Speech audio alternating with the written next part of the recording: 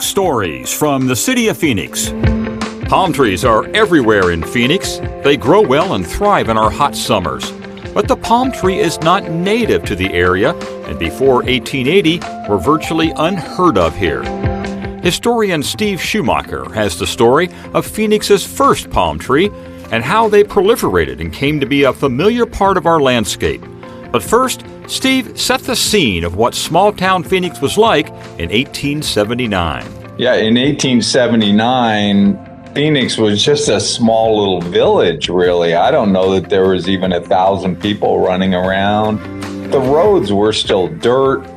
The town site was like a half a mile in diameter.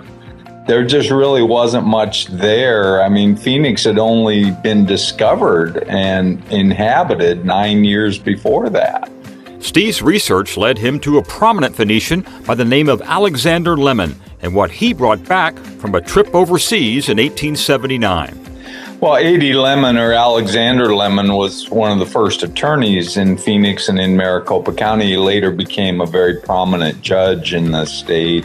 And he was quite wealthy, as most attorneys at that time frame would be, and he had made a trip to the Sandwich Islands, and he brought back some seeds for palm trees. Back in Phoenix, Alexander Lemon knew Clara Evans, a woman who lived at 2nd Avenue in Monroe. Lemon and Evans socialized together and had a lot of common friends. She was a resident of Phoenix and owned and operated a teacher training academy on Monroe and about 2nd Avenue. They knew each other. They hung out together. Alexander Lemon gave Clara Evans some of the palm tree seeds he brought back from the Sandwich Islands. And she planted it in her front yard, and from there it just took off. Well, Clara's palm tree grew tall, and in a desert town where cactus, ironwood, mesquite, and sage were the dominant plants, it became somewhat of an exotic attraction. People, when they came through Phoenix, wherever they were headed, stopping at her place and taking a photograph of that palm tree was a regular occurrence.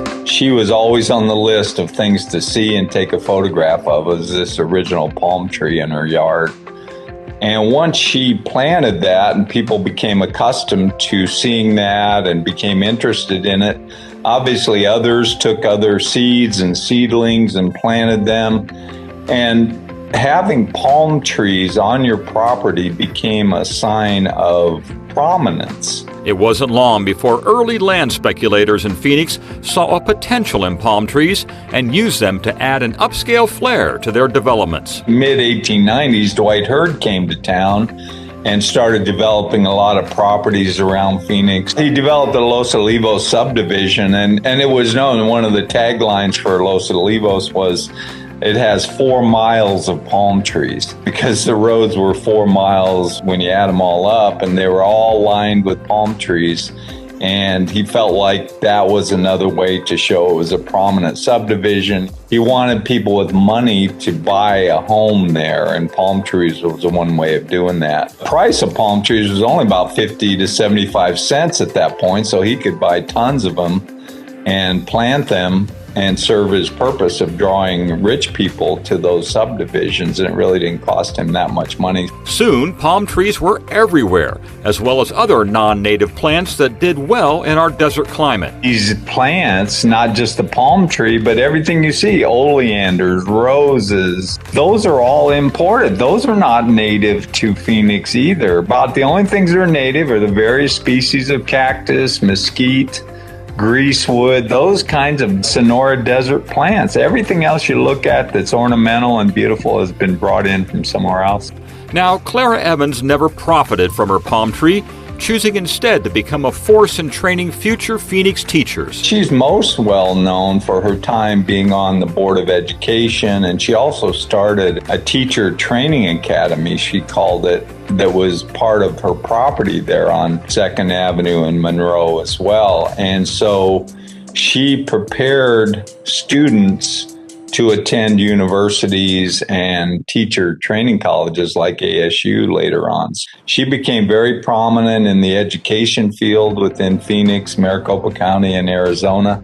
And Alexander Lemon built on his success with several developments in downtown Phoenix. He actually built one of the first hotels in downtown Phoenix. It was at 3rd Street and Washington. It was called the Lemon Hotel, and it became the Gold Hotel later on and lasted quite a long time. And it catered primarily to cavalry officers from Fort McDowell when they would come into Phoenix and so forth. He was not only a prominent attorney, he became a prominent judge, and he also became a prominent land and hotel owner later on in life.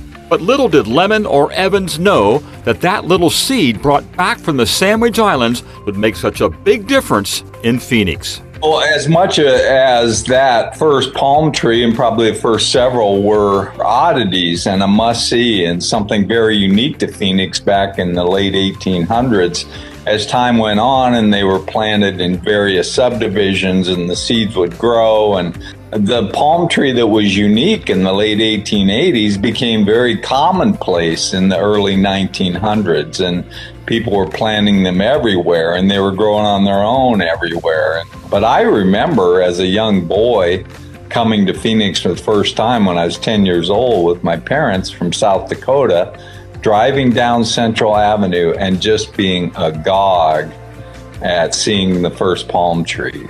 I imagine the people in the late 1870s, when they saw the palm tree in Clara Evans' yard, they probably reacted pretty much the same way.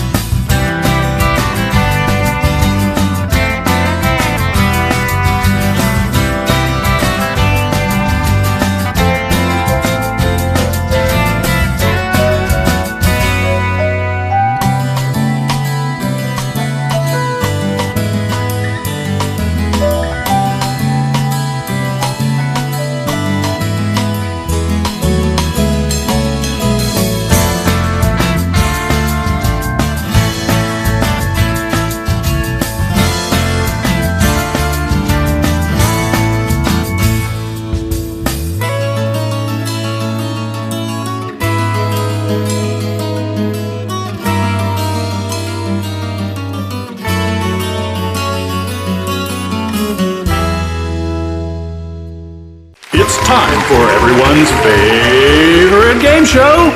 What in the development is that? That's right. What in the development is that? The planning and development show where you guess and learn the meaning of terms that will help you with your home project. Now here's our host, Skip Swagger. Welcome to the show. I'm your host, Skip Swagger, and here are our guests, Trish, Truth Be Told, and Josh Jokerton. Welcome. I'm so excited to be here. Yeah, sure. Okay. And now it's time for our first question. Players, get ready. This determines how land in a city can be used, often broken up as residential, commercial, or industrial. Is it A, zooing, B, zebra, C, zooming, or D, zoning? Yes, Josh. Zoos are cool. Zooing? That would be zoning, Skip. That's correct. Zoning helps guide development and ensure balanced growth within a city. All right. Okay, next question. This is a request to deviate from current zoning. Is it A, a variance, B, a venue, C, variety, or D, a very cool idea? Cool is cool, baby. Very cool idea. No, that would be a variance. Right again, Trish. A variance doesn't change the zoning in an area, but allows a property owner to use the land outside of the zoning restrictions. Yes. Come on. Okay, third question. The minimum distance a building must be from a curb, property line, or structure. Is it A, step by step, B, set and match, C, a setback, or D, settle down? It's a setback, Skip. That's right, a setback.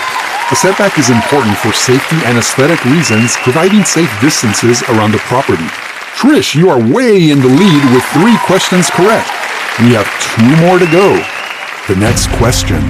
Land that utilities have the rights to access to provide services and do repairs. Is it A, easy street, B, easement, C, easy rider, or D, edge? Easy street. It's an easement, of course. Wow, correct again. You cannot build on an easement. Last question. Ready? This is the legal boundaries of a property. A, porpoise, B, pacemaker, C, property lines, or D, get off my lawn. Trish cheats. Property lines. That's right. Sometimes you may need a surveyor to determine the location of your property lines. Well, it looks like Trish swept the board. Congratulations, Trish. You're the winner. What did I win, Skip? Win? Oh, yeah. I have to get back to you on that one. Anywho, join us again in the near future for another episode of... What in the development is that? To learn more about development, go to Phoenix.gov/PDD. That's all the time we have today for this episode of What in the Development Is That? See you next time.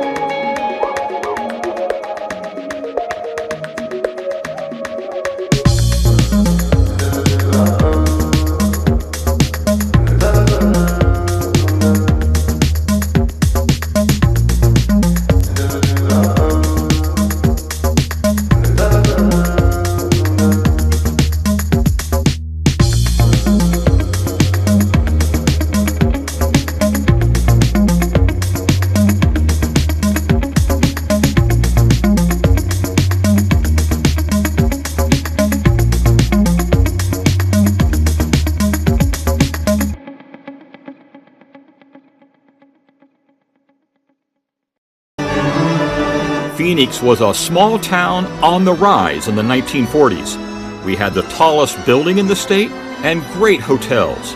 It was a walkable town, and people lined up around the block to see the movies.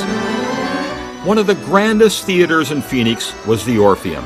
To see a show, you bought your ticket at this booth in front. On February 20th, 1943, 17-year-old North High School senior Esther Robart was working the ticket booth.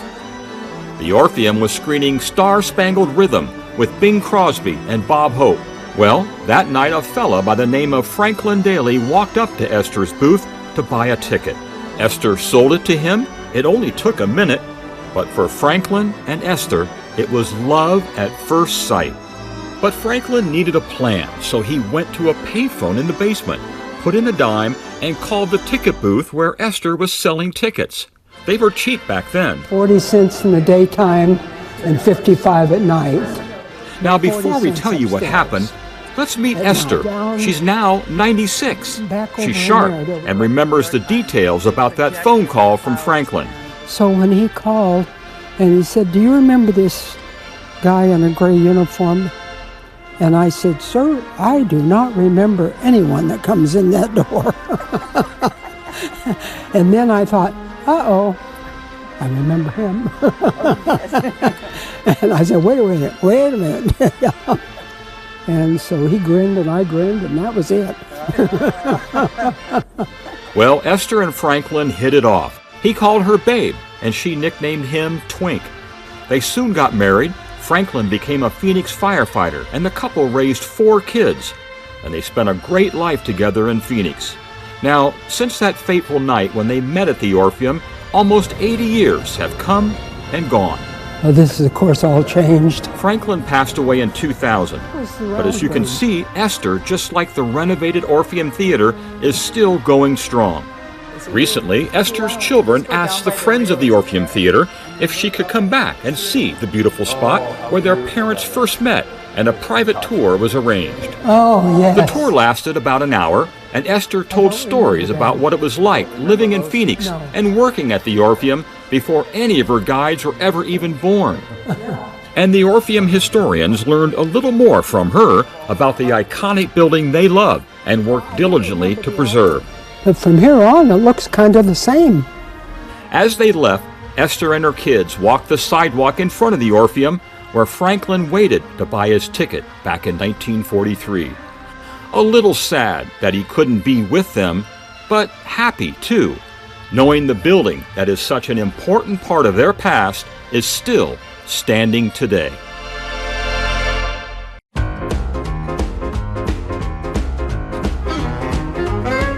My mother always said that before a girl can wed, you must be sure that he's the man for you.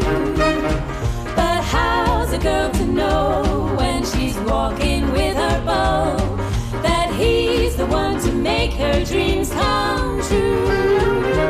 When I'm strolling with my fella, snuggling under his umbrella, everyone can see that we are stuck like glue.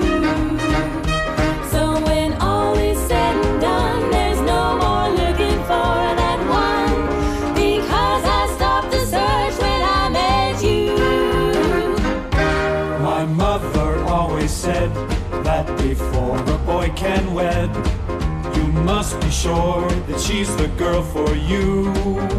Always said, what's that? Before a girl can wed, you must be sure that he's the man for you. I'll say, but how's a girl to know when she's walking with her beau that he's the one to make her dreams come true? When I'm strolling with my fella under his umbrella, it's plain to see that we are stuck like glue. So when all is said and done, there's no more looking for that one, because I stopped the search when I met you. When all is said and done, there's no more looking for that one,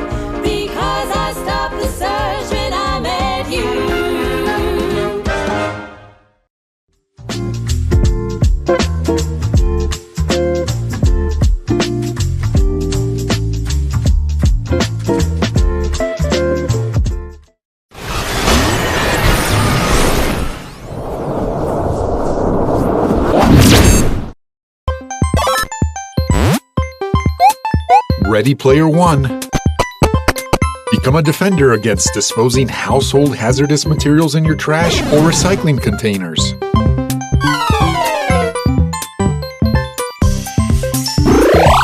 Level up when you schedule a pickup. The City of Phoenix now offers household hazardous waste pickups for residential trash and recycling customers. You don't need a cheat code for this bonus because it's easy as 1, 2, 3.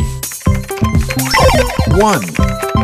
Take a break from battling the final boss and go to Phoenix.gov/publicworks/HHW and check the list of acceptable household hazardous waste that can be picked up. 2. Already have your game on pause?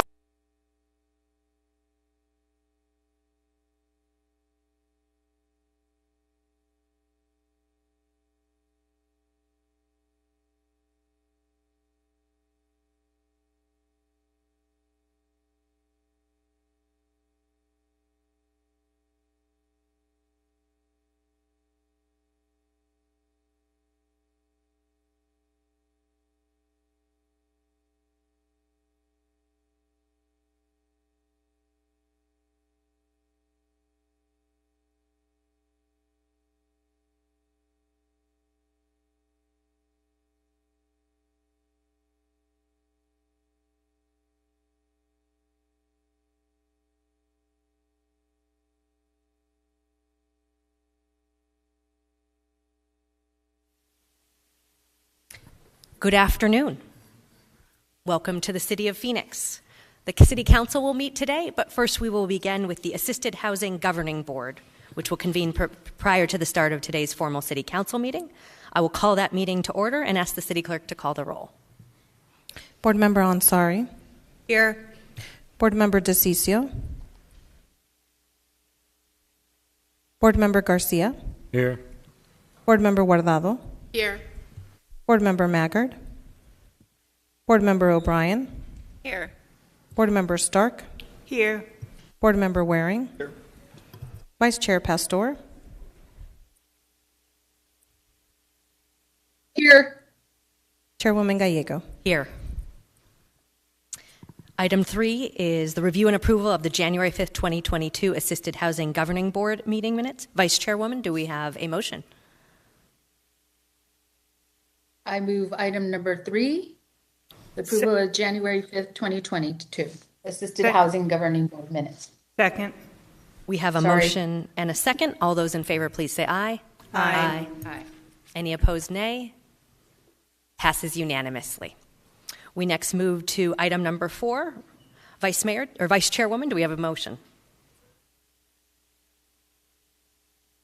I move resolution number 213, adoption of the Phoenix Public Housing Authority's proposed asset management budget for fiscal year 2022 and 2023 through 2023. Second. We have a motion and a second from Board Member Stark. Any comments? Roll call. Ansari. Yes. DeCiccio. Garcia. Yes. Guardado. Yes. Maggard. O'Brien. Yes. Stark. Yes. Waring. Yes. Pastor. Yes. Gallego. Yes. Passes 8-0. We next move to item number 5. Vice Chairwoman. Yes, I move resolution number 214, authorizing the city manager to enter into contracts with CPLC, Gorman and Company, Native American Connection, Reserve at Thunderbird, Garfield Veterans Housing 2, and UMOM Housing 3 to allocate up to 100 U.S. Department of Housing and Urban Development project-based housing choice vouchers, and further authorizing the city manager to take all action and execute all documents to the agreements. Second. We have a motion and a second. Wonderful to be moving forward on much needed housing. Questions or comments? Roll call. Ansari. Yes. DeCiccio. Garcia. Yes. Guardado. Yes. Maggard. O'Brien. Yes. Stark. Yes. Waring, Yes. Pastor, Yes. Gallego. Yes. Passes 8-0. Thank you. That concludes the business of the Assisted Housing Governing Board. We will adjourn.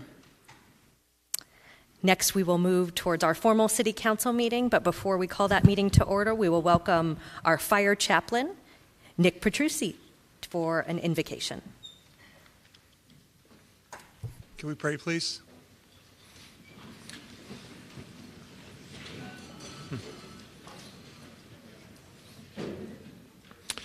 Father God, we thank you for this day you have blessed us with. Father, I come to you with a heavy and concerned heart for the shooting of another one of our police officers. Please be with her and her family. Lay your healing hands upon her, Lord. Please be with all our brave officers as they go into the city to protect us and serve us. Please be with all our first responders as they respond in our behalf. Please put a hedge of protection around them. God, thank you for the opportunity to assemble here today with the mayor and the council. Father, I'd like to thank you for your words where you tell us of our great nation, our state, and our city. Lord, please bless us. Please help us to remember your words. Blessed is the nation as God is the Lord. Father, I would like to thank you for the leadership of our city and every person that works for the city to keep it running. Father, please guide our council today as they go through the agenda before them. Give them wisdom, discernment, courage, and clarity. Help us to have listening ears and as well as listening hearts as we look at different solutions for the issues we are facing.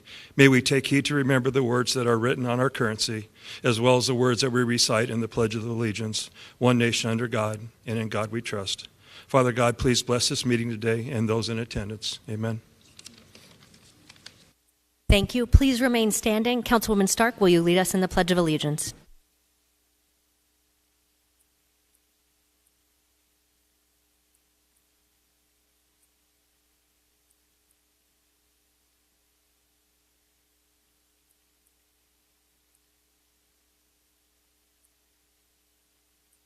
Thank you. Please be seated. I will now call to order the formal meeting of the Phoenix City Council. Will the clerk call the roll? Councilwoman Ansari. Here. Councilman DeCiccio. Here. Councilmember Garcia. Here. Councilwoman Guardado. Here. Councilwoman O'Brien. Here. Councilwoman Stark. Here. Councilman Waring. Here. Vice Mayor Pastor. Here. Mayor Gallego. Here. Thank you for joining us today. We are joined by Mario Barajas and Elsie Duarte, who will provide interpretation services. Mario, would you please introduce yourself? Yes, thank you, Mayor. Hello, my name is Mario Barajas, and together with my colleague Elsie Duarte, we will be serving as Spanish interpreters for today's meeting. I'll now take a moment to introduce ourselves to our Spanish-speaking audience and review some brief instructions. Hola, buenas tardes. Bienvenidos a nuestra reunión municipal. Mi nombre es Mario Barajas y junto con mi colega Elsie Duarte estaremos sirviéndoles como intérpretes a los de habla hispana. Deseamos pedirles de antemano, si es que van a dar un comentario público, por favor, hable despacio, con claridad y evite tener distracciones de fondo. Finalmente, pause después de cada una o dos oraciones para que les podamos interpretar lo que estén diciendo de la manera más completa posible. Muchas gracias. Thank you, Mayor. Thank you, Mario. In part to provide a break for our interpreters as well as our staff, it is possible we may take a break during today's council meeting as we have a very impressive agenda with a lot of public comment. We welcome all of the public who is participating, and we also have special guests today. We are joined by the Mandela Washington Fellows, young leaders from Africa. If you could raise your hands so that we can...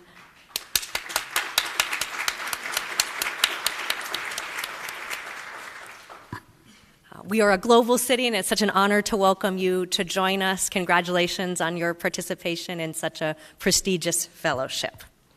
I'll now turn to our city clerk to read the 24-hour paragraph. The titles of the following ordinance and resolution numbers on the agenda were available to the public at least 24 hours prior to this council meeting and therefore may be read by title or agenda item only. Ordinances number G6995, S48672, 48700, 48713 through 48749, 48751 through 48759, and 48761 through 48824, and resolutions 22032 through 22036. Thank you. I'll next turn to our city attorney. Thank you, Mayor. Members of the public may speak for up to 2 minutes to comment on agenda items to be discussed.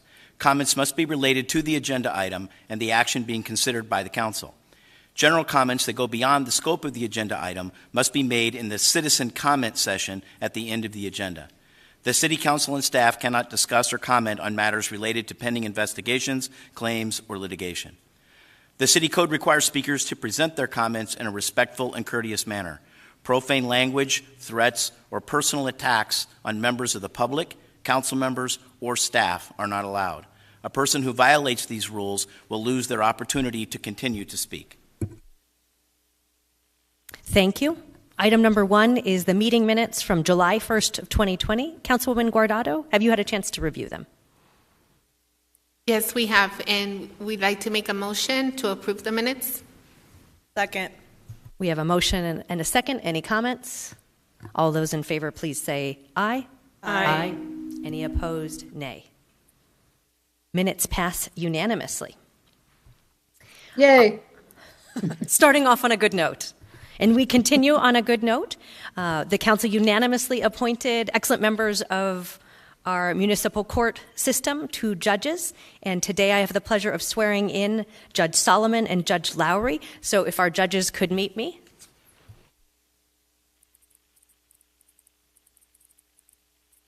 Mayor, did we miss boards and commission? Thank you, Vice Mayor. We'll swear in the judges and then the board members. Okay, thank you.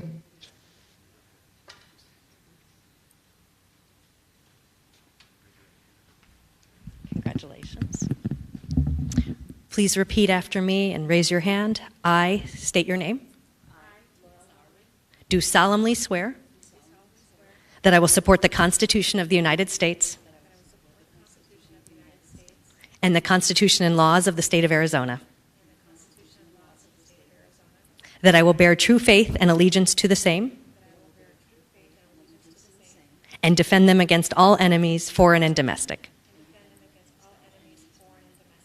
And that I will faithfully and impartially discharge the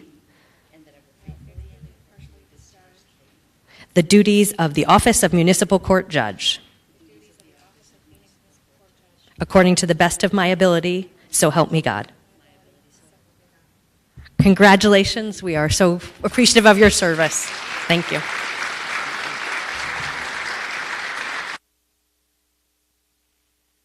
So for the record, I just want to say swearing in, I know the mayor said this, but I'm doing it for the record. Swearing in of Judge Tina Solomon and Judge Laura Lowry. And then I would like to move to boards and commissions. I'd like to make a motion to approve mayor and city council's boards and commissions nominations. Second. We have a motion and a second. Any comments or questions? All those in favor, please say aye. Aye. Any opposed, nay? Passes unanimously. Thank you so much to our citizens who are serving our city. The City Council provides an advisory position for liquor license to the state of Arizona, so we will turn to that portion of our agenda. And our city clerk, could you update us on items that have been removed from the consent agenda from the liquor license portion? So, yes, Mayor. We do have one speaker on item 13, and so I just wanted to mention that before the motion that is here in person. Wonderful, thank you. Vice Mayor, do we have a motion? Motion to approve items 4 through 21, except item 21 and 13. Second. We have a motion and a second. All those in favor, please say aye. Aye. Any opposed? Passes unanimously. We next go to item 13, which is an item in Council District 4. So I will turn to the Vice Mayor for a motion. I'm sorry, I motion to approve. Second. We have a motion and a second on mobile. We will turn to Leonard Clark for comments. Hello. Thank you, Mayor and Council members, for letting me speak. My name is Leonard Clark, born right down the street at Good Samaritan Hospital. Anyways, I don't know the applicants for the license. I strongly support their application, but I'd also like to think that, you know, in these days, it is a mobile gas station. In these days of the high gas prices, maybe something to help comfort us, you know, as we go to buy the gas now that it's going to go way, way up. Maybe something would be nice to comfort us, not driving, but when we get home. So thank you very much. I do support this liquor license. Thank you. I don't support the price gouging, though. Thank you. Thank you. Any comments? All those in favor, please say aye. Aye. Aye. Any opposed, nay? Passes unanimously. We next go to item 21, AA Corner Market, also in Council District 4. Vice Mayor. Motion to disapprove based on City Clerk Department recommendation for disapproval and neighborhood protest. The applicant has not demonstrated that the public convenience and the best interest of the community will substantially serve by the issuance of this liquor license. We have a motion and a second. We have residents participating both virtually and in person on this one. We'll begin with speakers in the council chambers. If you could come forward to the podium. We will first have Atul Grover, followed by Peter Shellstrait.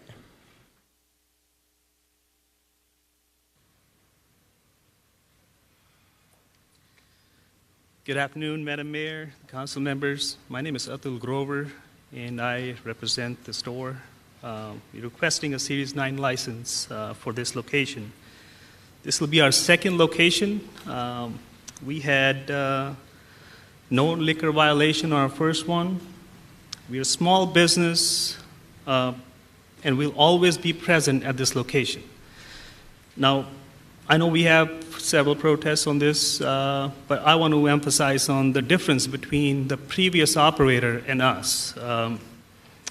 We're not a chain restaurant where the management is sitting somewhere in Canada. We'll be at this location every day, all year round. The difference between us also is the previous operator had a Series 10 license, which is a license to sell hard liquors. We are not selling hard liquor. We're only interested in beer and wine. And even in beer and wine, our emphasis will be on craft and high-end wine bottles, not the single cans or malt liquor that would promote the transients to come in and abuse. Our hours will be limited. We won't be 24 hours. We'll be 7 a.m. to 11 p.m. So it's not a 24-hour operation. We don't cater those items that would promote the abuse, like anything that, you know, they abuse the oil burners and stuff. We don't do that at our location. We're family members. You know, we don't want to have those kind of people coming into our store, even in our neighborhood. We won't promote any loitering. We'll be signing with the city, with the police department, which is called, that they can we can tell people not to trespass if they are causing issues. We won't let them loiter around. And lastly, just want to say, please don't judge us with the same paintbrush as you did Circle K. We're completely different, and that's what I asked for. Thank you. Peter will be next in support, followed by Kyle Baker and John Kitchell in opposition. Yes, my name is Pete Shellstrait. I'm the attorney for the applicant. When we fill out the card, it was only if necessary, so I'm here available to answer any questions. I will say, though, in the next couple weeks, we plan on having a donut and free donut and free coffee for the neighborhood to come out and see the new location and to meet the owners, and if there's not any questions. So. Thank you, and I apologize. You did mark only if necessary. Okay. Any questions? All right, thank you. Kyle Baker will be next, followed by John. Good afternoon. My name is Kyle Baker, and I am here to oppose the issuance of the liquor license at AA's Corner Mart at 4601 North 12th Street. I have lived around the corner, just a few houses in, for almost 10 years, and since the closure of the previous tenant, we have experienced a dramatic reduction of trash in the street and in our yards, the bulk of which were alcohol-related bottles, fewer break-ins, vandalisms, and other disturbing crimes.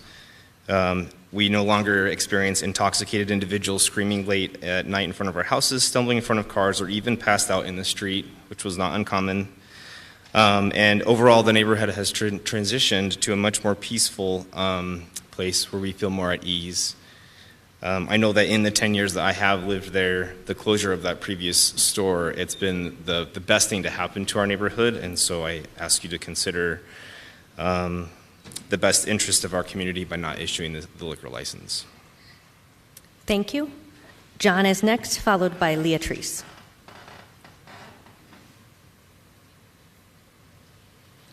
Mayor and council members, I'm John Kitchell, have lived in the neighborhood since 98, and we've been building that neighborhood for years. We've driven out 4 drug houses over those years, 1 3 times. We've remodeled 6 different houses in the neighborhood. Just finished a 4-unit complex on 14th Street in Highland. And we are community builders. The most important thing we've done for the neighborhood that's taken us 20 years to do is buy the trailer park on 14th Place south of Highland. Put in the 50s, and the blight of the neighborhood. We've been working with all the trailer owners, moved them out successfully, have a few left to do this week and next. And fortunately, some of them got great help from the city in either relocating or in moving their trailers. So we have into City of Phoenix now our site plan for duplexes and fourplexes on that property, much like the units we built on 14th Street in Highland. We've also been building in the rest of the city, Central Core. We did Windsor on Central, north of Camelback. We put Changing Hands Bookstore in the old Beefeater restaurant, remodeled that. Lucy's on 12th Street, north of Glendale. And the most recent project we did was 2 older office buildings on 3rd or 4th Avenue and Camelback called the Rise Hotel now. So the community building that we're doing is serious and expansive enough to improve the neighborhood tremendously. And I don't see this as an asset to the neighborhood at all. Thank you very much. Thank you. Leatrice is next, followed by View McDonald.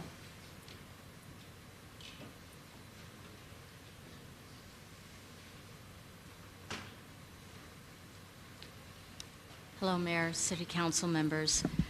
My name is Leatrice Kitchell. I live in the neighborhood. I've lived in Canal North neighborhood for over 28 years. I'm also the president of Canal North Neighborhood Association. We are just a block watch neighborhood association. And for the last 26 years, our neighborhood has suffered with what a convenience store in the middle of our neighborhood brings. We've seen transient drug deals, prostitution. Our children are afraid to go outside at night, and even in the mornings. This new store coming into our neighborhood is not necessary. We have an upscale wine and beer store just a few blocks away, as well as another convenience mart and a gas station 1 block away. On behalf of Canal North neighborhood, we plead with the city of Phoenix License Services and City Council to not award a liquor license for the application submitted by AA's Corner Mart. Our neighborhood cannot endure the activity this store will bring to our neighborhoods of crime and fear for our livelihood. Thank you.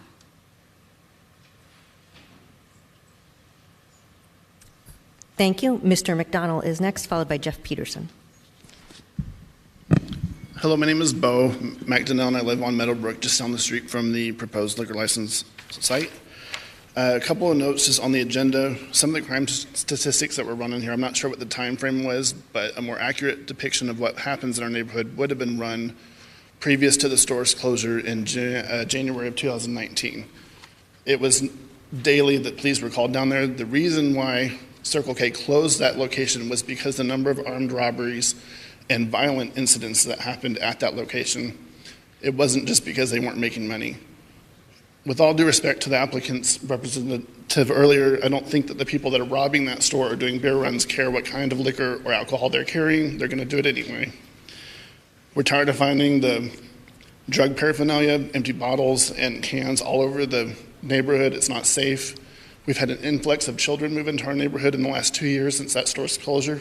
And it's not an asset to the neighborhood, and we don't need them going out into the streets finding things because they're out with their families and trying to enjoy the neighborhood. Unfortunately for the applicant, there's things that they cannot control for this neighborhood.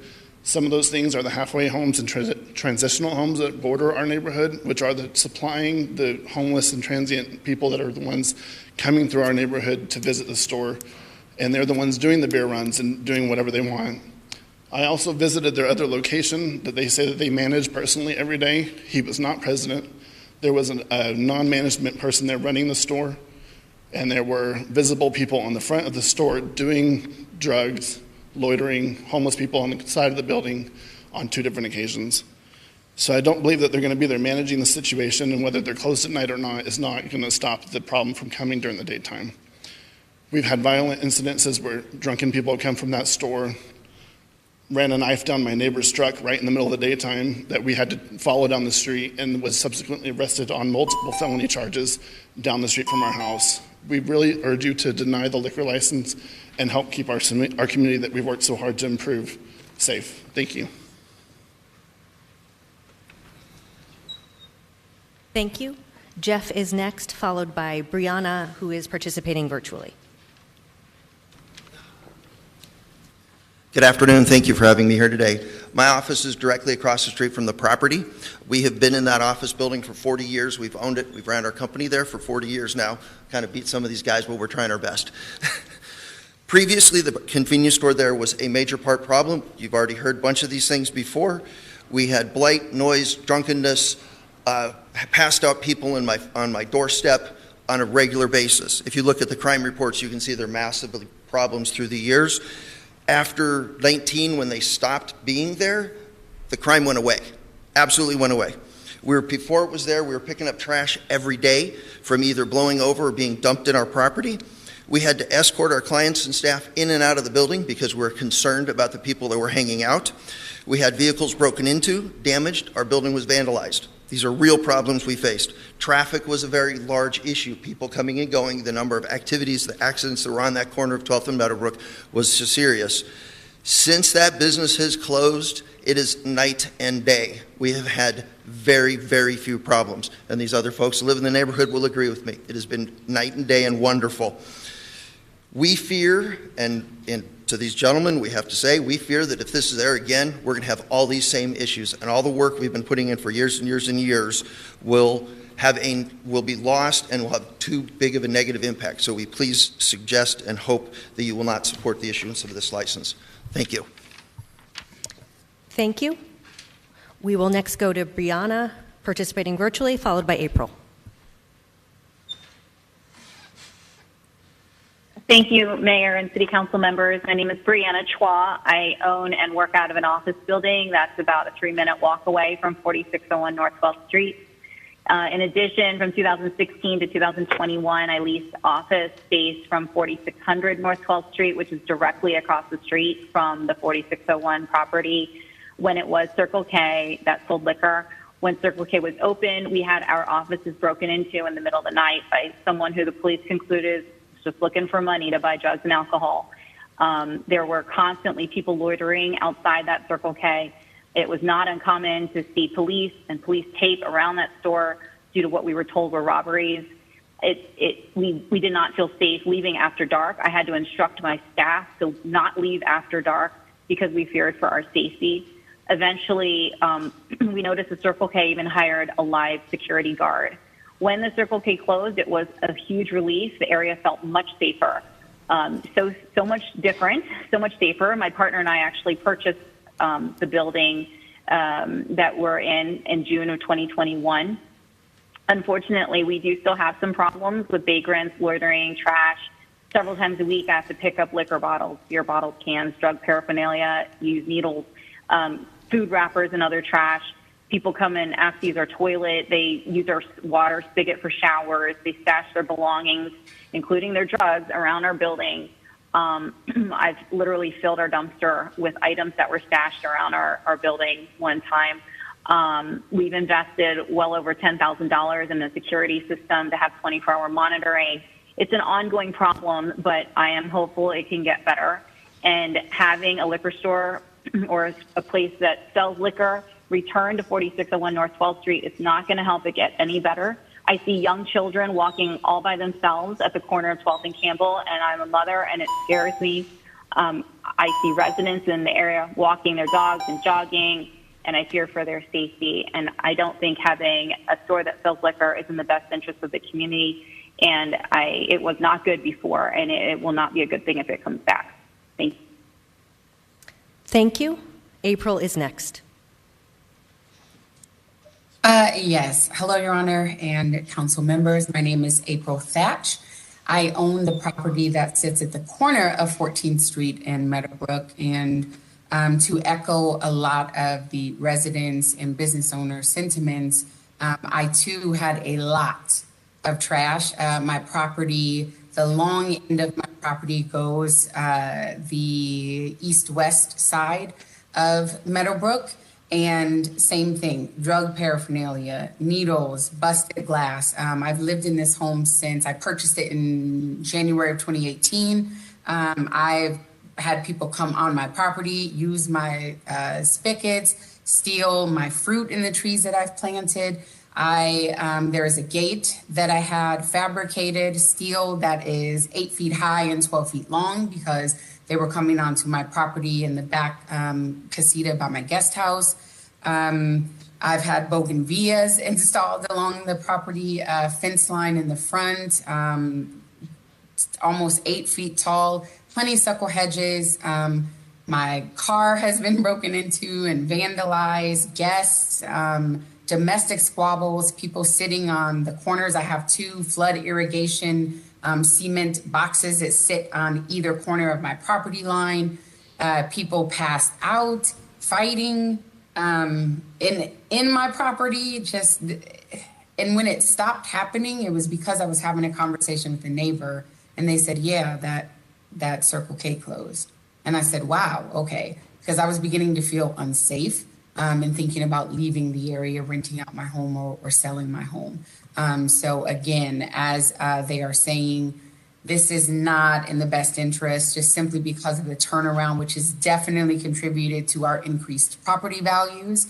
A lot of the changes that the Kitchells have been making, I've seen for myself, are why I bought this home in a specific community. So I ask that you deny this application. Thank you for your time today. Thank you. We are also joined today in the council chambers by Akash Sethi, who is in support of this and available to speak if necessary, and Allison King, who is participating virtually, and she is in opposition. So Akash in support, Allison in opposition. Allison is also available to speak if necessary, and we are joined by our Deputy City Clerk, Leah Swanton, as well. Do any council members have questions or comments? Roll call.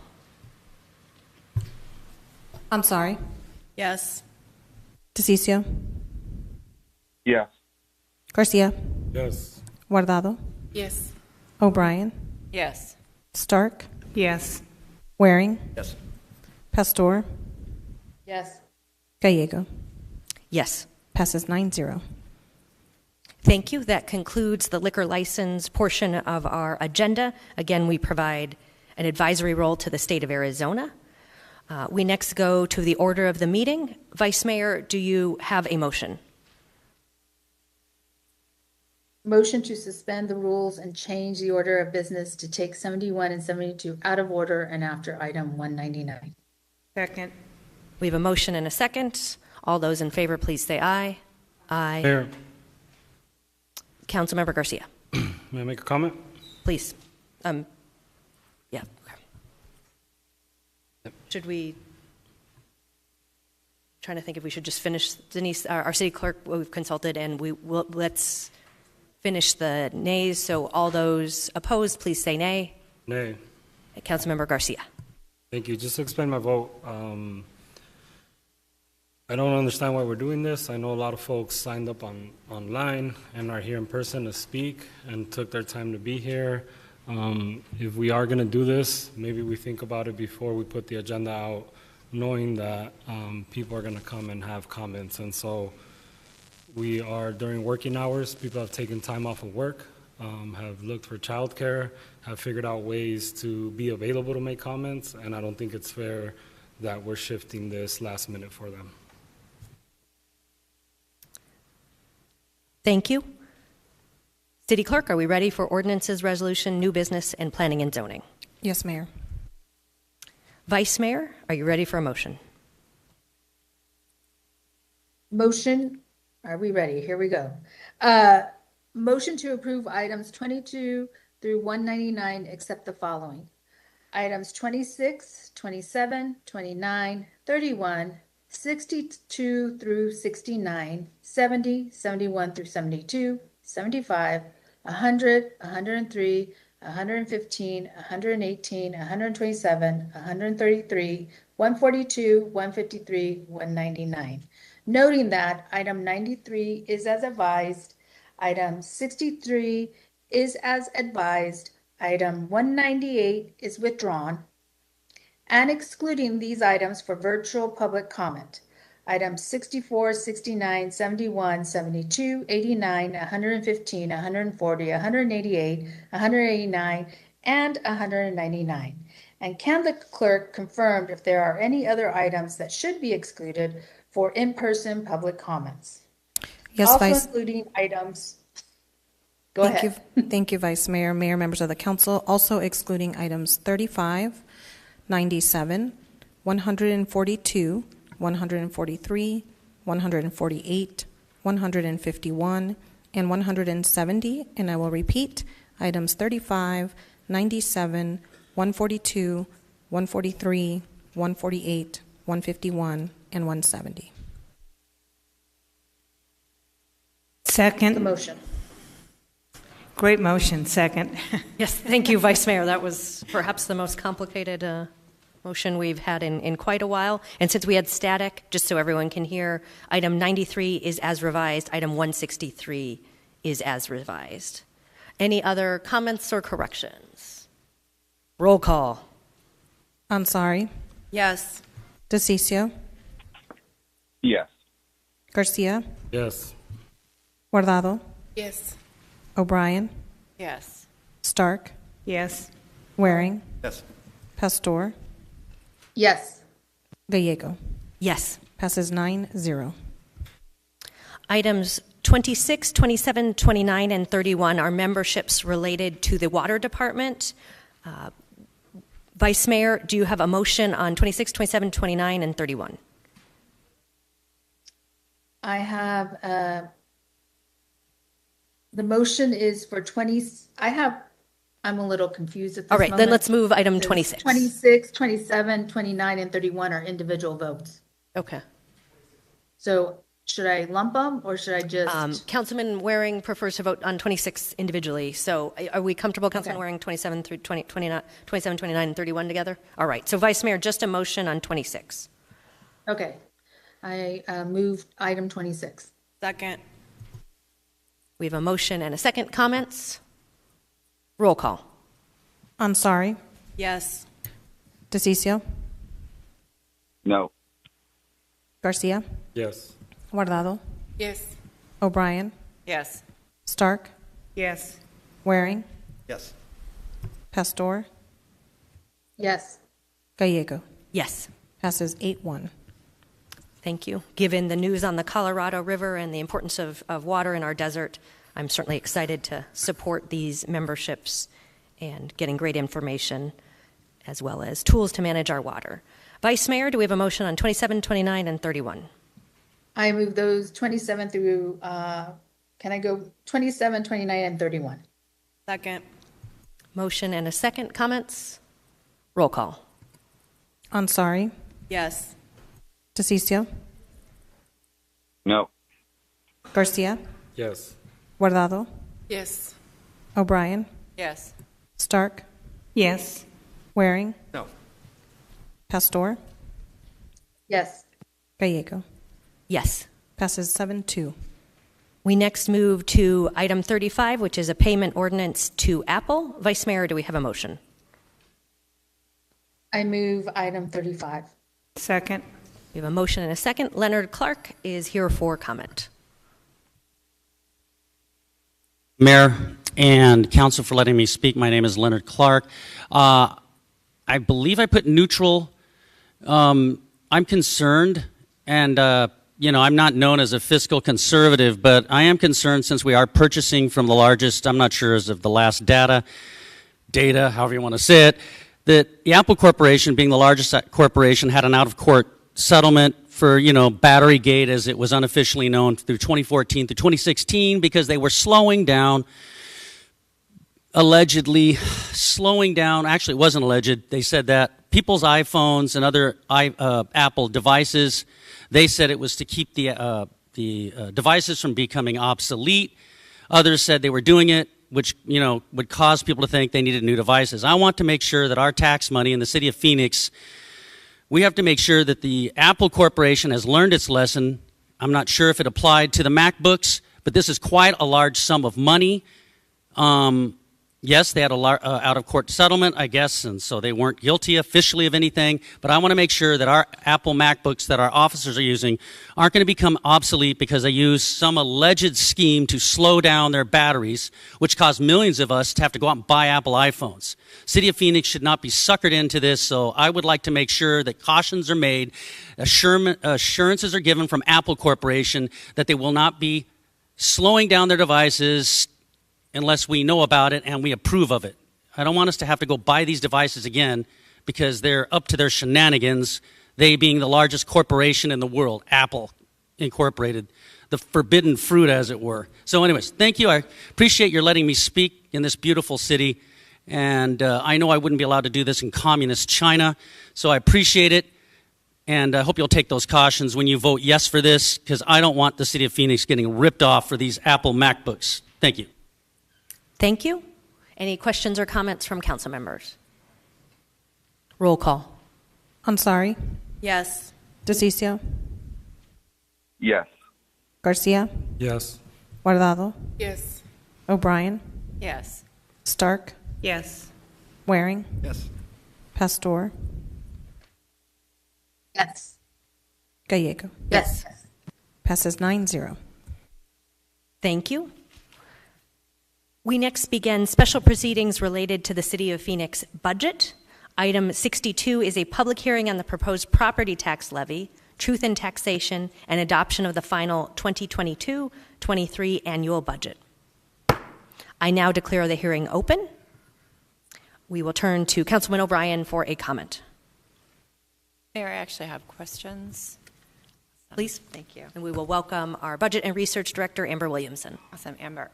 Amber, I just want to ensure that I'm correct in understanding that we're actually lowering the primary property tax rate in Phoenix. Yes, Councilwoman O'Brien, Mayor, members of the council, that's correct. The primary property tax rate is decreasing from roughly by less than a cent. And it's doing that only because of the 2% constitutional levy limit is why it's decreasing. So, and the secondary property tax rate is not raising either? Councilwoman O'Brien, Mayor, members of the council, that's correct. It's at 8141, and that has not changed for next fiscal year. Okay, and then you mentioned the 2% increase in, or the increase in the property tax. Can you explain that additionally? Councilwoman O'Brien, Mayor, members of the council, the property tax revenue is anticipated to increase next year by roughly 4%, but the primary property tax rate is declining. The revenue is anticipated to increase because of increases in limited property values, which is what calculates our net assessed value and determines our actual revenue collections. Okay, so this lower tax rate is also rolled into our budget? Councilwoman O'Brien, Mayor, members of the council, yes, that's correct. And so when we vote on the budget today, we will be voting to lower the property tax rates for citizens in Phoenix. Councilwoman O'Brien, Mayor, members of the council, yes, and we'll be coming back on July 1st for the actual property tax levy adoption. Okay, so I just wanted to be clear that when we vote on our budget, we will not be voting on to increase taxes. This notice is purely as a result of the increased valuation assessment of the housing market. Councilwoman O'Brien, Mayor, members of the council, that's correct. The property tax rate is not increasing. Thank you so much. Thank you, Mayor. Thank you. Important clarifications. We have been and I'll go to Councilman DeCiccio in a moment. Well, I'll go, Councilman DeCiccio, go ahead. Oh, thank you, Mayor. So the reason myself and others helped write the truth in taxation legislation was for this very debate, so that individuals couldn't say they were lowering the tax rate, because there are two variables that are involved, and I think staff did a good job of explaining it. Your cost, your home, or not the cost, but the value of your home, and the tax rate itself determines how much you pay. Is that we used a stable number, which is the amount of money that you pay. So by voting for the budget, you're actually voting to raise taxes. You are raising taxes because your revenue is higher. It's not that complicated.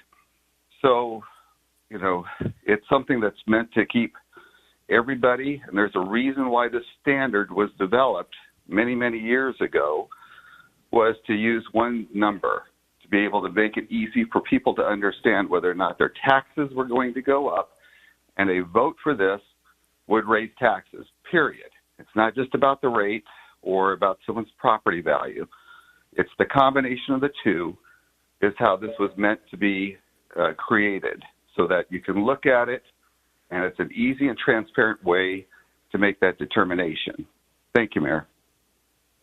Thank you.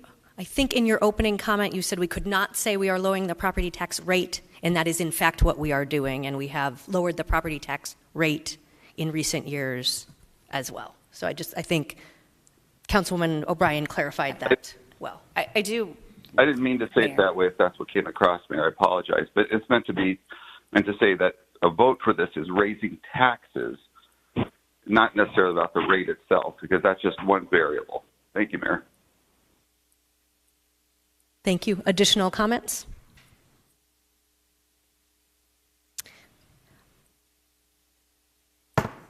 The public hearing is closed. Item 63 is the convening of a special meeting of the City Council to consider adoption of the final 2022-23 budget. Vice Mayor. Mayor, in accordance with the state statute, I move that the regular meeting of the City Council be recessed and the City Council convene a special meeting to consider adoption of the final 2022-2023 budget. Second. We have a motion and a second. Is there any discussion? All those in favor, please say aye. Aye. Aye. Aye. Item 64 is the adoption of the final 2022-23 operating funds budget. Vice Mayor. Mayor, I move that item 64 being ordinance S-48719, the final 2022-2023 operating funds budget be adopted. Second. We have a motion and a second. We do have members of the public here to comment. We'll begin with Leonard Clark in support of the budget in council chambers, followed by Ana Hernandez. Thank you, Mayor and council members. My name is Leonard Clark. Yes, I've been one of the most vocal people when it comes to funding of our police officers, but never did I want it to be known that police officers should be hated just as the people that they serve. This hate thing has got out of control. Therefore, I know this is going to be also decided in another section. This whole defund the police, this whole hate the police, and then same thing, if there are officers, if there are bad apples that are not serving the public and hate the people, then let them be taken care of individually. That's all we're asking for. But, I'm tired of, when I drive in Phoenix, of people coming up to me, tailgating me, these enraged people taking out their rage, whatever it is. It's getting so dangerous to drive on the streets of Phoenix now. There's not enough officers because people know they can just do what they want with impunity. People driving 80 miles an hour and 40 mile per hour zones. So I'm saying stop with this hate on both sides. It's gone too far. It's tearing our country apart. It's tearing our city apart. We just had an officer ambushed because of somebody probably hating the officer. This hate has got to stop. If there's an officer who's out being cruel to people, then let them be held accountable. We need to do that. But this business about hating every officer out there and saying, oh, we can't raise any more officers because of that is just gone too far. We need for our citizens to have at least some enforcement of the law. So I'm sorry. I just think that we do have to have more officers now. I think we need to attract them because most officers who want to work here in Phoenix know that they're going to be hated. They know that they're probably going to be ambushed. And that's got to stop too. That's why I've always supported the Civilian Commission. Okay? And I don't know how far that's gotten. It's got to stop on both sides. We ask for accountability. I'm not a police officer, but I also know we need more officers. And by the way, officers have sacrificed their lives. They're not all evil. Are there evil officers? Yes. Are there evil people who claim to be fighting for justice? Yes. You can't paint with a broad brush all of our officers or all of the Black Lives Matter people. I don't come from their background and what they've gone through. So please, raise the amount of money we need for more officers, and please stop, this road rage out on the streets of people in Phoenix, just coming up on us, speeding. It's gotten out of hand. So yes, it's not easy for me to, know that I know people who know me will say, hey, why are you saying this? Because I'm not going to hate. That's why. Thank you. Thank you. Next is Ana Hernandez, and then we will go to virtual participation to Ms. Flores.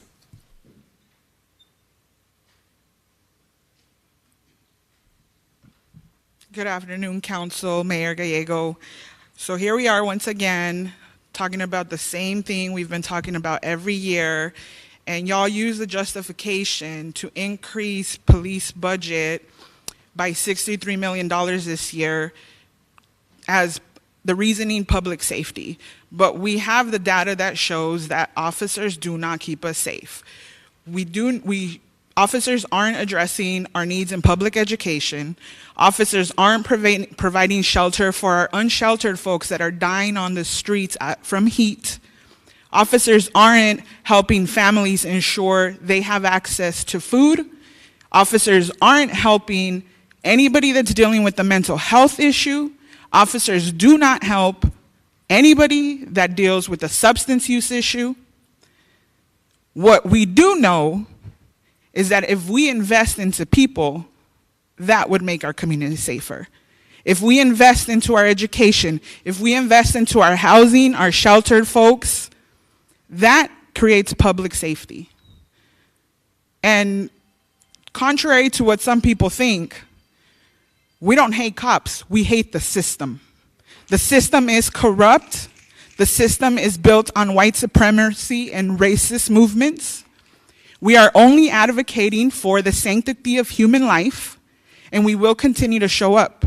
While we know that you will still approve this budget with the $63 million increase to Phoenix PD, we will continue to show up just to make you aware that we are listening and we are paying attention to how you all vote, because eventually some of us will come to take over some of these seats, as I've told you previously.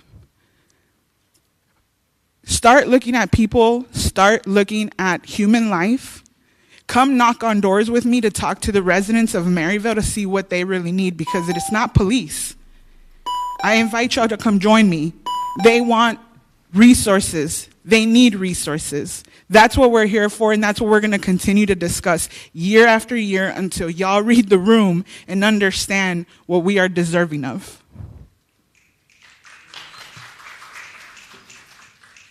Thank you. That we had a speaker drop on this one, so we will go to councilmember comments.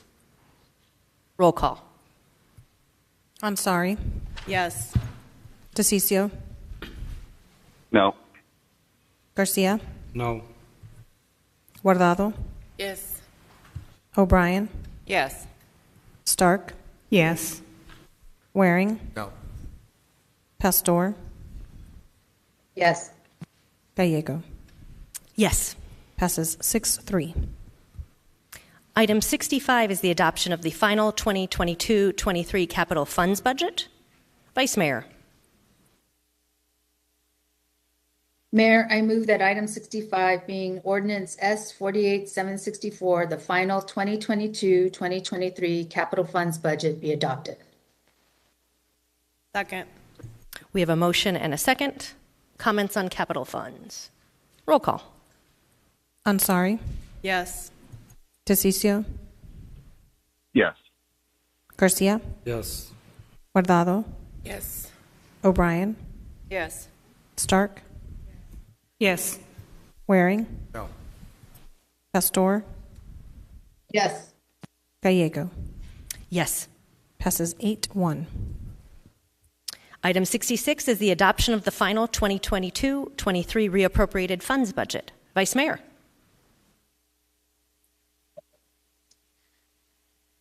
Mayor, I move that item 66, being ordinance S 48720, the final 2022 reappropriated funds budget, be adopted. Second. We have a motion and a second. Comments? Roll call. Ansari. Yes. DeCiccio. Yes. Garcia. Yes. Guardado. Yes. O'Brien. Yes. Stark. Yes. Waring. Yes. Pastor. Yes. Gallego. Yes.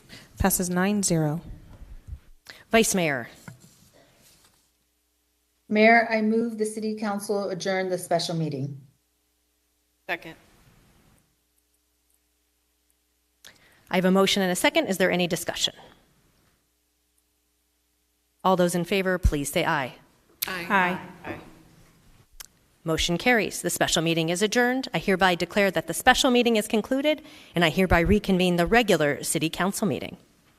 Items 67, 68, and 69 are legally required amendments to the current 2021-22 budget, allowing the city to close out the current fiscal year's budgetary accounts and proceed with the annual independent audit. Item 67 amends the 2021-22 annual budget for operating funds to authorize reallocating appropriations. Vice Mayor. I move that item 67, being ordinance S 48717, the required reallocation of the 21-22 annual budget for operating funds, be adopted. Second. The clerk will call the roll. Ansari. Yes. DeCiccio. No. Garcia. Yes. Guardado. Yes. O'Brien. Yes. Stark. Yes. Waring. Pastor. Yes. Gallego. Yes. Passes 7-2. Item 68 amends the 21-22 capital funds budget to authorize reallocating appropriations. Vice Mayor. Mayor, I move that item 68, being ordinance S 48763, the required reallocation of the 2021-2022 capital funds budget, be adopted. Second. Comments? The clerk will call the roll. Ansari. Yes. DeCiccio. Yes. Garcia. Yes. Guardado. Yes. O'Brien. Yes. Stark. Yes. Waring. Yes. Pastor. Yes. Gallego. Yes. Passes 9-0. Item 69 amends the 21-22 final reappropriation budget to authorize reallocating appropriations. Vice Mayor. Mayor, I move that item 69, being ordinance S 48718, the required reallocation of the 2021-2022 final reappropriation budget, be adopted. Second. Comments? Roll call. Ansari, Yes. DeCiccio, Yes. Garcia, Yes. Guardado, Yes. O'Brien, Yes. Stark, Yes. Waring, Yes. Pastor, Yes. Gallego. Yes. Passes 9-0. Thank you so much. Thank you to our budget team. We next move to item 70, the proposed update to the pension plan's funding policy. We will have 2 votes on this policy, and this is an exercise to talk about how we will fund our city pension.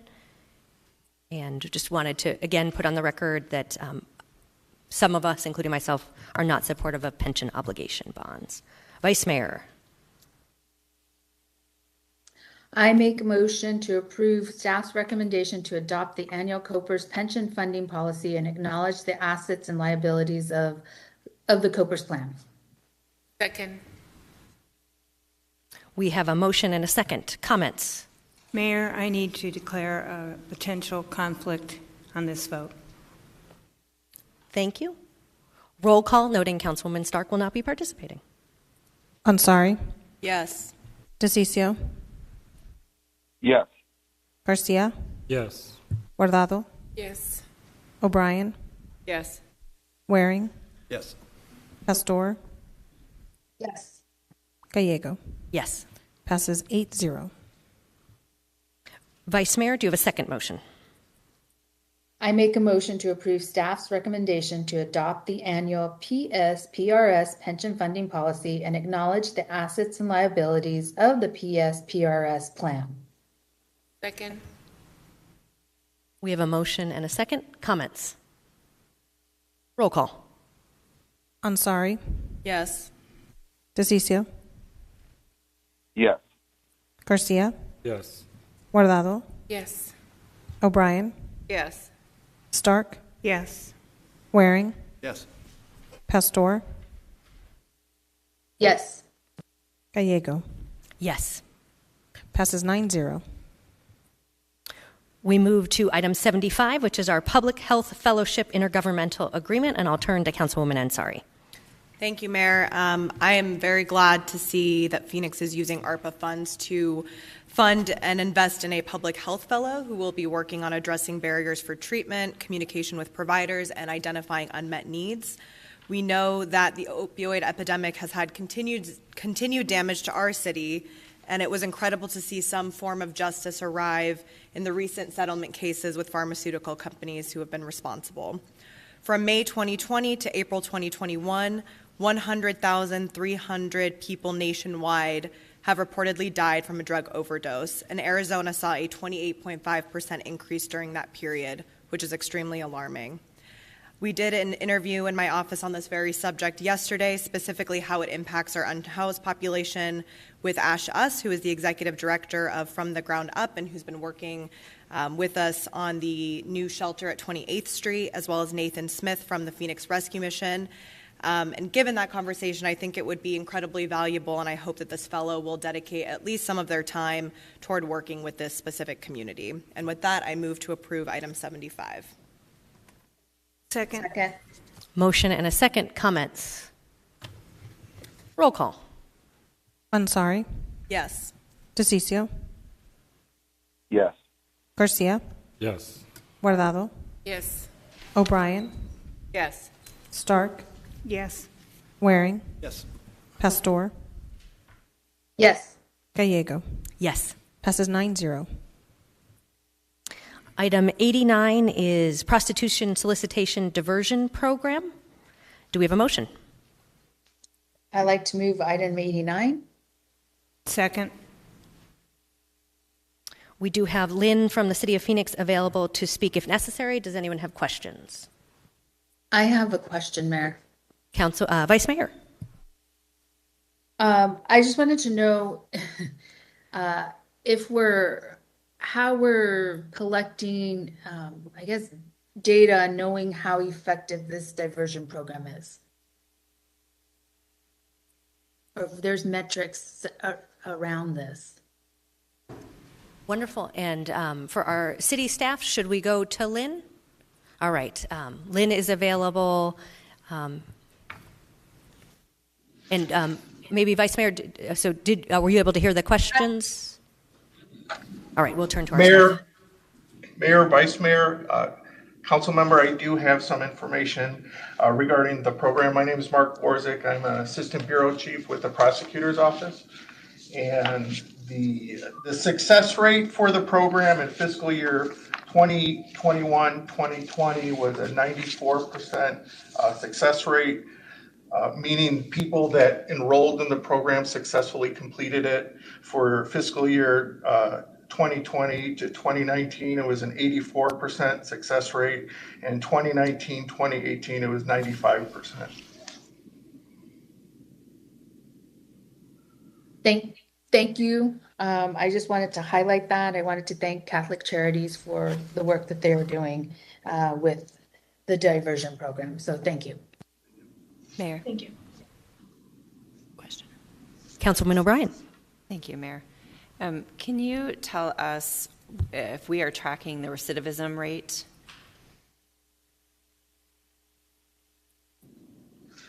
No, that doesn't necessarily translate to a recidivism rate. Unfortunately, we have not done an official study on the recidivism rate associated with this particular program, but we would be happy, the prosecutor's office would be happy to look into doing a study on that. Okay, would appreciate that. I applaud the work that's being done and the successful completion rate, but I think the more important data would be the long-term data and how many folks end up maybe potentially going back and being arrested again down the road. Thank you.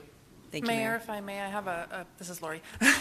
I may add a bit of information to that, Councilwoman. The intent is for us to commission ASU to conduct a study which would include the recidivism rates of the prosecution diversion program as well as some of the other diversion programs that we have in place. So we will be bringing that to Public Safety and Justice Subcommittee in the fall. Excellent. Thank you so much. Roll call. Okay, Councilmember Garcia. Great. Roll call. Ansari. Yes. DeCiccio. Yes. Garcia. Mayor, may I explain my vote? Thank you. There's been historical concerns from members and organizations of the LGBTQ community when it comes to these types of programs, especially how they treat the trans community. I wasn't briefed, or we haven't been briefed on this issue, so I don't feel comfortable supporting it. I think I've said this before. I think diversion programs should fundamentally not be faith-based, especially when we're trying to protect all communities, and especially during Pride Month. Do not feel comfortable moving forward with this vote, so I'm a no. Guardado. Yes. O'Brien. Yes. Stark. Yes. Waring. Yes. Pastor. I am a yes, but I would like to ask staff a question. Or can I? Can we complete the roll call? Sure. Gallego. Yes. Passes 8-1. And Councilwoman, since you did ask questions before, would it be possible for you to be briefed separately? I just want to put it on the record. Okay, go ahead. So I just wanted, after hearing Councilman Garcia's concern, I would like to know, in particular with the trans and LGBT community, to look at that concern and see, if anything, what we can do. So I just want to put that on the record. Thank you. And our city leadership has responded in the affirmative. We next move to item 100, request to enter into a contract with Arizona Career Pathways for ARPA workforce. Nope, I'm sorry. We next move to 97. Yeah, I'm like, okay, did I miss up? Mayor, I would like to move item 97. Second. We have a motion and a second on item 97. And do we have a Leonard Clark? Thank you, Mayor and Council. I'm a proud tree hugger. The more trees we have in Phoenix, the better. But the reason I'm saying that is I see that you're asking to approve some type of solar agreement, which I think it's great to have more solar power. But I would urge you to support, I believe there's an appeal going on right now that doesn't just allow APS, SRP, and the rest to allegedly monopolize rooftop solar, driving out some people I actually know, small business people, who were making, everybody was getting solar panels and suddenly only APS, SRP, these types of monopoly power utilities were allowed to basically put up the rooftop solar because they made it such that it wasn't worth it to the smaller people. So a lot of people can't get rooftop solar now. We have to go to them. We're in the sixth extinction, and nobody's, really at the top. I know that you can't really panic the people, but we are in an extreme dangerous situation right now. And, we're today, another heat advisory is declared. So I would ask that in addition to voting on this in the future, support the appeal so that rooftop solar can truly come back to Arizona. And we need solar everywhere, like in South Korea, bridges across their rivers they have for the bicycle paths. The shading is solar. We should have that everywhere. This is crazy that we don't. And I'm sorry to my conservative friends, if you don't believe in man-made global climate change, I'm sorry, then you don't believe 99% of the scientists except for maybe the 1% paid by Exxon. So please, I'm not against approving this. I hope you do. But please understand that citizens are being denied being able to put up rooftop solar. This is an emergency. We are in an sixth extinction. Okay? So we better do something. We need more rooftop solar. We need solar everywhere. Thank you. Thank you. And item 97 is the Solar Communities Program, which provides a $15 monthly credit to our city housing residents on their electric bills and is a partnership with APS to install solar at city housing facilities, which also gives the city a credit. Comments? Roll call. Ansari. Yes. DeCiccio. Yes. Garcia. Yes. Guardado. Yes. O'Brien. Yes. Stark. Yes. Waring. Yes. Pastor. Yes. Gallego. Yes. We now move to item 100, noting that Councilwoman Pastor will not be participating in this item. Do we have a motion? I move to approve item 100. Second. We have a motion and a second. Comments? Roll call. Ansari. Yes. DeCiccio. Yes. Garcia. Yes. Guardado. Yes. O'Brien. Yes. Stark. Yes. Waring. Yes. Gallego. Yes. Passes 8-0. And a huge thank you to Quaylen and the whole team who made this one possible. We next go to item 103, Early Childhood Education Expansion. Do we have a motion? I move item 103. Second. I'll turn to Councilwoman Guardado for comments. Just wanted to say that this is very exciting that we've been able to do this. We worked hard to ensure that we be used to address gaps in early childhood education. I am excited to see that both the Alhambra and Washington elementary school districts in District 5 will be benefiting from the investment of the $6 million over the next 2 years. As everyone knows, our students have been greatly hit through this pandemic, so very excited to see these funds going to these school districts. Thank you, Mayor. Thank you. In addition to that great District 5 news, we also want to congratulate Deer Valley, Fowler, and the Greater Phoenix Urban League, our key partners on investing in our young people, the future of Phoenix. Any additional comments? Roll call. Ansari. Yes. DeCiccio. Yes. Garcia. Yes. Guardado. Yes. O'Brien. Yes. Stark. Yes. Waring. Yes. Pastor. Yes. Gallego. Yes. Passes 9-0. The good news continues with item 115, the Transportation Electrification Plan. Councilwoman Arsari has been our leader on this, and I will turn to her. Thank you, Mayor. First of all, I actually wanted to thank Mayor Gallego for establishing this ad hoc committee and entrusting us with staff for drafting this action plan. Over the past year, we have held over 30 committee meetings, over a dozen community meetings, and collected over 1,300 survey responses from the public to help shape this action plan. Our ad hoc committee consisted of 15 members representing a diverse array of expertise, including auto manufacturers like General Motors and Nikola, advocacy groups like Chispa, Sweep, and Moms Clean Air Force, utilities like APS and SRP, and many more. I truly believe that this action plan puts us on the right path to prepare for the near future when the majority of vehicles sold will be electric. As electric vehicles become more affordable and more numerous, with many manufacturers making commitments to completely phasing out gas-powered cars, and with more and more used electric vehicles being sold, this action plan will help guide Phoenix as we work to make sure our residents have access to the infrastructure needed to power their cars. One of the goals in this plan that I'm particularly excited about is to install 500 public charging stations by 2030. Another really strong piece of this plan is its focus on equity. We realize that there are currently many barriers to EV adoption, especially in low-income and underserved communities. This plan specifically outlines goals that prioritize investment in these communities and utilizes community input to address their specific needs. We've also included recommendations around home, workplace, and employee charging infrastructure that include streamlining permitting processes and proposes EV-ready building codes. Phoenix has some of the worst air pollution in the United States, which results in increased asthma rates in our children, higher cancer rates, and more high pollution days.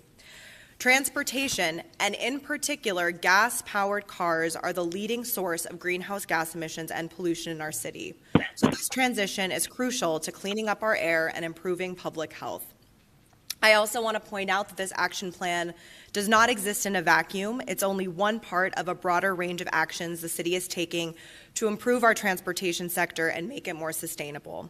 We also have our climate action plan, the Transportation 2050 plan, and the Road Safety Action Plan. All of these goals need to work together to not only electrify the vehicles on our roads, but also reduce the number of vehicles on our roads. Phoenix needs to be encouraging and expanding access to public transportation, and in my opinion, free public transportation, prioritizing pedestrians and cyclists, and eliminating traffic fatalities. In Phoenix, transportation electrification will work hand in hand with these goals, not against them. I would also want to use this opportunity to invite the public, city staff, and my colleagues on the dais to an event that we're hosting tomorrow evening from 5 to 8 p.m. in downtown Phoenix in celebration of Phoenix's work on transportation electrification. We will have a panel with several of our ad hoc committee members present, an EV showcase featuring EV models and electric micromobility, and great food and drinks. So I'm so proud to finally vote to approve this action plan and look forward to working with staff to move towards implementation.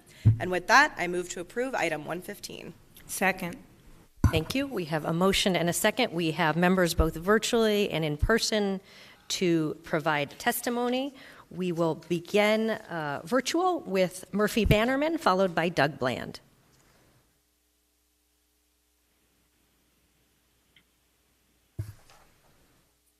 Hello. My name is Murphy Bannerman, and I am speaking on behalf of Western Resource Advocates. For 33 years, WRA has advocated on behalf of the West Land, Air, and Water, and is in support of item 115. We want to thank Councilwoman Ansari for fostering this policy in conjunction with the public and advocacy groups. As mentioned before, Phoenix has some of the worst air quality in the country, with many residents seeing the smog hanging over our city nearly every day. And so this is a great step in addressing the ongoing air issues in our city and in our state. The Transportation Electrification Plan can help support the transition to cleaner air, improve the health of Phoenix residents, and reduce the number of harmful CO2 emissions, which are contributing to the ongoing effects of climate change in Phoenix. The science is clear. We must reduce CO2 emissions by 51% by 2030 in order to keep global heating within 2 degrees Celsius and avoid the worst effects of climate change. The clock is ticking for the city to act, and therefore it is critical that this plan is finished on time and does not fall behind. Additionally, as the federal government works to develop a national EV infrastructure and standardization plan, NEVI, we urge the council to work with the federal government, local employers, developers, and other groups to make sure this plan is completed as quickly as possible. Once again, I want to thank Councilwoman Ansari and the city staff for their work on this agenda item, and we urge the council to approve and adopt this plan.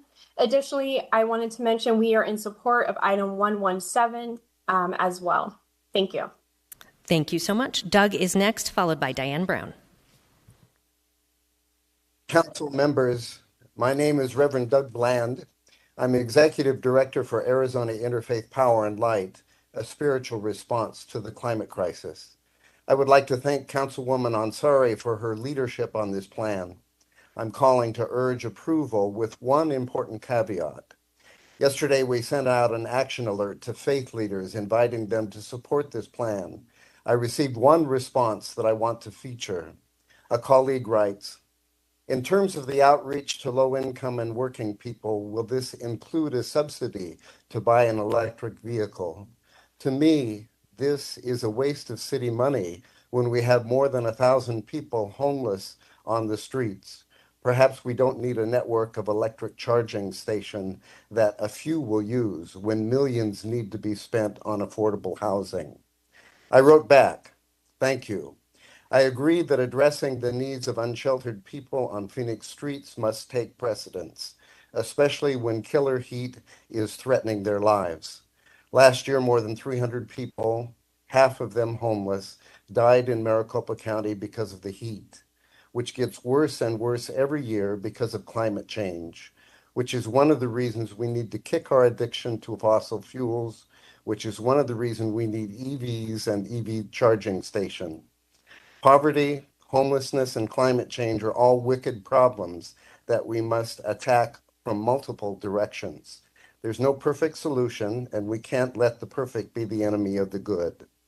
As faith leaders in Phoenix, we call on the City Council to center both the needs of disadvantaged communities and our poison planet home. Pope Francis and other faith leaders insist that we must hear both the cry of the earth and the cry of the poor. Phoenix faith leaders support this plan to make sure that we do both. Thank you very much. Thank you, Reverend. We next have Diane, followed by Ingrid Martinez. Good afternoon, Mayor Gallego, members of the City Council. Thank you for the opportunity to speak today. My name is Diane Brown. I'm the Executive Director of the Arizona Public Interest Research Group, Arizona PIRG, a statewide public interest advocacy organization. In our report, Transform Transportation, we provide a roadmap to steer Arizona towards transportation options to save consumers money and protect public health. A roadmap that includes public transit, active transportation, and electric vehicles.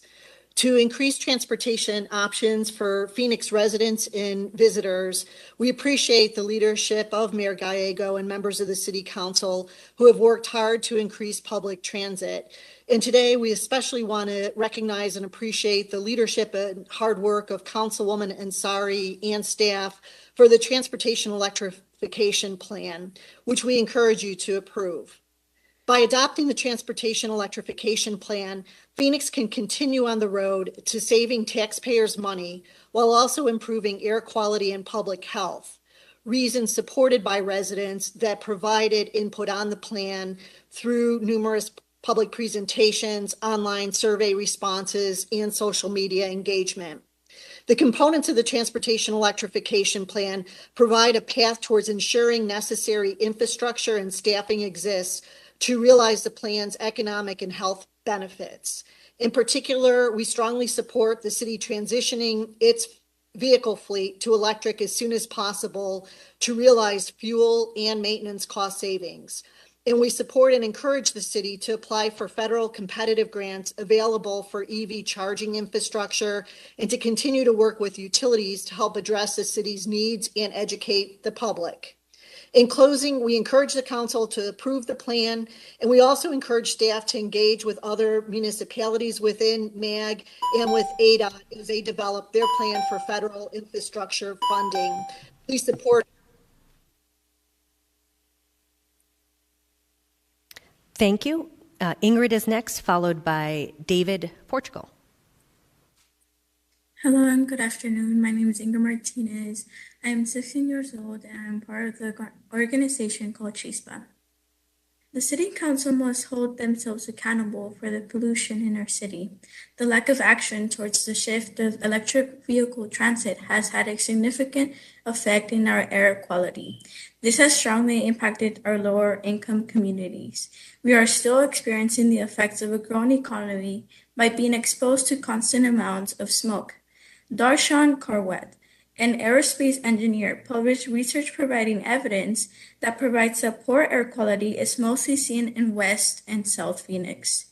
With that comes health issues. Asthma rates in children in West and South areas are drastically higher compared to the high-income, better air quality, white-dominant communities. Children, innocent children, who just want to be outside and enjoy some fun. My generation is constantly fighting for racial equality. Though it seems that we are moving forward, the recent events has told us otherwise. This is not only about climate justice, but also about the acknowledgement of inequality.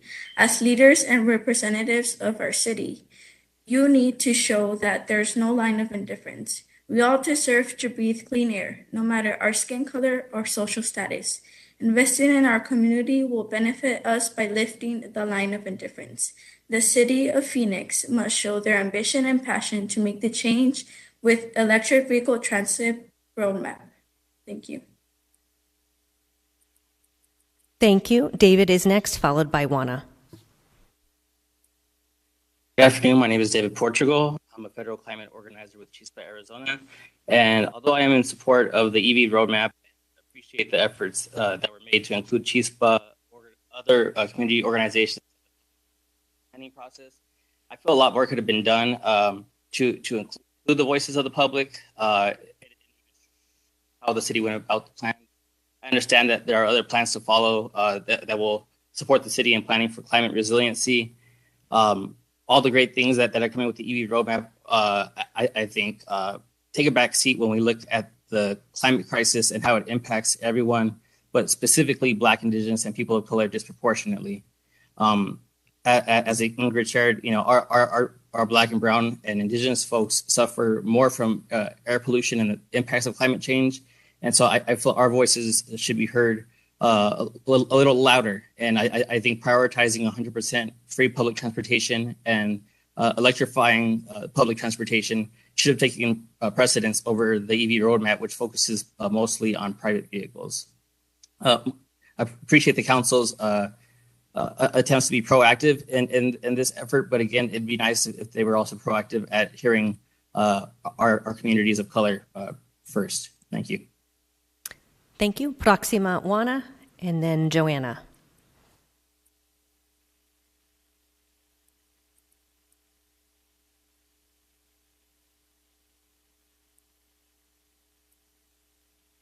Juana? Hola. Do you hear me? Yes. Sí.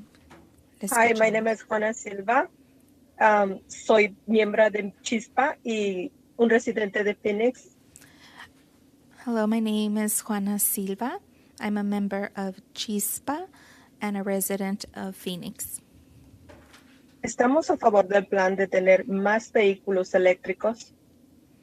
And we are in favor of the plan to have more electric vehicles. Especialmente transportación pública para las personas de bajos recursos. Especially public transportation for those that are lower income. Creemos que el proceso de recopilar los comentarios de la comunidad We believe that taking into account the comments of the public podría haber sido más intencional durante un periodo de tiempo más largo. could have been more intentional during a long period of time. Para capturar adecuadamente las sugerencias de la comunidad. To be able to capture all the suggestions of the community. Como una de las organizaciones comunitarias que participó en esa sesión de retroalimentación.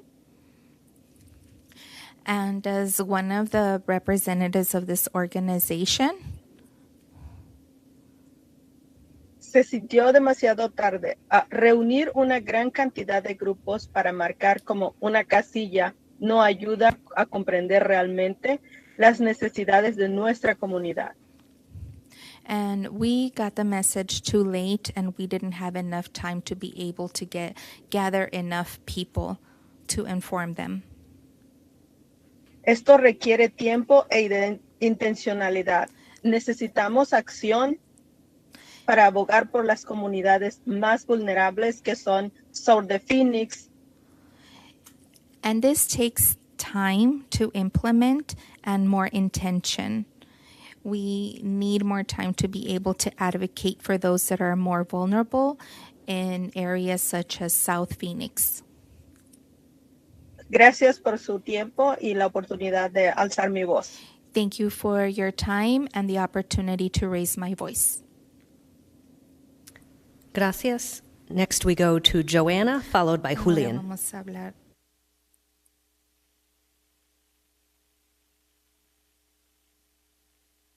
Joanna, the floor is yours. Good morning. Can you hear me? We can. Oh, there. Not good morning, afternoon. So apologize. Good afternoon, Mayor Gallego and council members. My name is Joanna Struther, and I am the Senior Advocacy Director for the American Lung Association.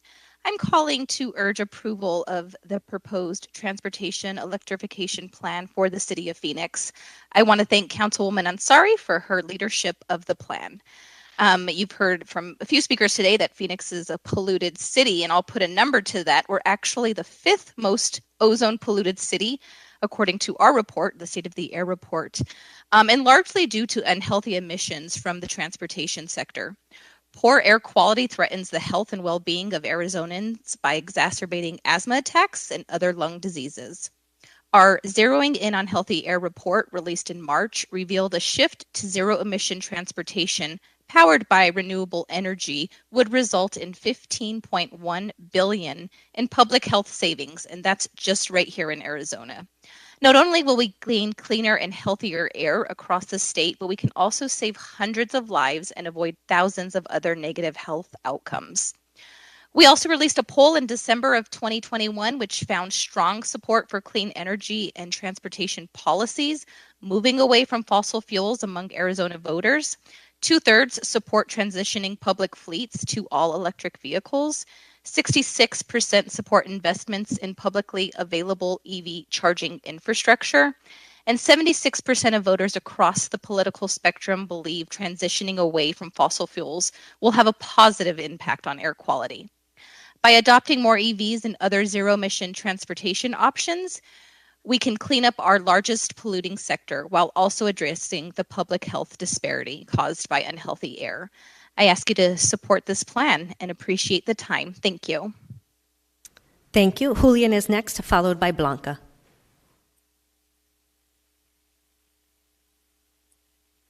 Thank you, Mayor Gallego and council members, for the opportunity to speak. I am Julian Cepeda. I'm calling as a community organizer with Chispa, Arizona, speaking on the behalf of the community members. We are in support of the EV roadmap, though we know creating infrastructure for personal EVs is important. A step in our transportation of vehicles as a region. We need equitable investments in electrification of vehicles and also on public transportation. I personally use public transportation to commute to work and get around. I don't drive, and I would highly benefit from the electrification of public transportation as well. The city should be encouraging more use of public transit instead of relying more on personal vehicles. People need to also have more opportunities to be able to give feedback and speak their minds when it comes to the use of the money and infrastructure going into the roadmap of the public transportation and personal vehicles. Next time, I would urge the city council to take more time to revise the roadmap. And I also want to thank you for the leadership on this issue, and thank you for allowing me to speak today. Thank you. Blanca is next. She is our final virtual comment, unless staff tells me otherwise, and then we will go to council chambers for Sasan.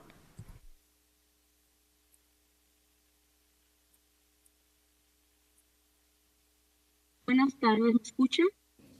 Good afternoon. Can you hear me? Sí, adelante. Oh, gracias. Gracias por permitirme dar mi comentario. Mi nombre es Blanca Abarca.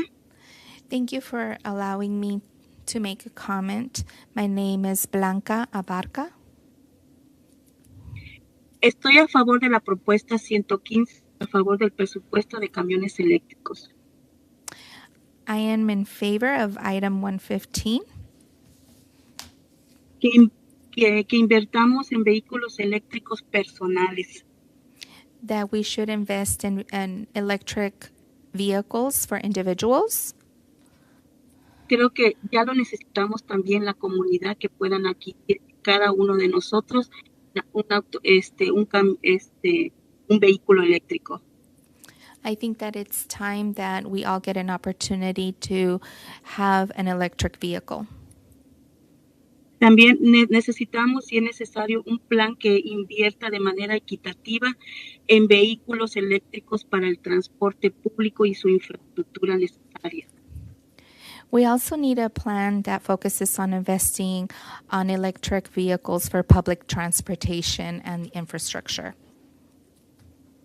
Así también un plan que aborde de manera significativa las barreras que enfrentan nuestras comunidades cuando tratan de adquirir vehículos eléctricos. And also a plan that will significantly be able to manage the barriers that people that need access to an electric vehicle. Yo deseo y quiero adquirir un vehículo eléctrico, pero altos costos, wow, están hasta por las nubes. And I would like and I need an electric vehicle, but the costs are just too high. Espero que puedan abordar este plan de manera equitativa. I hope that you can approach this plan in a more equal manner. Gracias por permitirme hablar delante de ustedes. Buenas tardes. Thank you for the opportunity of being able to speak. Have a good afternoon. Gracias. Next, we go to council chambers to Sasan.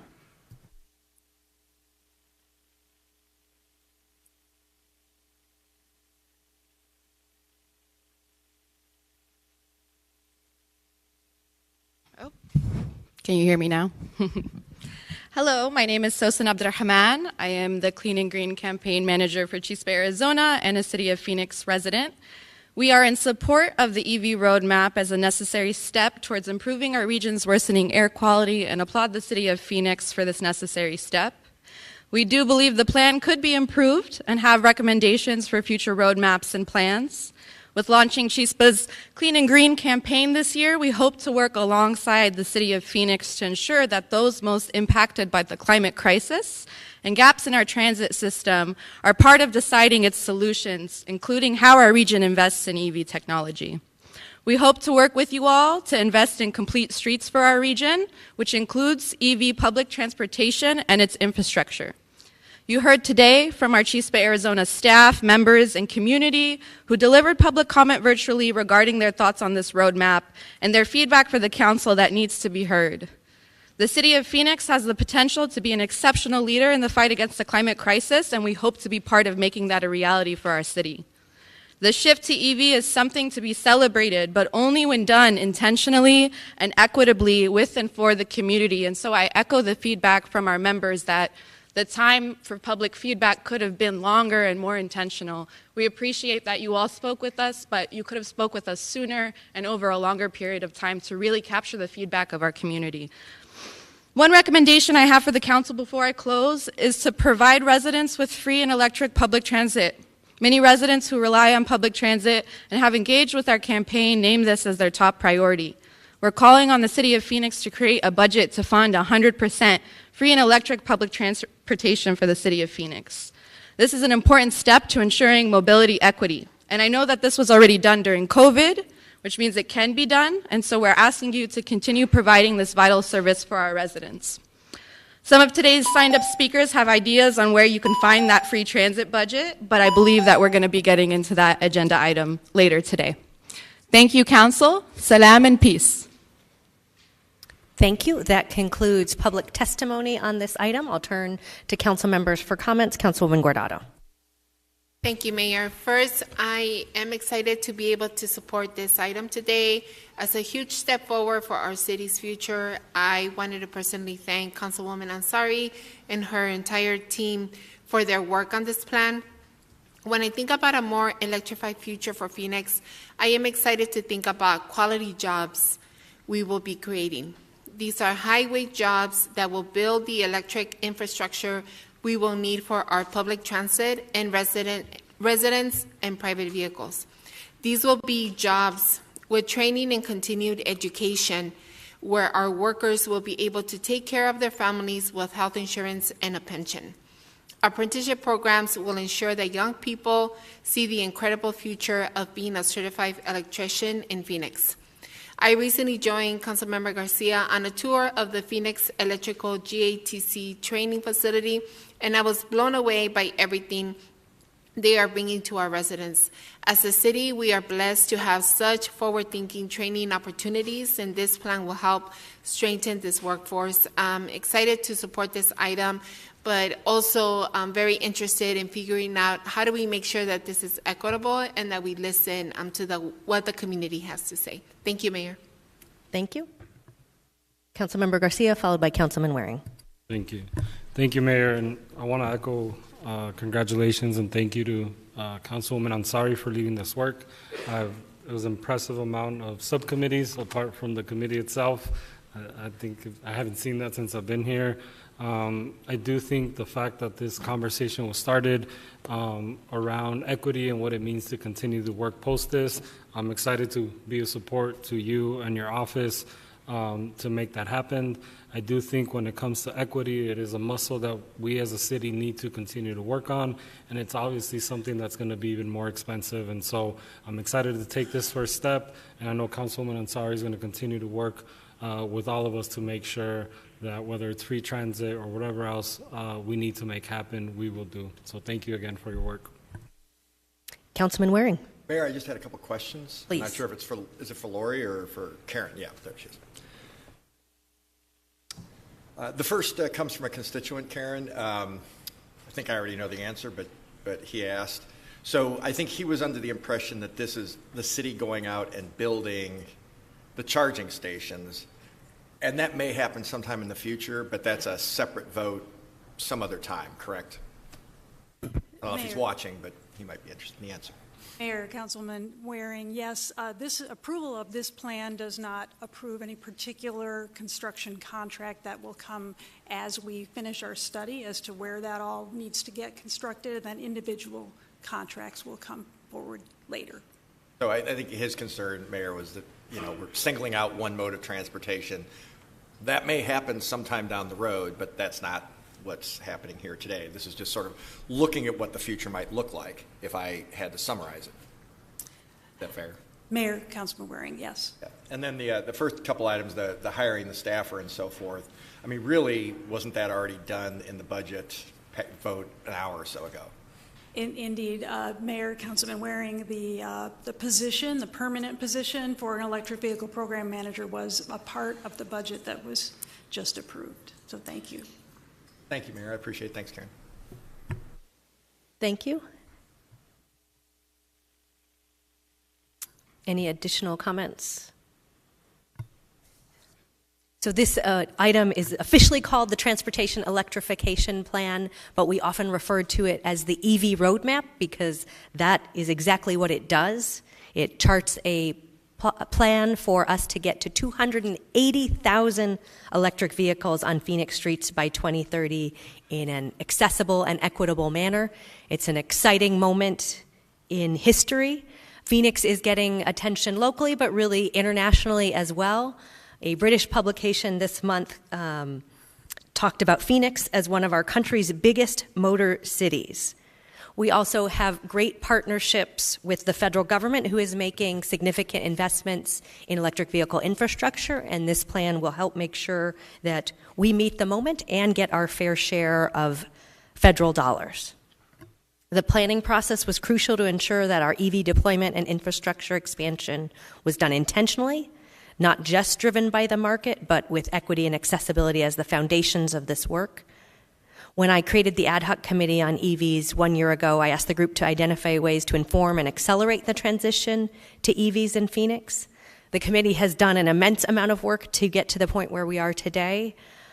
I want to thank Councilwoman Ansari for her leadership and the members of the ad hoc for the work and expertise they have contributed to this process. I also want to thank City of Phoenix staff for their work in support of the committee. Karen Peters, who is with us here at the dais, Mark Hartman, Karen Apple, and many, many others involved. Electric vehicles matter because they are the road to our future. We combine them with investments in our light rail system, plans for bus rapid transit, active transportation, and making sure we have more complete streets in a walkable city. EVs are a crucial piece of the transportation puzzle. We know that to overcome climate change, we have to make these key investments. We will work with our partners who generate electricity to make sure the electricity behind these vehicles transitions towards cleaner and cleaner fuels. It truly is an exciting day. We are creating great jobs in the city of Phoenix and positioning us for an even stronger future. So I look forward to supporting the item. Councilman Waring. My apologies, Mayor. I forgot a question that I wanted to ask, if it's all right. So there are a couple items about our fleets and our fleets of heavy-duty vehicles and so forth. We've had those discussions before this. So this isn't, I don't think I read this, we're not buying vehicles or mandating that we buy vehicles. We're going to explore buying these vehicles going forward. And if they're exorbitantly expensive or something, then or impractical, you know, the buses don't drive far enough or something to be usable by us, then, again, just please tell me if I'm wrong about this, then my interpretation is we're not going to do it. However, if there are grants and so forth to make it either fiscally responsible of us or down the road they refine the technology where it could be a cost savings for taxpayers, that's when we'd be doing this. I know that's a lot, but is my interpretation correct? So certainly, Mayor, Councilman Waring, we are pursuing grant funding, and we are initiating a study to indicate how and best to transition our fleet going forward. As we have discussed in many other forums, we would only procure vehicles that make business sense and that operate in our environment, given the routes that we need to serve, for example, with bus transit and the solid waste vehicles that we need to operate and do those services. So this will be very deliberate and informed by the study and the data that we uncover. You mentioned buses specifically, Mayor. I think you and I think offline have had discussions about this specifically. I think the issue was the buses didn't travel far enough on a charge. And, you know, you need them to go on routes and so forth. You can't just have them sitting in the dock charging up. So I think that was one of the specific issues, just as an example of why it's maybe not possible to do what maybe some would like to do right this second. Mayor, Councilman Waring, we're looking forward to piloting and seeing how the technology evolves. But I believe you're correct that is a current issue that we're still exploring. Thank you. Thank you. And I think we should look to some of our partners in education districts. Phoenix has some very long north-south bus routes, but then there are shorter routes like to school where EVs may be the right success. Phoenix Union and Cartwright have had investments in this area that seem to be getting strong support and having a lot of positive impacts, so we'll have to use the technology as strategically as possible. I would say the private sector is very much leading the way. The article I mentioned earlier reported that in Greater Phoenix there was a 99% year-on-year increase in EV registrations. The city has helped a little bit with that. Karen and her team worked with us to market electric vehicles. We participated in a national effort along with some of our local dealers to get more competitive pricing for our residents. And there's at least one person here who participated in that successfully. So the dealers sold more vehicles, more sales tax in Phoenix, more electric vehicles, and that's just one of the ways we've helped our residents in this area. And to close us out, I'll turn back to Councilwoman Ansari. Thank you, Mayor. I just wanted to thank all of the members of the public who spoke today, both in person and virtually. Absolutely want to reiterate my commitment to equity throughout this process. I think, with the ad hoc committee sunsetting in June, we had, I think, about a month of public input process. We were especially grateful to have Chispa, Arizona as part of our committee over the course of the year. And I think looking forward to the next steps. We didn't go into the specifics of the recommendations today, but there are specific goals around pilot programs in underserved communities, and I'm excited that we have actually secured a fellow who will be working with our sustainability team, specifically focused on outreach, especially bilingual outreach. So it will absolutely be a priority moving forward in the implementation process. So just want to say that I hear you, and we're ready to work alongside the community to get this done. Thank you. We do have one final comment from our Vice Mayor. I just wanted to thank Chispa, because Chispa was who brought it to the forefront at Phoenix Union. And as a board member there, I was able to vote to electrify our buses. And as the mayor mentioned, Cartwright has also. And we have been studying it and working with our fleet on expansion and adding additional stations. The other piece that I want to say is because we're the largest city that is represented on Valley Metro, also hired a new CEO who has experience in this arena, especially with buses. And so I asked that staff meet with the new CEO in order to understand the best practices that were used in the area that she was able to implement. I know those areas have a different weather condition, but we can just learn from successes and areas that we need to improve. So that's all I needed to say. Thank you. Thank you, Vice Mayor. Mayor? Councilman DeCiccio. I'll be really quick. I'm very supportive of this. But as technology goes and grows, it will soon be another, type of energy source that we're going to be using. And just something just to keep track of, and this is more for staff than anybody else, but many of the service stations and the ones that I talk to, are already readapting their dispensers to be able to take in hydrogen. They believe that that's going to be the next wave and the next type of fuel source for individuals. So it's something to think about as we're doing this, that there might be another wave coming in for another type of energy use. Thanks, Mayor. Thank you. Roll call. Ansari. Yes. DeCiccio. Yes. Garcia. Yes. Guardado. Yes. O'Brien. Yes. Stark. Yes. Waring. Yes. Pastor. Yes. Gallego. Yes. Passes 9-0. Woohoo. City of Phoenix has unanimously approved our EV roadmap. Item 118 is the Golf Range Netting and Repairs Contract Request for Award. Vice Mayor. Move item 118. Second. Comments? Roll call. Ansari. Yes. DeCiccio. Yes. Garcia. Yes. Guardado. Yes. O'Brien. Yes. Stark. Yes. Waring. No. Pastor. Yes. Gallego. Yes. Passes 8-1.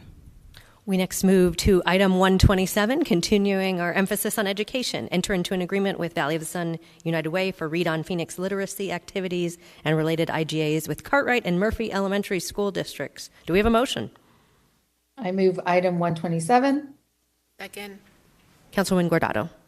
Thank you, Mayor. I am very honored to be supporting this item today, bringing $1 million to expand literacy activates. These funds will greatly improve the amazing work of the Cartwright Elementary School District in West Phoenix. I want to thank our Youth and Education Office for bringing this item forward. Thank you, Mayor. Thank you. Roll call. Ansari. Yes. DeCiccio. Yes. Garcia. Yes. Guardado. Yes. O'Brien. Yes. Stark, Yes. Waring, Yes. Pastor, Woohoo, yes. Gallego. Yes. Passes 9-0. Next up, item 133, approval of Neighborhood Block Watch Oversight Committee's recommendations for the 22 Grant Program Awards. Do we have a motion? Mayor, I move. Mayor. Oh, sorry, go ahead. I have a conflict with one of them, so this is Pastor conflicting out. Thank you, Councilwoman. Mayor.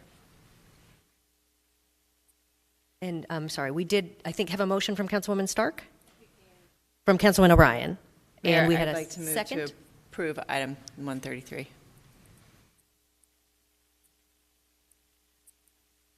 And I'm sorry, second? Do we have a second? I'd like to second it, but I'd like to talk about two particular organizations that were not funded. Also, Mayor, we have Chief Kurtenbach and the committee chair of the Block Watch Grant Committee that I'd like to hear from. Wonderful. We will welcome City of Phoenix Assistant Police Chief Michael Kurtenbach and Carmen Arias. Okay. And we have acknowledged Ann O'Brien, Councilwoman Ann O'Brien, with the floor. Thank you so much, Mayor. Thank you, Assistant Chief Kurtenbach and Committee Chair Carmen, for joining us today. I think that it's important for the council and the public to learn more about the Block Watch grant process, and so I hope that the two of you can give us some information about this process and what our Block Watch grant committee does. Mayor Gallego, Councilman O'Brien, I appreciate this opportunity. Thank you. As you heard, and who I have with me today is Carmen Arias, the chair of the Oversight Committee, who has given countless hours of her time to this effort, so I'd love to afford her the opportunity to speak to that. Thank you. Thank you very much, Mayor Gallego and council members. The Block Watch Committee, first of all, was appointed by all of you. Each council district has 2 appointees, and the mayor's office has an appointee, the police department has an appointee, and also the Block Watch Advisory Board has an appointee, or at least the opportunity to appoint. We are currently short-staffed on the committee. We're having some issues in councils getting everybody fulfilled. We are scheduled for 20. We have 13 members of the committee. Those 13 members receive approximately average of about 170, 175 grants every year. On those grants, they're coming from their communities. We are all community members. We are all active in our communities, and our effort is to try to assist the communities as much as possible with our major goal, which is crime prevention and improving quality of life. The grant we received them in late December, early January, and we have approximately 6 weeks to review them and grade them. We grade them on 4 different criteria. We grade them on crime prevention and quality of life, feasibility of their project, community involvement, how many people are actually involved, and budgets. You know, what do you want the money for and how are you going to spend it? How are you going to spend taxpayer funds? Each grant probably takes us, personally, I can only speak for myself, okay? I take between 1 and 2 hours for each grant to review them, looking at the website, looking at the documentation, looking at what they offer. For example, when they want lighting, where do they want to place it? Is it feasible? Do they have an HOA? Are they asking the City of Phoenix taxpayers to pay more than what the HOA should be paying? Okay, all of those things we take into consideration.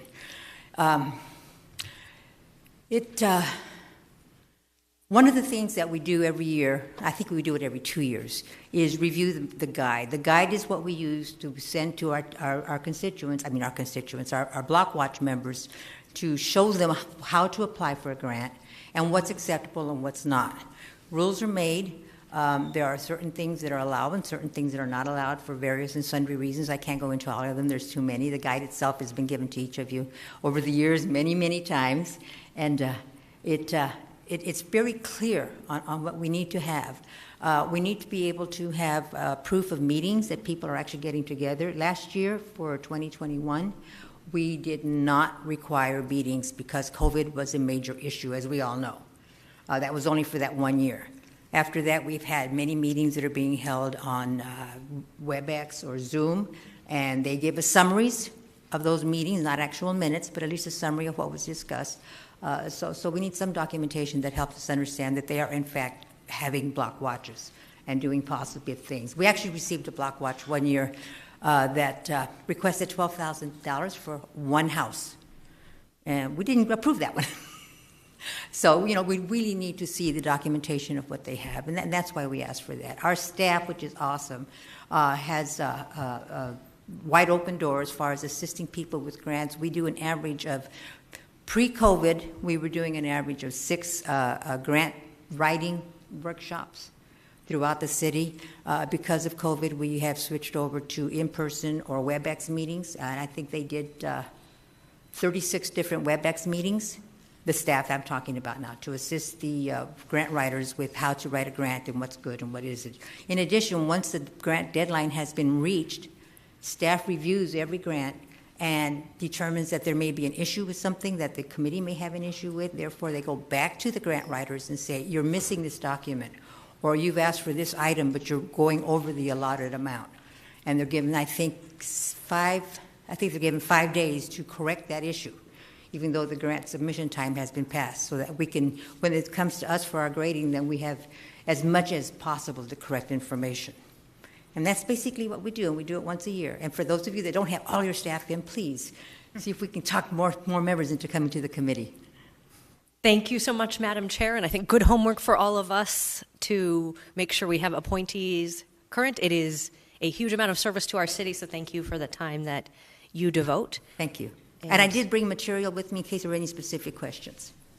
Wonderful. And I think we do, Councilman O'Brien has both comments and questions. Thank you, Mayor. I do want to share a couple of comments. A year ago, the Block Watch grants came before this council, and not all grants met the minimum qualifications as recommended by the committee. And I do want to say that I do understand our committees are recommending bodies. Mm-hmm. However, I also do want to say that as a citizen and a community member who has served on committees in the past, when hours and all that time is spent, and then the recommendation is not taken, I think that there needs to be a strong reason and justification. And some of those committees, I would have said that unless there was a law preventing the recommendation from being taken, or a financial consideration, i.e. the budget that prevented them, that the body receiving the recommendation should be taken. And a year ago, we received a recommendation, and we were asked to make exceptions to that recommendation. Several of them, but largely because we had been in COVID. It was extraordinary times, once in a lifetime pandemic. And this council did approve to, I believe, approve all, or almost, yes, all, Carmen is nodding yes at me, all of the grant applications that were put in. And then this year we received the grant recommendation, and I understand that there are some council members who have some exceptions that they would like to be granted, but I felt that it was important for us to hear from this committee. If we do not agree with the rules or the rubric or how it is being done, I think it behooves this body for us to take the time and sit down and determine how we should change this if we are not going to take recommendations from this recommending body. And I do know that after last year's approval of all the recommendations, and correct me if I'm wrong, but I believe Assistant Chief Kurtenbach went to each of the council members to seek additional input on if we wanted changes. So I come before this body saying my understanding is there might be some changes being requested.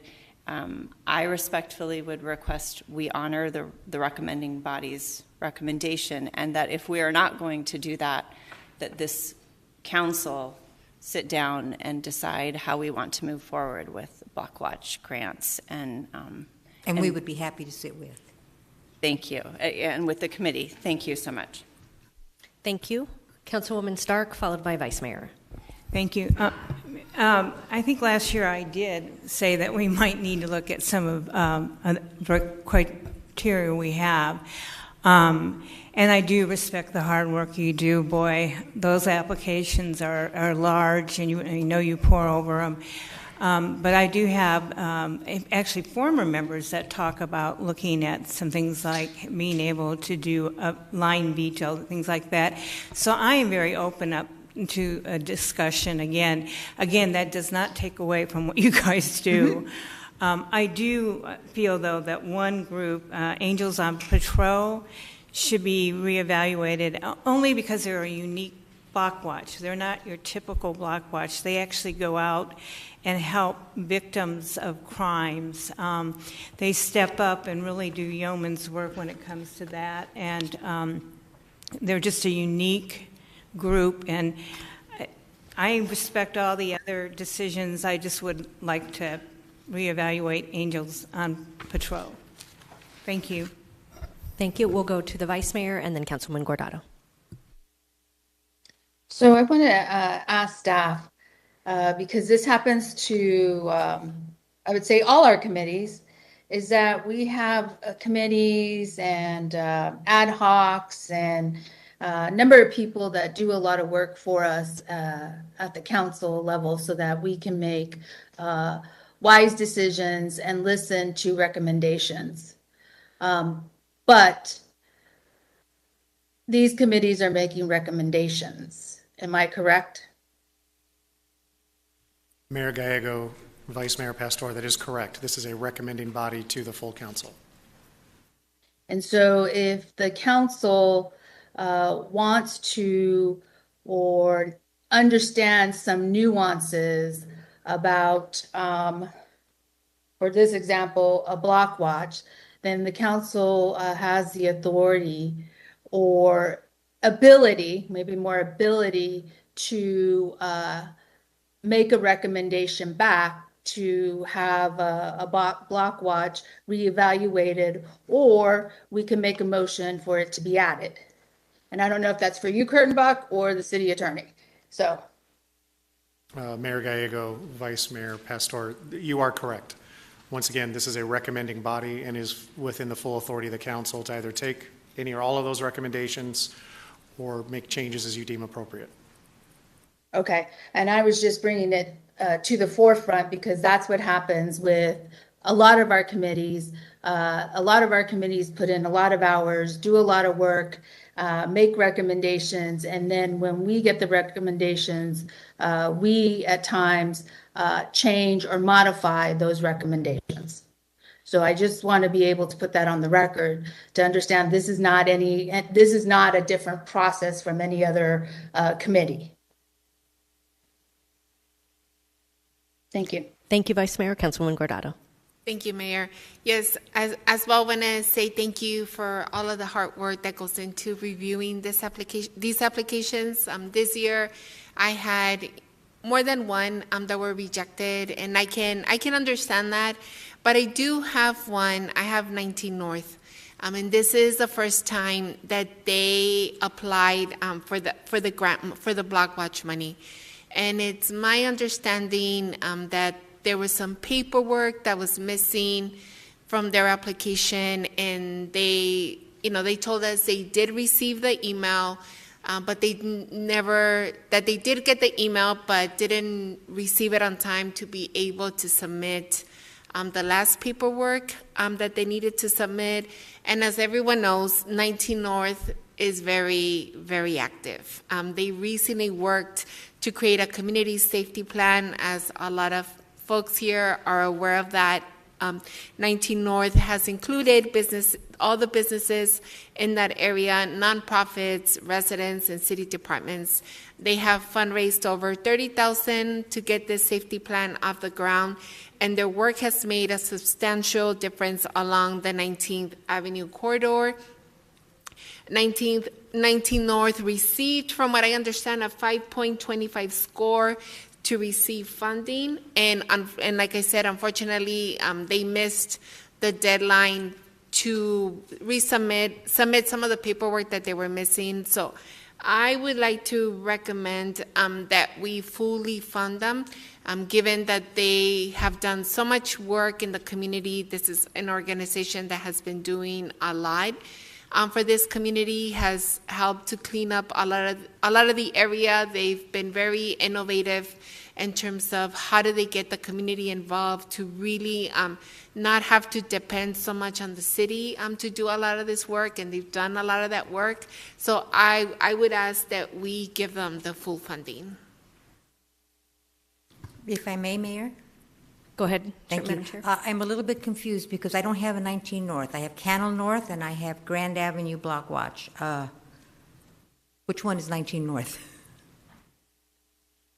I believe the block watch is called 19 North. And I believe that all of the paperwork should have been submitted by Shannon McBride. Okay, that'll tell us who. So It's 22-151. Mayor Gallego, Councilman Guardado, I'll speak to what I know in just a moment as Carmen looks for the information. So I just want to be clear. The police department, as we administer these grants, I want to see every applicant be fully funded. We want the money to go back into the community for crime prevention, which is what it was primarily intended for. Last year, as Councilman O'Brien noted, was truly an anomaly. This year, of the 150 applicants, there were 4 that did not reach the 5.25 minimum threshold. There were 3 that were disqualified. Of the 143 that were funded, which you're referring to, 19 North was partially funded. The reason for that partial funding is they asked for an amount above the $1,000 that required for either meeting minutes, notices of attendance at the meetings, and we didn't receive those. To your point, I understand staff reached out to try and get the 2 back. If there's an opportunity, and by all means, we'll take the recommendation of the council, but we wanted to get that information to the Oversight Committee so that it would support the funding up to the $11,000, I believe it's $77 they were asking for. Yeah, no, and my staff is working diligently right now with Shannon and with the block watch to make sure that we get all that paperwork in that they need to get in. I believe that they do qualify. They have all the paperwork, but again, this is their first time applying for the grant. So if we could work with them and help them get the funding, I would really appreciate it, given that they are an organization that have proven themselves throughout the years, and given that they did meet the score. I would greatly appreciate if we can work on that to make sure they get that funding. It is the recommendation of the council that we will do whatever the council asks us to do. Thank you. Councilwoman Ansari, followed by Councilwoman Stark. Sure, thank you. Well, first of all, I just wanted to thank Carmen as the chair of the committee. Not only does she dedicate so much to the city of Phoenix, but also just a wonderful human being, and all of the committee members. I think the only comment I have, and I have no requested changes this year, is wondering, based on what you said, Chief Kurtenbach, about, the wish to be able to fund anyone who's interested or wants to give back to the community. Perhaps I'm hoping we can look at simplifying the process. I know, obviously, as Councilwoman Guardado said, there's a lot of paperwork. It can be challenging. I know in my district last year, we had the CityofPhoenixAZ Neighborhood Association. They're new. Most of them speak English as a second language, if at all. It can just be very difficult for them to do the same type of work that maybe some other block watches are able to do. So I'm just hoping that we can look at perhaps a more simplified process so that those who are interested in serving and giving back are able to do so. Thank you. As a matter of fact, we are reviewing our guide now. We will have a subcommittee that will be forming for the committee to review the guide, see what we can do to make it easier. But I do want to mention we also have a member of staff that is Hispanic and bilingual, and we have an average of 3 or 4 grants a year that are non-English speaking or limited English speaking that Anna works with on a personal basis to make sure that they can also submit grants. We don't want to leave anybody out. We'll go to Councilwoman Stark and then Councilwoman O'Brien. Thank you.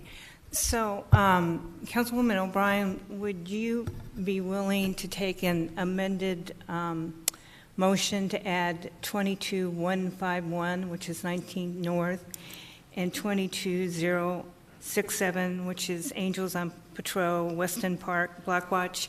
I am committed to working with the advisory board to look at some of the processes. I know you guys do a lot of hard work, but I do feel maybe we should include these two additional. Is your amendment to fully fund 22151? Yeah. Yes, I will accept that amendment. Okay. Thank you. Thank you. We'll recognize Councilman O'Brien. I just wanted to say that based on the fact that Chairwoman Arias said that they'll be reviewing the process, that I would hope we could do that in a way that would include council members to make sure that we do address Councilwoman Ansari's concerns, and also look at, as Assistant Chief Kurtenbach said, how do we ensure that the dollars go out to help our neighborhoods in the most expeditious way possible without it being too cumbersome, but getting it out there for the safety of our community. And I also am committed to working with you and the committee, as well as you, Assistant Chief Kurtenbach. Thank you. And now, appreciate the service of of Chairman Arias and your team, or your committee. Thank you all for your work. Roll call on the motion as amended. Ansari. Yes. DeCiccio. Yes. Garcia. Yes. Guardado. Yes. O'Brien. Yes. Stark. Yes. Waring. Yes. Gallego. Yes. Passes 8-0. Thank you. We move to item 140, which is the authorization to accept grants for high-intensity drug trafficking, to apply for, accept, and enter into agreements for high-intensity drug trafficking area grant funds. Do we have a motion? I move item 140, sorry. Second. Thank you. We have a motion and a second. This item was originally removed from consent for citizen comment, and the citizen is no longer with us. Any comments? Roll call. Ansari. Yes. DeCiccio. Yes. Garcia. Yes. Guardado. Yes. O'Brien. Yes. Stark. Yes. Waring. Yes.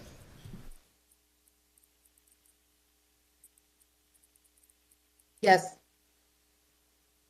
I apologize. Councilman Waring was a yes. Yes, you didn't hear me? Yep. Sorry, I couldn't hear Councilman Waring. Pastor. Yes. Gallego. Yes. Thank you. 9-0.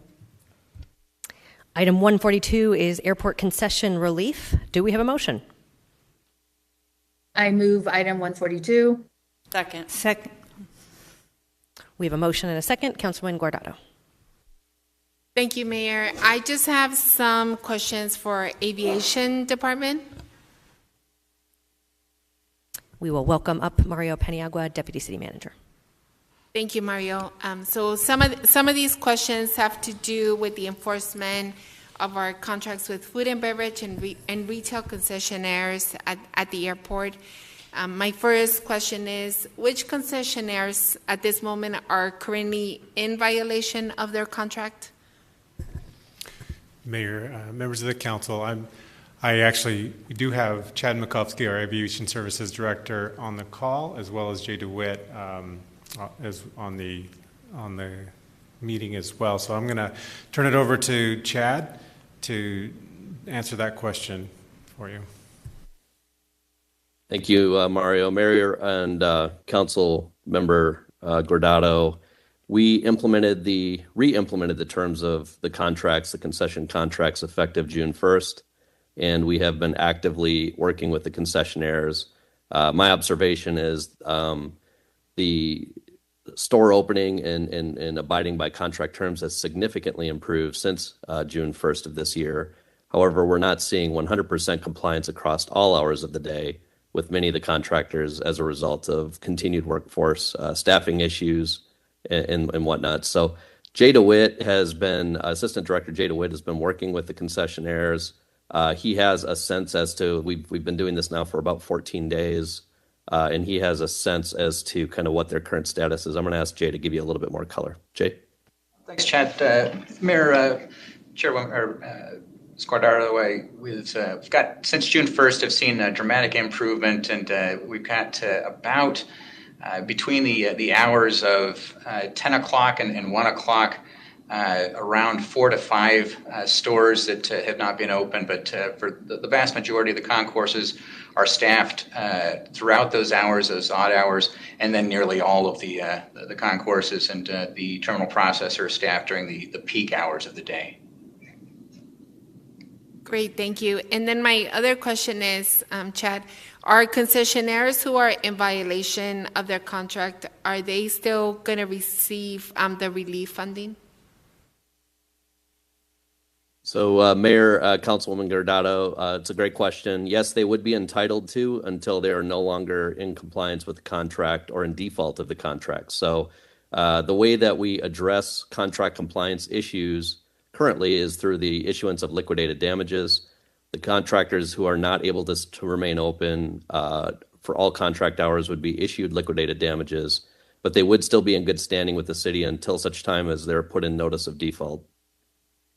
Thank you. And what is the total amount of financial relief that the City of Phoenix, either using federal dollars or relief from contractual obligations, has granted concessionaires at the airport?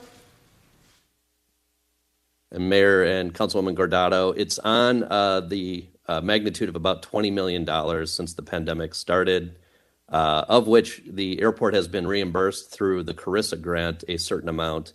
And again, I'm going to ask Jay DeWitt to give us the exact numbers. I know he has those with him. Right. The Carissa grant offered $4 million. The ARPA grant would be just around $19 million. Thank you. That's a little disheartening to hear. Over the weekend, I learned that there was a worker that worked at Chelsea's Kitchen, that she was found at the Cass campus without any housing. She is now at the 28th Street respite center that we have over on Washington and 28th Street. We still have a lot of these workers that apparently have not been called back, are now homeless. They are back, and we are doing everything that we can as a city to help our folks that are experiencing homelessness, and to seeing that we still have workers from our own airport that are homeless, that don't have a place to stay. It's very hard for me to be able to support this item, just because I continue to see day in and day out workers that continue to not be able to get called back to work, and continuing to learn these stories. It's a little horrifying. So today I will not be supporting this item. Thank you, Mayor. Thank you. Councilwoman Ansari. Thank you. So I will be voting yes, simply because if we don't utilize the funds, another city will get them, and we've tried to stipulate. I do just want to emphasize the story that Councilwoman Guardado just told is very alarming. So my team and I were out this Saturday doing heat relief work around the campus, and I actually met this woman, Kara, handing out water bottles, and asked her life story, how she got to where she is. She used to be a flight attendant for Southwest for 10 years, and then she worked as a cook at Chelsea's Kitchen, and which is a SSP-run company, and was furloughed. All that to say, I know this money is specifically supposed to go for rent, but I think with this vote, there has to be an expectation for SSP, for HMS hosts, for all of our concessionaires, that they will go above and beyond and extend all means to hire back anyone who was let go during the pandemic. And I think that needs to be the number one priority. And just hearing about, we're constantly hearing that it's impossible to hire people, but then we're seeing the same workers who worked for those companies literally on the streets of Phoenix. So also, I think a better effort on the city's part to bring those folks who are looking for employees and looking for workers and are offering slightly better wages now to facilities that we have like 28th Street and any other shelters, and help on the employment side of things and help on the workforce side. So just wanted to add a little bit of a little bit of color to that story. Thank you. Thank you. Mayor? Councilman DeCiccio. Thank you, Mayor. So I still cannot believe that the city of Phoenix is going to be offering this corporate welfare to these multinational billion-dollar companies when the small business owner who works hard their entire lives, puts their life on the line, puts their savings on the line, and they get nothing. So from my end, there's no way I would ever support this. I've been opposed to it from day one. All they have to do is pay a little more. They'll get the workers back. But this whole thing here, these corporate giveaways, is just insane, whether it's this or the tax giveaways that the city has been consistently doing now. I've never seen it this bad before, Mayor. I'm sorry. This was just a huge chunk of money, taxpayer money. Doesn't matter what pot it comes from or whether someone else uses it. We don't have to use it. So I'll be voting against it again, Mayor. Thank you. Thank you. The City of Phoenix serves as the landlord, and we did close some of the concourses so that these businesses were not accessible. So to me, that is important in this. The way the funds is structured is that they will get to our small business partners. We have a great ACDB program, and it really has helped so many of our entrepreneurs succeed and really added great local flavor to our airport. When people arrive to visit our city, their first taste of our amazing food and retail is at Sky Harbor, and to me that is a huge credit to our airport, one of the reasons we are recognized as a top airport. So to me, this is another step in helping our ACDBEs and our entire concession programs recovered on solid footing. Any additional comments? Roll call. Ansari. Yes. DeCiccio. No. Garcia. Yes. Guardado. Mayor, can I explain my vote? Please do.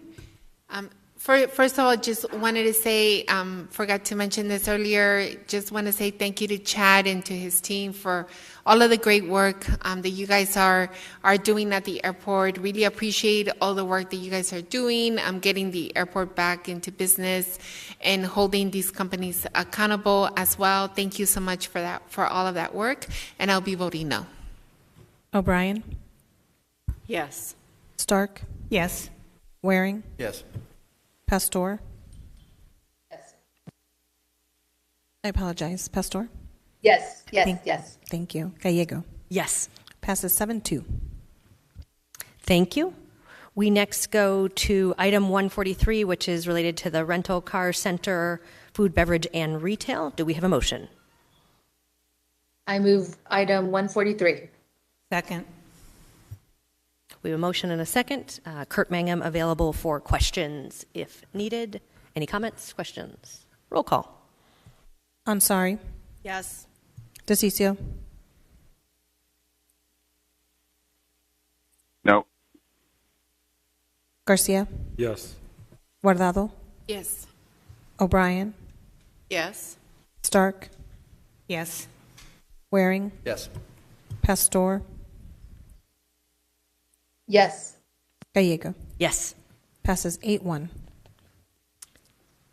We next move to item 43, which is related to bus inspections. Vice Mayor, do we have a motion? Sorry, did I say 148? 148. Thank you. Yep, you were Okay. right. Yep. All right. I move item 148. Second. We have a motion and a second. Leonard Clark. And council members, my name is Leonard Clark. I support what you're doing here. I still find it apropos that I do have to bring up to you the fact that a lot of people do want our buses to be safe, but I think a lot of people are afraid to ride on them. I'm wondering if the camera system can be improved, if more undercover people can be placed on there. I, at this time, wouldn't have any of my family ride on the buses. I mean, we had a woman strangled to death, God rest her soul. And the bus driver apparently did not hear the woman screaming, making any noise. And thanks to the hard work of the law enforcement, they were able to find out, they've allegedly found out who the person is that murdered this poor woman on the bus. But I mean, my God, is there any way we can come up with a better method? I mean, somebody strangled on the back of a Phoenix bus. A lot of people don't feel safe. You see the crack pipes falling out of people's pockets. I think that we need to address not only the safety on the buses, but the safety of other factors that are coming into play. So I think we have a meth epidemic, crack epidemic. How are we going to use the bus system in this time of global climate change when people are afraid to get on the bus? I don't mind myself getting on there, but I would not ever have a child or a loved one get on there, and I know they ride. I've seen it too many times. Please inspect the buses. Could you come up with something better? I'm also deeply concerned that the bus driver apparently didn't hear a woman being strangled to death. What is going on with this? Please improve the bus safety system. We need to do something. If people are going to ride the buses and not take Uber, you know, and no offense against Uber. I have friends that drive Uber, but please do something about it, because I believe in mass transit, but people being strangled on buses and we can't even hear them. Could the cameras be improved? What is going on? Thank you. Thank you. Roll call. Ansari. Yes. DeCiccio. Yes. Garcia. Guardado. Yes. O'Brien. Yes. Stark. Yes. Waring. Yes. Pastor. Yes. Gallego. Yes. Passes 9-0. Item 151 is related to a partnership with Maricopa County Animal Control Services. Vice Mayor. I move item 151. Second. Motion and a second. Leonard Clark. Okay. I'm here because I am a dog lover, cat lover, pet lover, and I think that what you're doing is very, very good, because all too many times, you know, people lose their animals. I've had this happen, and, you know, you can go on the website. I wish I had it memorized to tell people, hey, where to go. We've got some excellent places, and they're very good people, hardworking people at the Maricopa County Animal Shelter there and different places. We should not be killing dogs and cats anymore. They're out on the streets. They are sentient beings. There is something changing in the world, in our country. We recognize that these animals that some people just throw out on the street are cruel to, give more relief, because they're unconditionally loving people, sometimes people living by themselves, people dying. And I think if anything more, I think we could do something else. I would ask you to do is just to improve more work between the Maricopa County Animal Shelter, because we worry about the human beings out there today, but a lot of our homeless brothers and sisters have dogs out there with them in this heat. What can we do about the inevitable dogs that are going to die, cats that are going to die, the people that take care of them on the streets? We need to do something about that. Thank you. Thank you. Any comments? Roll call. Ansari.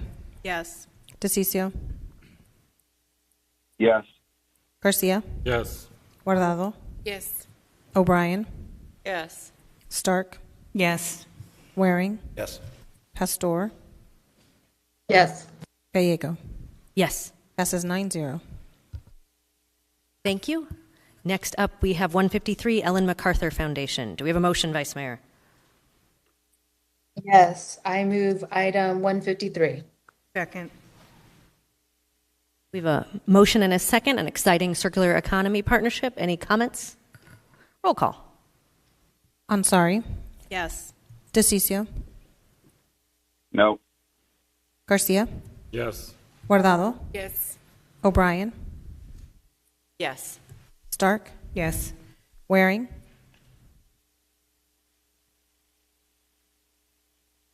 Pastor.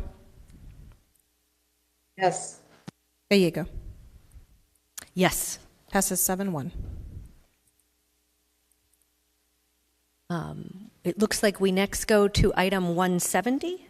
Is that for our staff? Was that pulled for public comment? All Yes, right. ma'am. I believe so.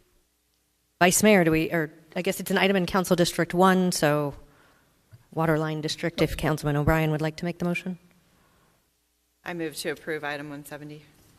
Second. Second. We have a motion and a second. Any comments?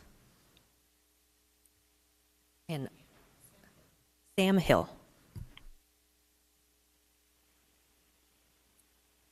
Okay. He's good. Roll call. Ansari. Yes. DeCiccio. Yes. Garcia. Yes. Guardado. Yes. O'Brien. Yes. Stark, Yes. Waring, Pastor, Yes. Gallego. Yes. Passes 8-0. Next up are two items in District 7, final plat at 75th Avenue and Baseline, and a final plat at the northeast corner of Baseline and 75th Avenue. Is everyone comfortable if we take them together? Councilwoman Ansari, do you have a motion? I move to approve item 188 and 189. Second. We have a motion and a second. We'll turn to Mark Rodriguez for comment.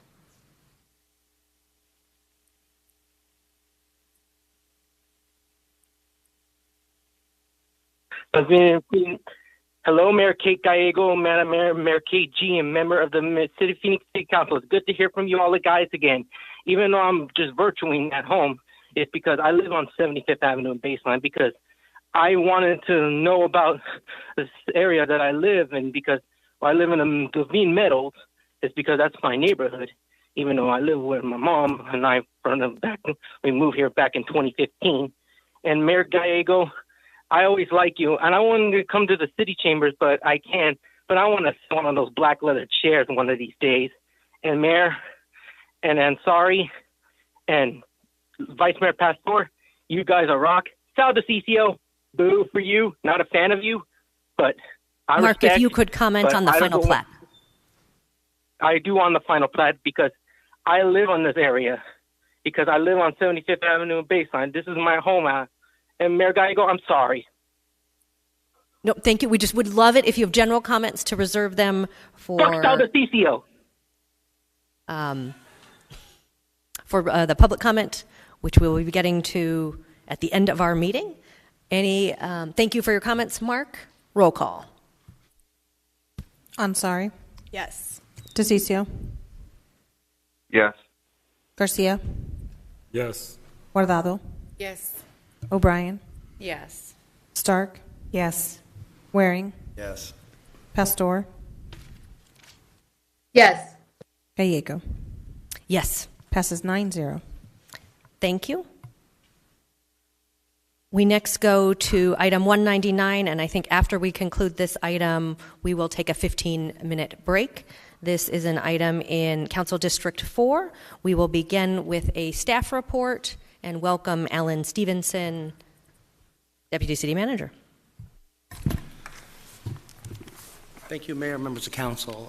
This item, as you noted, is a Historic Preservation Certificate of Appropriateness Appeal. With me, I have Helena Reuter, the Acting Historic Preservation Officer for the city, and she's going to walk us through the PowerPoint and the request, and then we are happy to answer any questions from there. Thank you. Thank you, Mayor and members of Council. As Alan said, this is an appeal of the Certificate of Appropriateness application 2100572 at 89 West Lewis Avenue in the Willow Historic District. Sorry, sounds like the application seeks approval of the demolition of a 16 square foot front porch and construction of a 146 square foot front porch after the fact.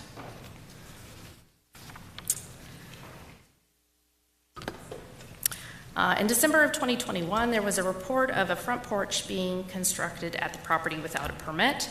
The dwelling historically had a 16 square foot shed roof overhang over the front door. That's pictured there in the aerial and the historic front photo. The unpermitted porch is approximately 146 square feet and does extend out about 4 feet beyond the front gable portion of the front facade. It's just a couple of images of showing the unpermitted constructed porch. And the porch also included a new porch post with and ceiling wired for lights.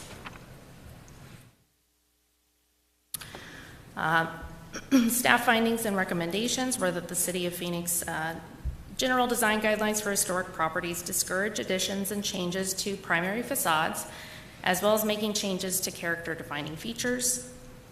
While it's recognized that neighboring properties have similar style porches to the one the owner constructed at 89 West Lewis, these were part of the original design construction of those homes.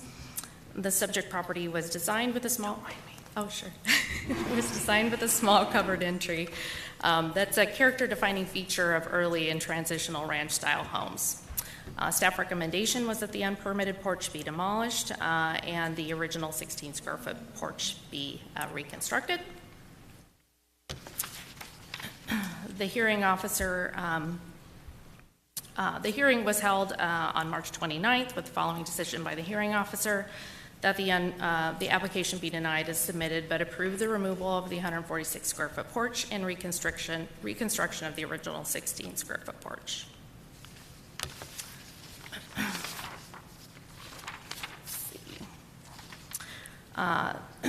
The decision was appealed by the homeowner and was heard at the April 18th meeting of the Historic Preservation Commission, which voted 6-1 with one recusal to uphold the hearing officer's decision. With that, Mayor and Council, staff does recommend that the City Council uphold the Historic Preservation Commission's decision to deny the certificate of appropriateness and require removal of the porch structure. And with that, we're happy to answer any questions. Thank you. Does anyone have questions or comments before we begin the public hearing? All right. We will open the public hearing. The applicant will have 5 minutes, and then we have 6 minutes for 3 speakers in opposition. We'll begin with the applicant, who will have 5 minutes, followed by Ann, then Brad, then Opal. So, Nathaniel Harat, the floor is yours. Good afternoon, Mayor and Councilwomen and men. Well, you saw what Ms. Ruder presented in the slides.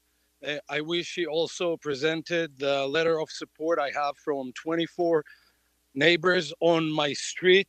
I wish she showed you the house adjacent to me on the west, 93 West Lewis, with a very similar porch. I wish she had showed you the house at 85 West Lewis Avenue with a very similar porch, and the house at 81 West Lewis with a very, very similar porch. I wish she had showed you 88 West Lewis Avenue with a house constructed right in front of the house. I wish she had showed you 92 West Lewis Avenue with a very large front porch. I wish she had showed you 2 other houses with very large porches similar to mine. I have pictures of about 20 houses in the neighborhood that carry the same or very similar porch. I know I made a mistake and by not applying for a permit. I thought that anything under 200 square feet excluded a permit. I found out later that I was wrong.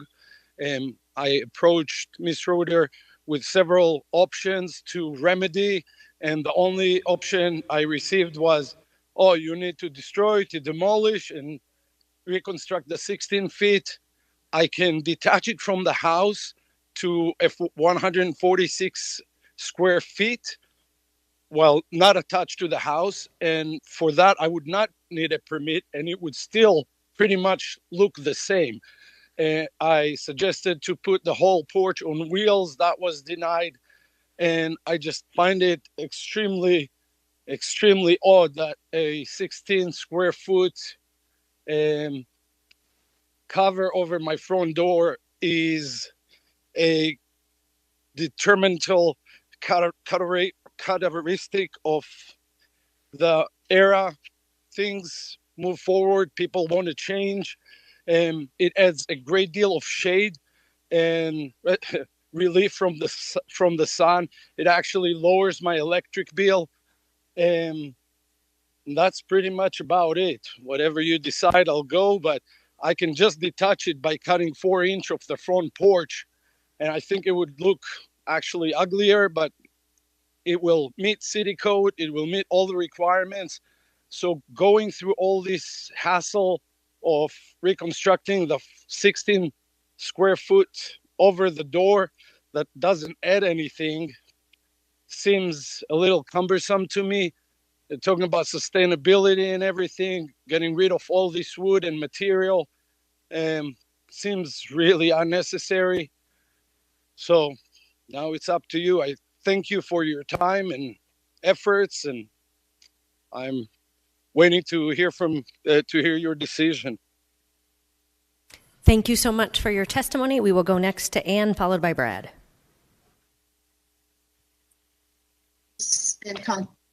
And council members. I would like to first mention that in the staff report, it was noted that those nearby homes that have front porches, those were the original features of those homes, not an addition or a change. That's per the staff report. Anyway, I ask that you deny the appeal on this and support the HP staff report, which I think was very well written, and the HP Commission vote.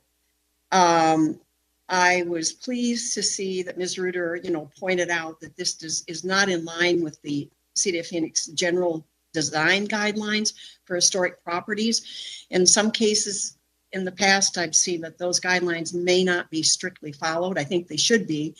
They're there for a reason. A great deal of time, money, resources are spent developing these kinds of guidelines. City resources, a lot of neighbors, spending time developing these things, and the same with the Willow Conservation Plan. We just put a lot into it. I really just think they need to be followed. So I just ask that you support the HP Commission and deny this appeal. Thank you. Thank you. Brad is next, followed by Opal.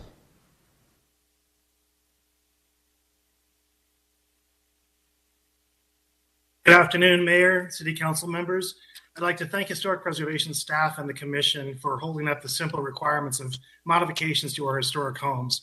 As I've shared with my clients over 20 years of selling homes in historic neighborhoods, exterior modifications must be approved by Historic Preservation, basically stating that if the original builder architect were to pass by today, he would still recognize their work.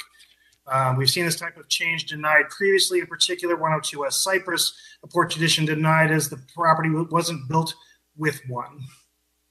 Therefore, I do hope the council will support the staff opinion, and thank you for your time and letting me speak. Thank you. Our final comment on this item will go to Opal.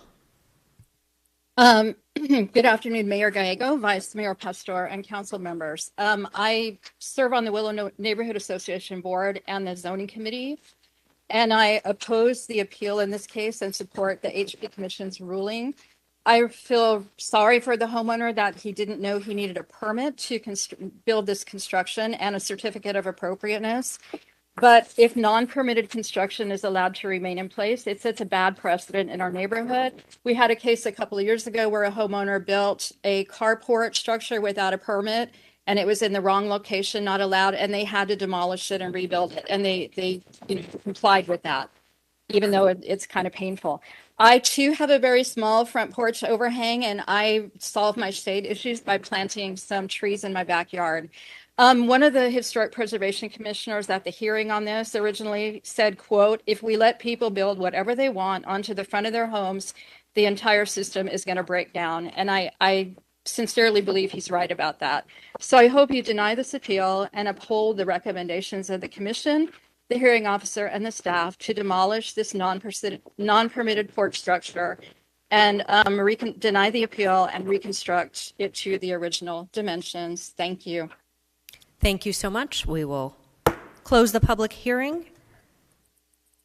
We will turn to the Vice Mayor for a motion. Ellen, can I ask some questions first, or should I make the motion? Whatever your pleasure. Okay. The applicant mentioned 88 West Lewis and 85 West Lewis, which I looked up at this moment. And it looks like that those homes are the original, the porches are part of the original homes. Vice Mayor Pastor, Yes, that is correct. Well, at least I know for certain that the homes on either side, 85 and 83, were built with the broader porches as part of the original design. And this particular home was built with this much more modest front porch covering. Okay. For the applicant, this is very concerning as a councilwoman that represents a majority of the historic homes and area, and also live in a historic home and in a neighborhood of 40 years of understanding the importance of preserving our historic homes. So my motion is to uphold the HPC's decision denying the certificate of appropriateness. Second. We have a motion and a second. Any comments? Roll call. Ansari. Yes. DeCiccio. Yes. Garcia. Yes. Guardado. Yes. O'Brien. Yes. Stark. Yes. Waring. Yes. Pastor. Yes. Gallego. Yes. Passes 9-0. Thank you. The council will, it is now 5:20, and the council will take a 15-minute recess.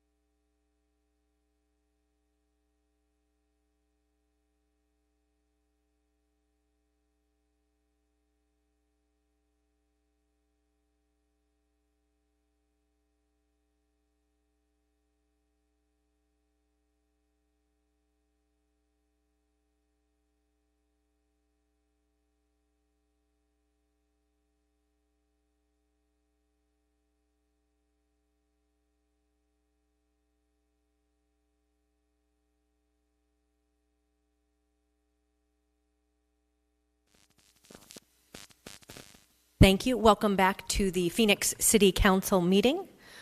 We will reconvene and begin with amendments to pay ordinance item 71. We have a large number of comments on item 71 and a small number on a related item 72, so we will hear them together. We will begin with public comment with those in the chambers and then go to our virtual participants.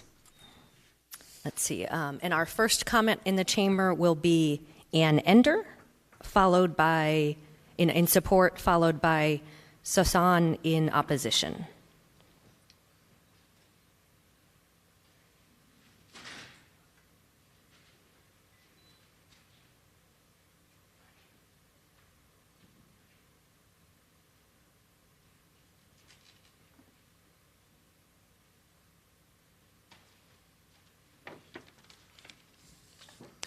Good afternoon. Sorry it took so long. Can you hear me? Okay, there we go. Yes. Mayor Gallego, Vice Mayor Pastor, and council members, I'm Ann Ender. I'm the president and founder of Operation Blue Ribbon. I'm happy to be here today, and I would like to start by thanking Lori Bays and her staff for establishing this and doing the research and really putting the efforts into putting this amendment together, because I really think this is going to be important to the city to ensure that the revised job classifications will lead us to be in sync with the local market and giving us the ability, hopefully, to attract and retain high-quality employees to provide sworn police services. So I would say to those opposing the amendment who claim to care about the welfare of their communities yet ignore the increase in violent crime in their districts, the number of homicides in the city have increased nearly 25% year to date. So, and also a poll conducted earlier this year revealed that 76% of the Phoenix voters are in favor of increasing police funding. So public safety, as you've heard me say many times, must be the priority for the council, and approving this amendment will demonstrate that. So thank you very much. Sasan will be next, followed by Keisha Hodge Washington.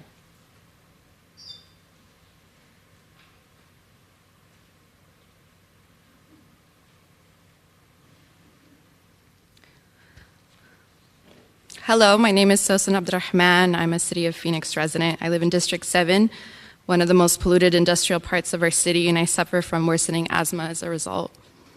I would like to ask the council, how will spending an additional $20 million on police salaries keep our community safe from poor air quality and worsening respiratory illnesses like my own? How will police keep our community safe from dangerous rising temperatures and heat-related deaths? How will they keep us safe in a housing crisis and economic recession? How will the police improve our mobility equity as a city? How will police assist those who are struggling with their mental health? None of these crises in our region I just listed that are in dire need of additional funding are solved by more policing. There's no data to support any of that. Why aren't you recognizing what people actually need to be safe? And why aren't you listening and remembering that you serve at the pleasure of us, the people who elected you, and can and will unelect you if you ignore our will? Low income and communities of color have built their power up in this state and continue to do so, and we will replace politicians who put profits and police above the people and our safety. You cannot win your races without us anymore. Gone are the days where our voices don't matter, and you should be very wise to remember that. No funding is enough funding for housing while there are still people living on our streets. No funding is enough funding for our environment when our air quality is still unsafe for people like me to breathe on a regular basis, or when our temperatures continue to climb and kill our unhoused community. We recognize the city has put some funds towards these crises, but again, it's simply not enough because these issues are still present. I want to know who you are in that seat for.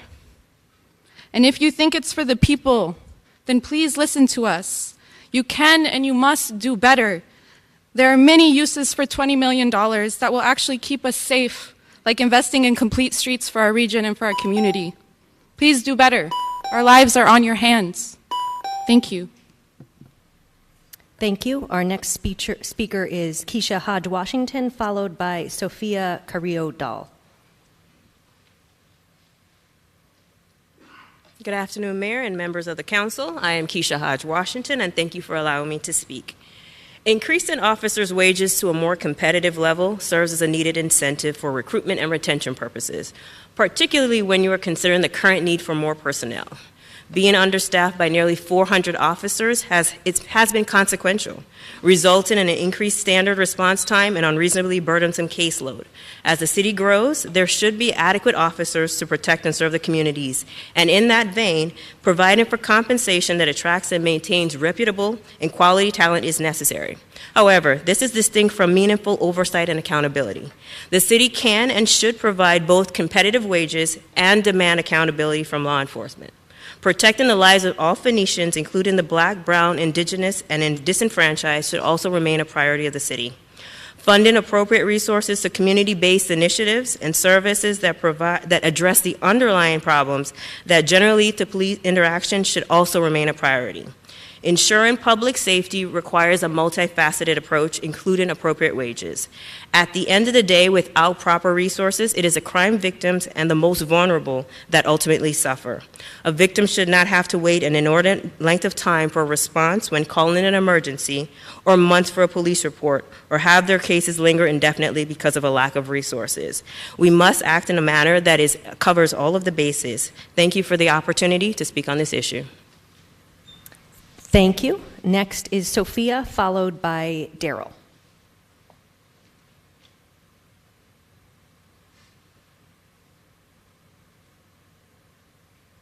Is Sophia with us? All right. Daryl is next, followed by Chalet Flores.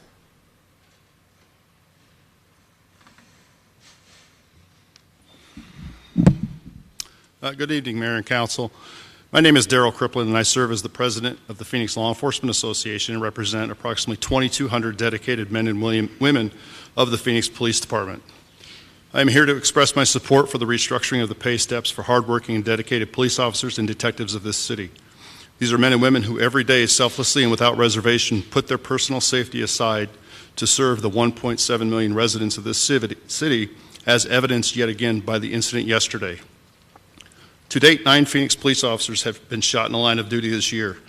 The violence against police is nothing like I have ever experienced in my close to 28 years of being a Phoenix police officer. As a community, we need to demand better. These are men and women with a heart for service who did not take this job with the goal of becoming wealthy. Some will criticize the increase in compensation for police officers. I would submit to them that as the city becomes the market leader in the state, the best and brightest individuals will once again be drawn to the city of Phoenix first, where we will then, as an organization, be able to hire only the most well-rounded and qualified candidates at a greater rate to serve our community, thus enhancing the quality of service to our residents. The current response times to all calls for service are unacceptable. I commend Human Resources Director David Matthews, Deputy Human Resources Director Greg Carmichael, and his budget and research team, along with City Manager Jeff Barton, for taking the initiative to prioritize the public safety class and comp study. This was no small undertaking. I believe the changes proposed here today will not only make us a market leader across the state, but once again will allow us to hire and retain arguably the finest police officers and detectives in this country. I encourage each and every one of you to support this. Thank you. Thank you. Chalet is next, followed by Eric Nielsen.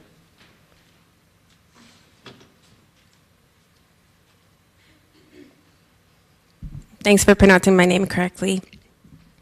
I almost didn't speak today because I know that you've already made up your mind, but I'm here on behalf of my incarcerated mother, my homeless brother, and the millions of people in your city who feel abandoned and powerless. Because we need more from the people we elected to look out for us. This vote isn't about the pay raises. This vote is about who gets to live and who is left to die. Literally die. From police violence, from overdoses, from the heat, and from lack of shelter. All things that are preventable when cities put the well-being of people first. Rather than increase the resources going to housing and mental health care, council is choosing pay raises for a police department that would be obsolete if you actually invested in our severely underfunded social services. Investing in affordable housing will reduce crime. Investing in mental health counselors, which there is an abysmal shortage of in your city, will reduce crime. We have a council member, because of this stifling system, I can't even say your name, who described the housing crisis plainly to ABC 15 and said that we need to ensure our officers can afford to live. The cognitive dissonance is defeatingly infuriating, and I ask, why aren't you ensuring that all of us can afford to live? Clearly, you are aware of the crisis, but your priorities aren't to protect the people you've sworn to serve. And 200-bed shelters do nothing to address the systemic issue of class inequality that is causing the housing crisis. Why not instead stop developers, gentrifiers, and landlords from taking advantage of us? 1,814 unsheltered folks died in the last 2 years in your streets. That's recorded. Only recorded. Your police kept these folks from shaded public areas. Your police, and by extension, you let these people die. Keeping the city safe is the council's top priority. Police do not keep us safe. Police do nothing but escalate conflict and criminalize us. We can't build on top of a system that was built to protect wealth. We can only dismantle it and rebuild it. Thank you. Eric is next, followed by Ben Lewis. Allow me to introduce myself for those of you who are ignorant. My name is Eric M. Nielsen. I've been a consultant for the last 2 presidential administrations as well as the current one. I think of the things that got me in that position. I think of the things that got me there and the important moments in my life. And the number one thing on that list is nothing my softball coach, my Little League coach, or my parents did. The number one thing on that list is when I was 19 years old and a City of Venice Beach Police Department officer cracked my skull against a brick wall. Now, with that said, if there's anybody who's qualified to speak on this issue, it's me. As soon as I got back to Phoenix, I made it a point to talk to as many Phoenix police officers as I can. I've been in cuffs hundreds of times, and I'm here to tell you the Phoenix police does not operate the way the LAPD does. If you want to see that happen, then what you're going to need to do is you're going to need to take the money away. The worst thing you could do is defund the police, because what's going to happen if you do that, is you think the Desert Horizon precinct is going to be any less safe? I don't think so. They're still going to patrol that neighborhood. It's the west side and the south side that are going to get left behind if we defund the police.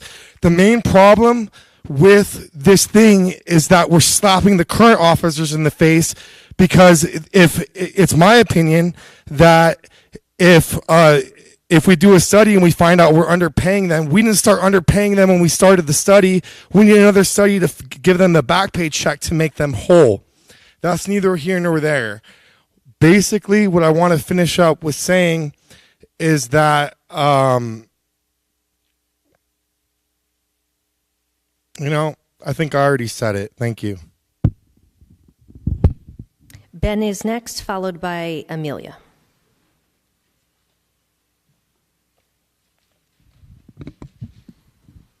My name's Ben. I stand here with directly impacted Black and Indigenous people who are overwhelmingly harmed by this system. I completely understand this guy's perspective as a white guy that it's going to be bad if we don't have as much Phoenix in South Phoenix, or as much police in South Phoenix and the west side, but they are creating criminalization by being there. The only thing a police officer can do is take somebody away from their network where they cannot grow and heal from whatever it is we didn't want them to be doing. So here we are. I've been in this room for 3 years pleading with you to stop paying the Phoenix PD to try to solve all of our problems. And I've even had Chief Kurtenbach over here say that, crime is kind of going down. We're doing a pretty okay job, but we just need to get more officers in here so we can deal with it. If we can't pay people to be police officers, at this point we have to recognize it's not about the money. It's because the work that the city is asking police to do, making police do, is violent and it harms their communities. The reason we have more officers resigning than we can hire is because any good cop that gets into the system realizes that they still have to do shitty work that hurts people. And eventually, you're going to take your pension or you're going to walk away from it. But paying us more, them more, isn't going to solve this problem. It's just going to get people who are more comfortable harming their neighbors into this position and compensate them for it. Everybody knows this is a housing issue. Everybody knows this is a cost issue. Everybody knows this is a policing issue. We cannot throw $1 billion a year of taxpayer funding at a militarized armed force and expect that to convince people to just stop being homeless. They're not just like, it wasn't like the reason they showed up to be homeless today was because we forgot to point a gun at them and tell them to go somewhere the fuck else. But you know what we have is we have parks that are locked up with shade that we maintain, and we don't even let people sleep in them. $20 million for a raise? I don't know. Y'all are wild. I can't believe I've been here all day listening to this bullshit. Please watch your language. Next is Amelia, followed by Rebecca Dennis.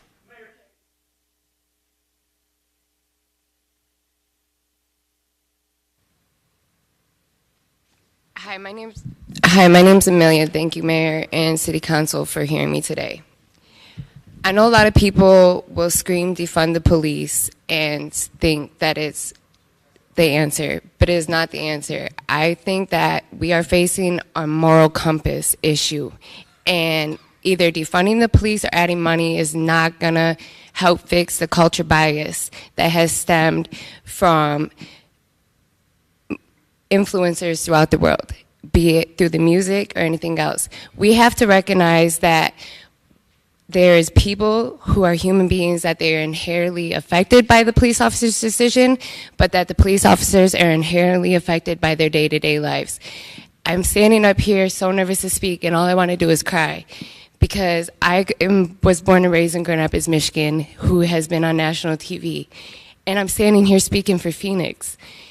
And all I want to do is cry, because we're human beings. If we can't come to a common sense decision of how we can meet and discuss our differences, then none of us are doing any of our jobs as humans right.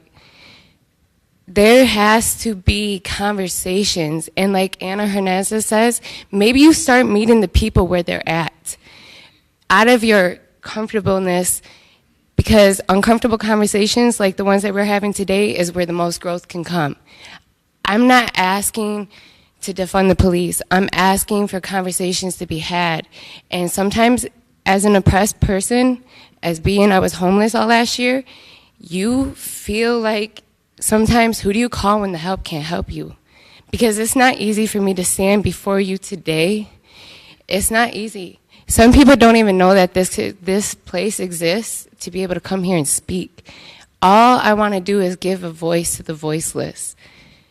Thank you so much. Thank you. Rebecca will be our final in-chamber speaker, and then we'll go to virtual speakers, starting with Nadine Aluria. I'm sorry, and I guess, actually, we will go to our staff to call the numbers. Are there do we have additional in-chambers? No, Mayor. Okay. So then we will go to Rebecca and then Nadine. Thank you. My name is Rebecca Denis. I live in District 7. The concept of law and order and a culture of punishment does not equate to public safety. To be safe means so much more than to be protected from crime, as has been historically defined by the privileged in society. The city hasn't protected us from the police's proven crimes. People like me who are speaking in opposition to agenda items 71 and 72 can give you examples of the harm police have caused to us and our communities with no accountability. We can present you with creative ideas and solutions that could be possible. We know the resources and services we need to be healthy and safe. Phoenix residents will die because of this council's choice to fund policing rather than increase the resources going to community members for things like housing, mental health care, child care stipends, better public transportation, etc. BIPOC and working class communities will die from police violence, from overdoses, from the heat, and from lack of shelter. All things that are preventable when cities put the well-being of people first. Police don't solve or aid in solving systemic issues, but policy, resources, and services can. If this council chooses to have any ounce of bravery and radical vision, the cognitive dissonance required to propose these pay increases for officers and believing that offering a higher starting pay for new recruits in Phoenix PD will result in quality individuals keeping our city safe is beyond illogical. If you have to bribe the public with money to fill the vacant positions, then they probably do not need to to exist. People who are motivated by money often have poor character and values and make commitments based on their own self-interest. You then want to place those individuals in the hands of the most violent police force in the United States, who has led the country in police killings and shootings over and over, who is being investigated by the DOJ, who has cost taxpayers millions of dollars in lawsuits and legal fees. With all the resources and information available to this council, you honestly believe that that's a good idea. You're actually worried about maintaining corrupt and violent officers on your force. You should let them leave and take all existing vacancies to create city positions and programs that promote health and safety and invest in our communities. I wish I had more time, but I do. To Brett virtually, and then I have gotten an update, and Jessica Spencer is in chambers, so after Brett, we will go to Jessica. But Brett, the floor is yours. And I'm sorry, we have not unmuted Brett yet. Now, Brett, the floor is yours. Good afternoon, Mayor and City Council members. My name's Brett Aldirai, live in District 3. Public safety is a core requirement for a healthy community. Public safety is required for cities to grow, to attract people, investments, jobs. A properly staffed and trained police force is fundamental for a healthy environment. More is required than policing, as others have stated. I think we need to do more to address drug addiction, mental illness, and homelessness. But it's vital that we support our police department. Please vote yes on agenda items 71 and 72, and let's make Phoenix a leadership position in positive policing. Thank you. Thank you. Now we will go to Jessica in chambers and then return to virtual for Thania Betancourt Alcazar.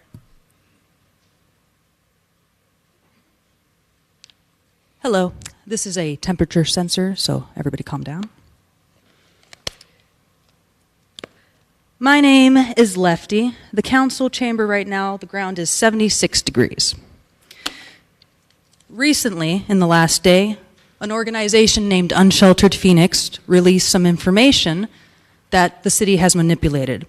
There have been 1,814 deaths that have been manipulated in a way to hide them. The city has reported, I believe, 500 or so deaths in the last 2 years. That number is much, much higher, and these are what's recorded and visible. University Park is the only park within the Phoenix area that opens up at 10:30 a.m.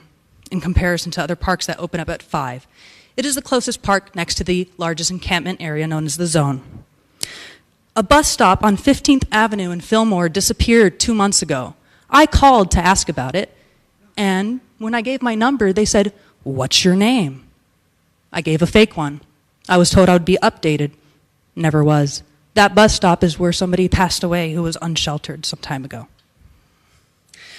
This morning, I saw somebody crossing the street, and I saw Phoenix PD run their sirens at them to get them out of the way.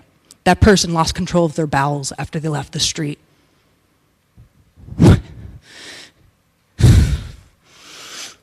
The police in my area, because I live right next to the encampment, stop people for not having bicycle lights, for not having brakes on their bicycle and going through a stop sign on a residential street. My house received a blight notice because I have a fridge with cold water on it and a tarp hiding my fence because I cannot afford something better.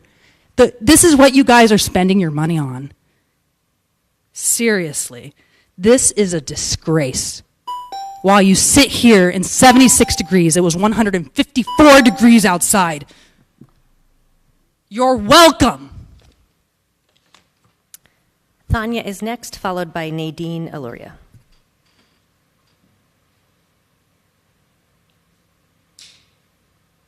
Hi, everyone. My name is Tania Betancourt Alcazar. As a first-time speaker, I am extremely disappointed that budget items 71 and 72 were moved to the end of the meeting.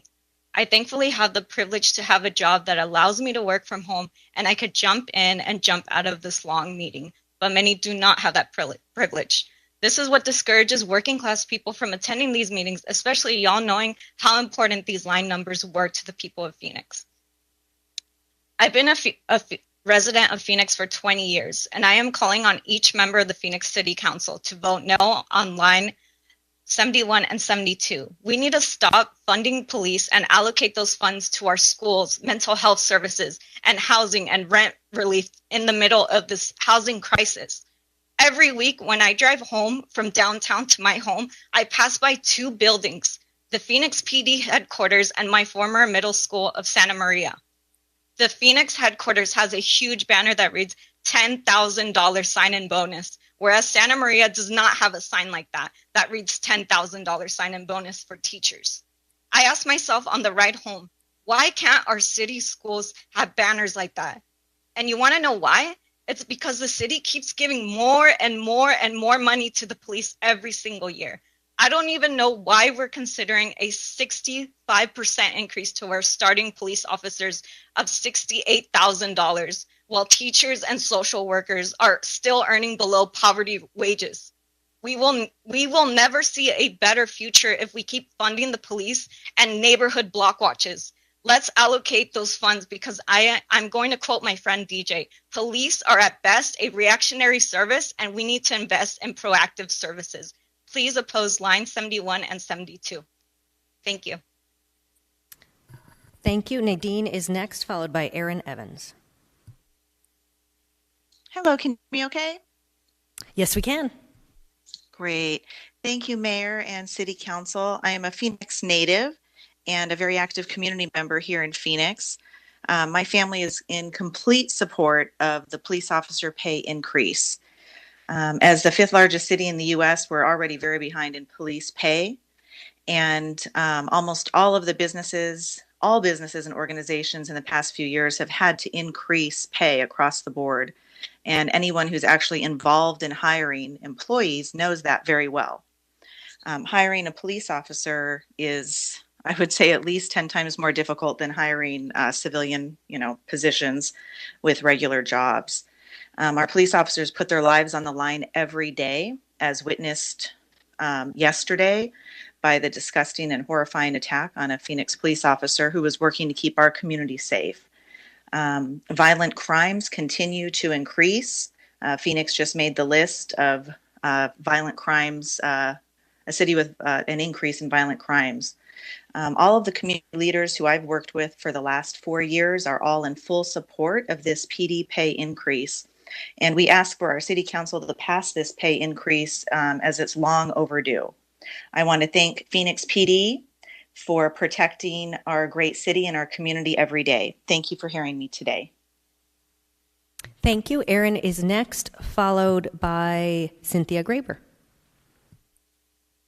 Hi, my name is Aaron Evans. I'm here to oppose this awful idea of giving the Phoenix PD an additional $20 million in raises, adding to an already increased budget, which takes up the majority of the entire city's budget.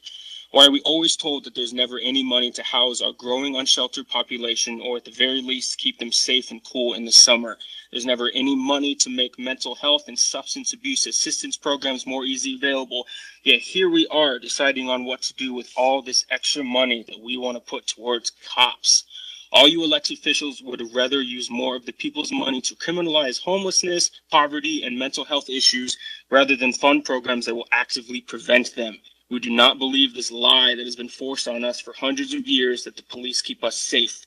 We will all remember what you vote for today, what you decide what is important. The people at Mass Liberation said it best. If the Phoenix Police Department were any other city employee, we know that by now they would face some sort of accountability. Instead, you want to reward them for being the worst employees on your payroll. Fund the people, not the police. No raises for cops. Thank you. Cynthia is next, followed by Zaira Flores.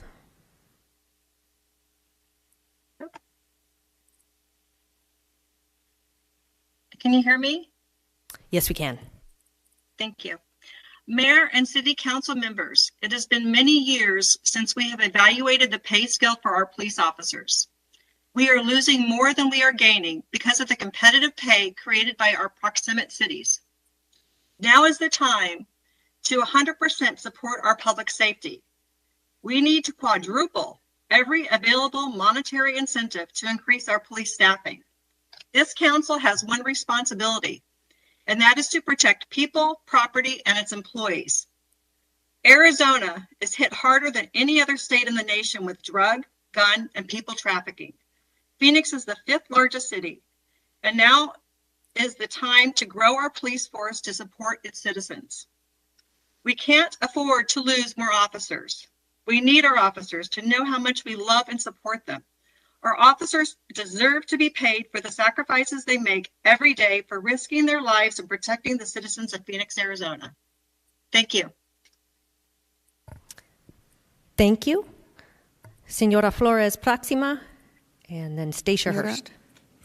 Flores Proxima. ¿Me pueden escuchar claramente? Can you hear me very well? Sí. Sí. Gracias. Thank you. Nuestra comunidad LGBT Our no es community segura of con policía. LGBT No es segura con policía. is not safe with the police. Usted ya sabe que la Suprema Corte You already know that the Supreme Court ruled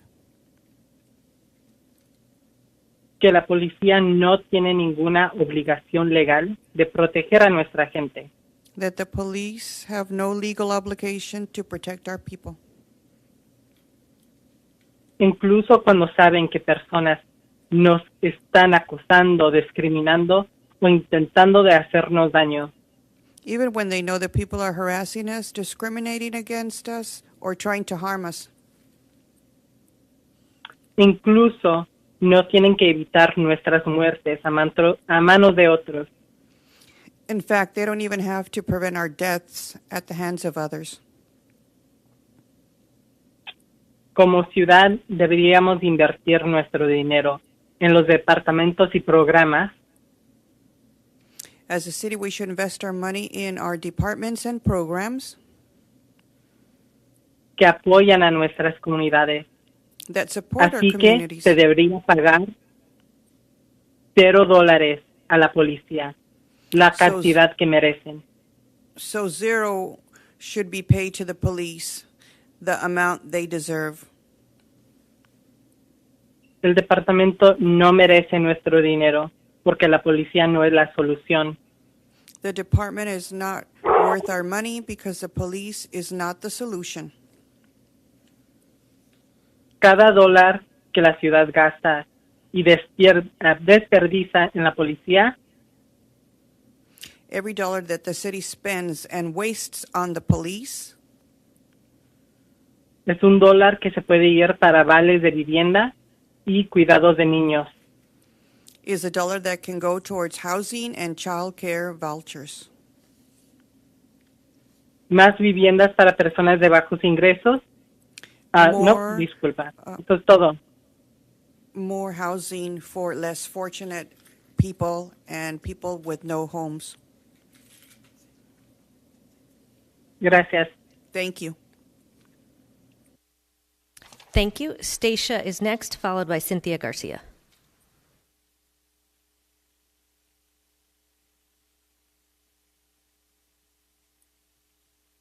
Stacia, the floor is yours. Hello, this is Stacia. Can you hear me? Yes. Hello, Mayor and City Council. My name is Stacia. I'm a local homeowner and resident here in District 3, and I'm on the call today to ask for your support on 71 and 72. I would encourage you to vote yes on this. I am listening to the conversations of people, and a lot of issues are on the table. I don't think this is a police versus every other issue in the city. We have many, this city is multifaceted. We need funding for everything. Right now on the table are these raises. This is what's on the table currently right now. I also understand schools, mental health, fair housing, homelessness, drug abuse, drug prevention, parks and rec, maintenance of all these things. These are all important issues. I think some of those issues have been funded correctly, and obviously we have more work to do on those. But also I think it's important for people to understand that if you're interested in all of these things, you need to reach out not at a meeting like this or for public comment. You need to individually reach out to your council member and talk about what your neighborhood needs. That's how things get put on the agenda, and that's how things get funded. Just because we're funding a police department doesn't mean we're taking away from other things. And I think it's important to understand that. I would also encourage people, attend subcommittee meetings. This isn't the only meeting. There's always meetings. Attend subcommittee meetings, get involved with agendas, ask to be put on a task force if you feel so, but schools and mental health are two big issues. And I would encourage people to get involved and ask to be on those task force and work together. This isn't a one time, you can't give to one thing and take away from everybody else. There is a way to get there. And I think part of this is already on the agenda, and I would ask for your support on 71 and 72. Thank you for your time. Garcia is next, followed by Caroline Lobo.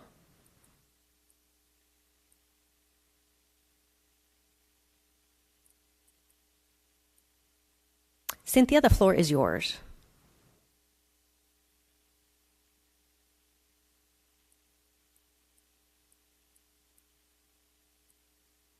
Cynthia, can you hear us? Okay, no audio. Okay, we will next go to Caroline, followed by Katie Gibson McLean. Hello, can you hear me? Yes, we can. Great, thank you. Mayor and members of the council, until I started working at a grassroots level, boots on the ground in my community of Sunny Slope, I did not really appreciate the inner workings of our police department. With that exposure and experience, I speak here today in total support of our police department. I am a business owner and a resident of Sunny Slope. I believe that every human has a role to play in society. PD's role is safety and security of citizens. There is no single business or organization where you do not find a bad apple. In private industry, we have bad apples too. And we have made it work without shutting businesses or cutting salaries. Our communities need help and support of our PD to keep us safe so that we as business owners or employees can go about playing our role in society. Having said that, with the current marketplace, and I've experienced this because we have employee shortage, we have to be competitive so that we do not compromise the safety and security of our citizens, the people that we work with and play with. This is a dangerous and hard job, and the pandemic has only made it worse for our PD. With the current climate, very few people are even willing to take on this job. We need to retain PD, we need to support them. They deserve the salary increase, and I would totally appreciate it if you could support it too. Thank you. Thank you. Katie is next, followed by Anne Murray. My name is Katie Gibson McLean. I'm a District 8 resident, a mom, and a public defender. I agree with the last caller about the fact that the climate is not right for folks to want to join the Phoenix Police Department, but I believe that's because there's a culture there that people don't want to be a part of. You're under investigation by the DOJ. There's neo-Nazi challenge coins. Your own former assistant chiefs are secretly recording other assistant chiefs and putting folks on blast on the news. I mean, it's laughable to think that throwing money at this issue is going to be what attracts people to come to this department. That's hilarious. Hilarious. And actually kind of insulting and offensive to think that the public can't see the difference between that. Going back to some of the other callers who are in support of this, I think it's a little presumptuous to say that folks can just ask to be put on an agenda or bring this up and ask your council member to put something on the agenda. Things don't work that easily. People can decide what goes on agendas. We've seen that happen in the Public Safety Committee. We know what's going on there. Things don't get put on the agenda for a reason. The city of Houston has taken on a housing first opportunity where they have been able to cut homelessness by 63% since 2011 by doing housing first, meaning permanent housing for people with no conditions of participating in religious or 12-step programs, allowing them to get on shore and address their problems without learning how to swim first. This is something we could be doing in this city to prevent people from dying now. Why spend extra money on things that are reactionary? I keep beating my head against the wall. You know I'm here. I'm a barnacle, and I'm not going away because I talk to y'all all the time. I was on the ad hoc committee, which sunsetted 2 years ago. And guess what? Seems like a big waste of time because there's been no updates. We have no idea if there's been any improvements or any of our policy recommendations have been implemented because who cares and who's going to hold people accountable? Nobody. Anne Murray is next, followed by Amy Caper. Good afternoon and good evening. As a longtime Phoenix resident who is active in the community, I am speaking today. When I call 911, I expect an immediate response, not a recorded message saying, we are unable to respond due to a staffing shortage, which is what I am concerned about and where we're heading. We need to give the City of Phoenix recruiters appropriate recruiting tools like this salary increase so that we have a fighting chance to recruit officers. The city has spent the last year trying to recruit new officers and retain the current ones. The last number I heard is that we need 400 officers to be at appropriate staffing levels. That will mean a whole lot of unanswered calls if the council does not vote yes. Again, this is not a recruiter issue. This is a lack of recruiting tools. Your number one job as a city council is to keep us safe. Please vote yes, so there will be an officer responding when residents like me call in to 911. As a taxpayer, I feel that this increase represents a good investment for the people of for the people who are residents of the city of Phoenix. Thank you. Amy is next, followed by Phil Martinez. Hi there, can you hear me? Yes, we can. Okay. So before I get started on why we should not now nor ever increase police funding, I want to say someone's name, Caleb Blair. Caleb was a Black teenager who was murdered just 5 days ago when the Phoenix Police Department handcuffed him, threw him in a car with no AC where he died from heat exposure. Phoenix police repeatedly show us their hatred not only towards Black people, but also to those of us who stand up in solidarity with the Black community. I am one of the Black Lives Matter protesters who was accused of false gang charges in 2020 by the same department that you all now want to give millions more dollars to. Sergeant McBride, who is still employed by Phoenix Police, said that I was as dangerous as the Bloods and Crips and the Hells Angels. It was all a farce because Phoenix PD wants to continue their slaughtering of Black men like Caleb Blair and Deion Johnson without being challenged. I know you're all going to approve this increase anyway, but I'm trying to wrap my head around how any of you can rationalize giving more money to a department that is literally under investigation by the Department of Justice for violating not only my civil rights, but the rights of many others arrested with me. If you vote for this increase, you are truly the scum of the earth, and I hope you never get a good night's sleep for the rest of your miserable, pathetic life. Defund the police. Black Lives Matter. Thank you. Bill Martinez is next, followed by Christopher Martinez.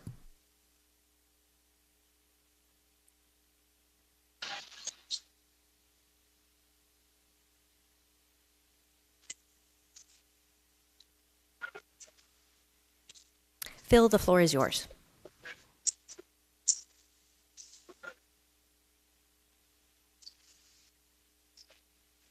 Mr. Phil Martinez? Okay, we will go next to Christopher Martinez.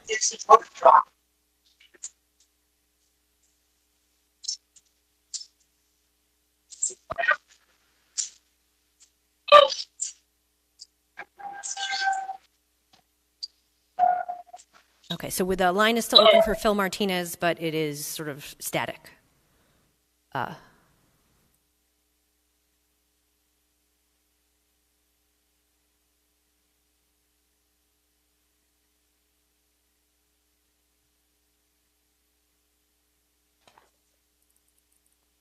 Chris Martinez, the floor is yours. Hi, my name is Christopher Martinez. I'm live in Laura Pastor's district, and I'm well, first I want to say putting this agenda down the line was really rough on a lot of us who have very difficult schedules, and we want to participate, and we expect to be at a time that you just choose to disrespect us and in fact show some callousness or even disdain for the opinions of the public. But I want to say that I oppose these agenda items. I'm looking at a lot of things have already been said that I think points I don't need to reiterate, but but right now we're in such a crisis of poverty, unhoused, of limited resources. And I'm looking at your priority list, and it always comes down to giving the police more money. And I'm listening to people say, well, crime is rising. We need more money. Crime is rising. Every year you give more money. So the data would show if crime is rising and you're giving them more money, maybe that doesn't work. Possibly that's not going to work. And you're talking about giving raises to a police department that is fundamentally corrupt, that is under investigation, and has shown no changes. There are no changes from when they arrested all the protesters and false charges. There are no changes have been implemented from when they were the deadliest police force to again being the deadliest police force. There are no changes of culture. Nothing has fundamentally changed with the Phoenix Police Department. Yet you continuously find ways to throw more money at them, which means you do not fundamentally care that they've harmed marginalized people, that they've harmed people who are vulnerable.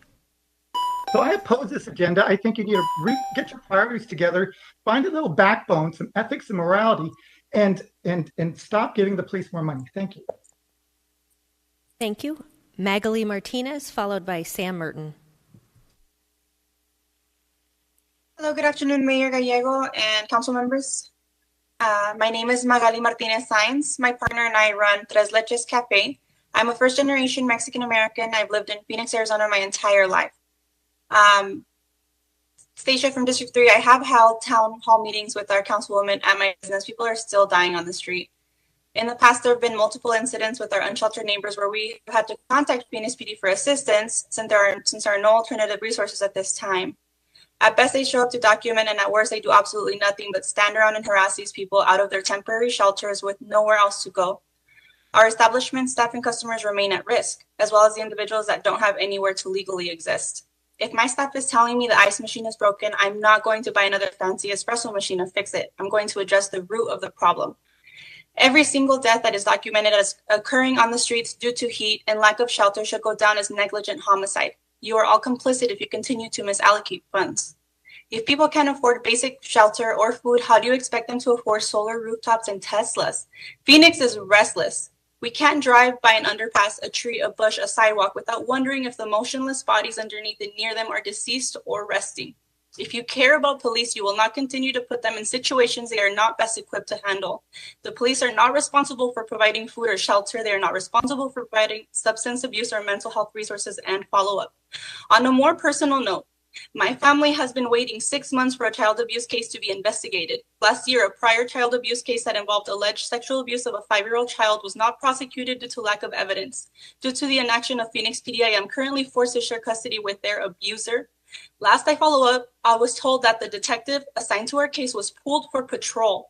Imagine my surprise when I drive through downtown Phoenix every day and see multiple patrol vehicles and officers standing around during routine stops and hear that they are targeting and intimidating mutual aid workers. Before you give more money to a police department under federal investigation, ask them why there is more time and resources for harassing the citizens they should be protecting than there is for keeping our children safe. How are they? Samuel is next, followed by Karen. Hi, before you start my time, I just wanted to let you know that Cynthia Garcia is still waiting. You skipped her. All right, so I'm calling to oppose item 71 and 72. The Phoenix Police Department has an annual budget of about $800 million already. That's an inconceivable amount of money. Almost $1 billion already goes to this department, and yet the council still thinks more money is the answer. The Phoenix Police Department is currently under investigation by the Department of Justice for abuse of power and civil rights violations. I don't think it's an outrageous notion to say that no new money should go to this department while corruption is being investigated. I'd like to remind the council that we already heard a solution to low police employment rate during the June 8th Public Safety and Justice meeting the city did research and found that removing officers from mental health calls and non-emergency calls will free up time and resources for officers. People are coming in here talking about response time and burnt out officers. If you want happy officers, if you want to maintain their employment, if you want faster response time, stop sending police to calls they're not qualified for.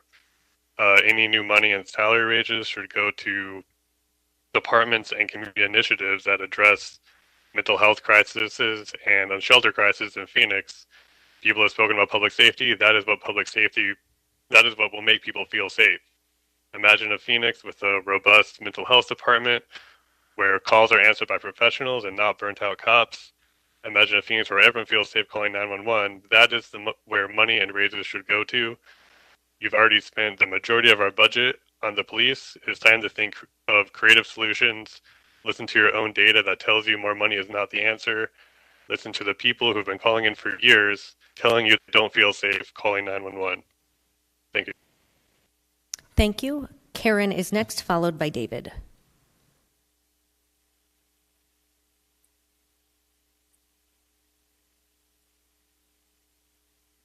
Hello, can you hear me? We can hear you. Hi, my name is Karen Olson, and just really quick, I would like to thank every community member that has stayed both in person and virtually here to say and come together no matter what they were talking about, because this is abuse that is coming to us, that we had to sit and wait and redo our schedules on the drop of a dime, I don't know, pick your poison of what you want to say. I have been here all day along with my fellow Ben, and I'm in solidarity with Black and directly impacted people that have been harmed by the Phoenix Police Department due to the political prosecutions of 2020. And I know many people have made great arguments and comments about that, and so I'll let that be. The point is that one experience is too many. We are here placating white supremacy. Let's be very, very blunt about it. The fact that we are talking about what makes people feel safe rather than what keeps them alive should make every single one of us stand up and shout that this is not okay. I am a Phoenix resident. I work at multiple jobs. I make half of what the current pay grade of these police officers is.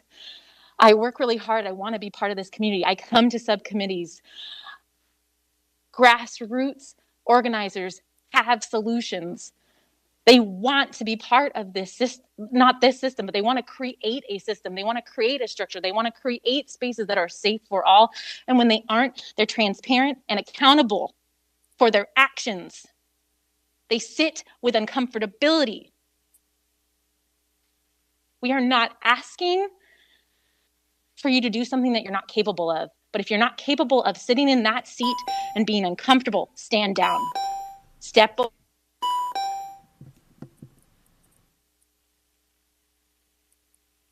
David is next, followed by Jacob. Thank you. My name is David Portugal. I am coming to speak to you as somebody who worked in the mental and behavioral health field for over 10 years. I worked alongside crisis lines. I've gone out there to de-escalate potential suicides, potential self-harm and harm to others, and I've seen firsthand what mental and behavioral health services can do in a crisis moment. Responding to human beings who are struggling with substances, who are self-medicating because all of the ways in which society has let them down, from not being able to make a living wage, to not getting the mental behavioral health services you need, to not being able to afford rent. People turn to self-medication and other things that are criminalized as a result of something. And we're not looking for those root causes. We're just trying to pay people to show up and just go through the motions with a broken system. It's been said 100 times already. Our police department's under investigation, and we think that throwing more money at the problem is going to motivate more people to show up and do that job. But having worked in the mental behavioral health field, I can tell you those people put their lives on the line every day too. going out to crisis calls, sacrificing family time to stay out extra, to de-escalate a situation, to get a family connected to resources. There are tons of ways that we could be spending money. The police budget is already bloated. We've tried that route. To do the same thing over and over again and expect different results is the definition of insanity. Thank you. Jacob is next, followed by Denise. All right. Can I be heard? Yes, we can. All right. My name is Jacob Brayford from We Rising and No Cap Advocacy Group. All right, let me just get to it. We don't think you understand clearly. You see, City Council, you are not the City of Phoenix. You're merely representatives of your respective districts. We, the collective community, are the City of Phoenix. It's not a municipality of sorts. It is a myriad neighborhoods, homes, families, lives impacted by y'all unilateral decisions. Now, we told y'all countless times that you need to view mental health as the number one priority. We have told you countless times that you need to view the mistreatment and malignment of the unhoused community as a number one priority. And that doesn't mean allocating the remains of your budget towards behavioral health resources or photo ops or insincere performative initiatives to reach out to the unhoused demographic. That means treating these subjects like the unaddressed crises that they are. But instead, y'all not only prioritize, but you reward predatory behavior. Any department under the investigation by the DOJ for innumerable cases of misconduct and injustice against the community is not virtuous enough to warrant access to the taxpayers' money. Community-centered resources and mental health outlets are in desperate need of financial support. You're seeking to fast-track a community assistance program or programs specifically centered around behavioral health without thorough research, without involving impacted community members in the developmental process, without seeking to make it universally accessible via 911, without ensuring the back-end clinics you're working with don't have a reputation for mistreatment of behavioral health needs, sending innocent people experiencing very real human moments spiraling through a revolving door of mental health trauma so they can go out there and be harassed by or harmed by a recruit officer who makes 2 to 3 times more than a teacher, one who represents a police department that ranks number 1 in fatal shootings amongst the 10 most populous cities in the nation. I mean, wow. You want to attract better officers? Show that police departments aren't a haven for racism, for phobias, and other unchecked misconduct by holding them accountable and not encouraging our harm by literally rewarding bad behavior. My name is Jacob Brayford. Once again, disappointed in y'all. Denise is next, followed by May. Ms. Denise, I want to start off by saying I came no negative energy. And to quote y'all, right, I need this to be on the record. To the woman who tried to dumb down the process of our presence in the current agenda, all of y'all council members should disclose the meetings we have had with y'all literally this entire year. And I dare any of y'all to discredit this because I'm a great note taker and I have the receipts in my Google Calendar. I'm here to oppose those $20 million for the city of Phoenix PD, highlighting once more that Phoenix PD is under investigation of the Department of Justice of literally y'all, all 50 states. In regards to their lies, abuse of power, and them being, again, number 1 murderers in the country for several years in a row now. We saw that embarrassing video talking about them needing to pay bills. Well, guess what? We all here too. We need to pay bills too. There have been over 300 deaths in under all of y'all's careers, not to mention gentrification in our neighborhoods and the rent increase. There has been an overdose of 36% over in the last year. Now, we are a product of our society, and the form of democracy that y'all are currently practicing is not the same that y'all stole from my ancestors. Modern policing originated from slave catching and the protection of rich white male slave owners. Those $20 million literally could fund health committees, free transportation, shading for our streets, higher education. I shouldn't have to live less than 10 years from the folks in North Phoenix just because I live in the West Valley. The well-being of the city lays on all of y'all's hands, including the blood that has been shed. We will replace y'all, all cab every day. Return the land to who y'all stole it from. Black Lives Matter. Y'all ashamed to your ancestors. May is next, followed by Eric Brickley. All right. My name is Maytu Omunkla, and I am the Democracy Director for AA NHPI for Equity, where we promote civic engagement within the AA NHPI community. I went to a top 10 public school in Illinois and came to Arizona 13 years ago to pursue my college degree. During that time, I was dealing with depression after coming out to my family as a lesbian. I felt like I lost the love and support that surrounded my entire life just because they weren't supportive for me being gay. I turned to alcohol to cope with my sadness and loneliness and wound up in the criminal justice system. I ended up not completing college and was incarcerated for 2 years at Perryville Prison. During my time in Perryville, I found out that 70% of us were in there for nonviolent crimes, and many of us were dealing with mental health issues, poverty, or didn't have a quality education. Many had to stay on a non-working yard because they couldn't pass the mandatory tests, which consist of 8th grade level reading and math skills. I know this because I tutored the women on the yard. During my drug and alcohol treatment classes in Perryville, our counselor told us that punishment does not treat addiction and actually makes it worse. They didn't believe in the system. They didn't believe in what the system was doing, but felt like nothing could be done. The morale of staff was low because many don't feel like they are making people's lives better. That is why Arizona prisons are all understaffed, and that's why the Phoenix PD is understaffed as well. I oppose this budget because I believe our resources need to be allocated towards our community's education system, mental health facilities, public housing programs, and community development programs, instead of furthering criminalization of people who are already getting kicked to the ground because of their circumstances and traumas they have to cope with on their own. I know this because I was one of them, but I was lucky enough to gain a community that works on bettering lives for everyone. We don't need more.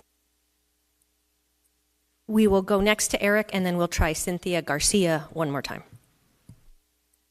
So, can you hear me? Yes, we can. It doesn't seem like you can hear anybody that's been speaking to you today. That's why I just want to verify. You can hear me, right? You can hear that we're saying we don't want police in our neighborhoods. We don't want you to increase the amount of money they're getting. The social services are woefully underfunded. People are dying in an obvious state of emergency, and we are doing nothing but talking about how we can make changes years down the road. People need to be off the streets. That money can be redirected to help people deal with mental health illness, to help people get some housing. The cops do not need this. They are the most deadly force in the nation, all right, for multiple years running. The DOJ is currently investigating them, as I'm sure you're aware of, and the city of Phoenix, not just the cops. The entire city is under investigation.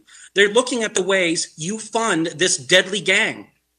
We also notice the way you fund these deadly gangs, and we're going to pay attention come election day.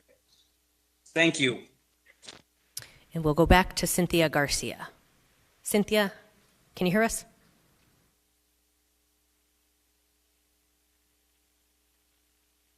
Cynthia, you're unmuted.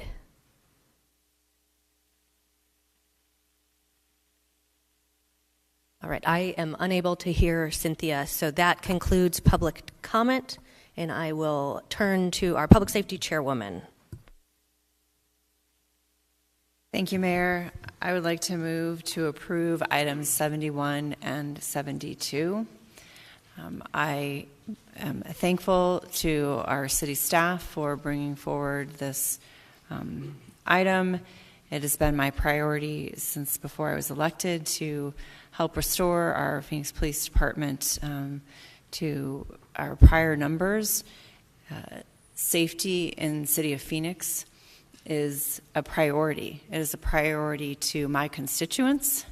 It is a priority to the constituents of all of the city of Phoenix. And our officers are currently being paid roughly 7% below average, and we are the largest city in the state of Arizona.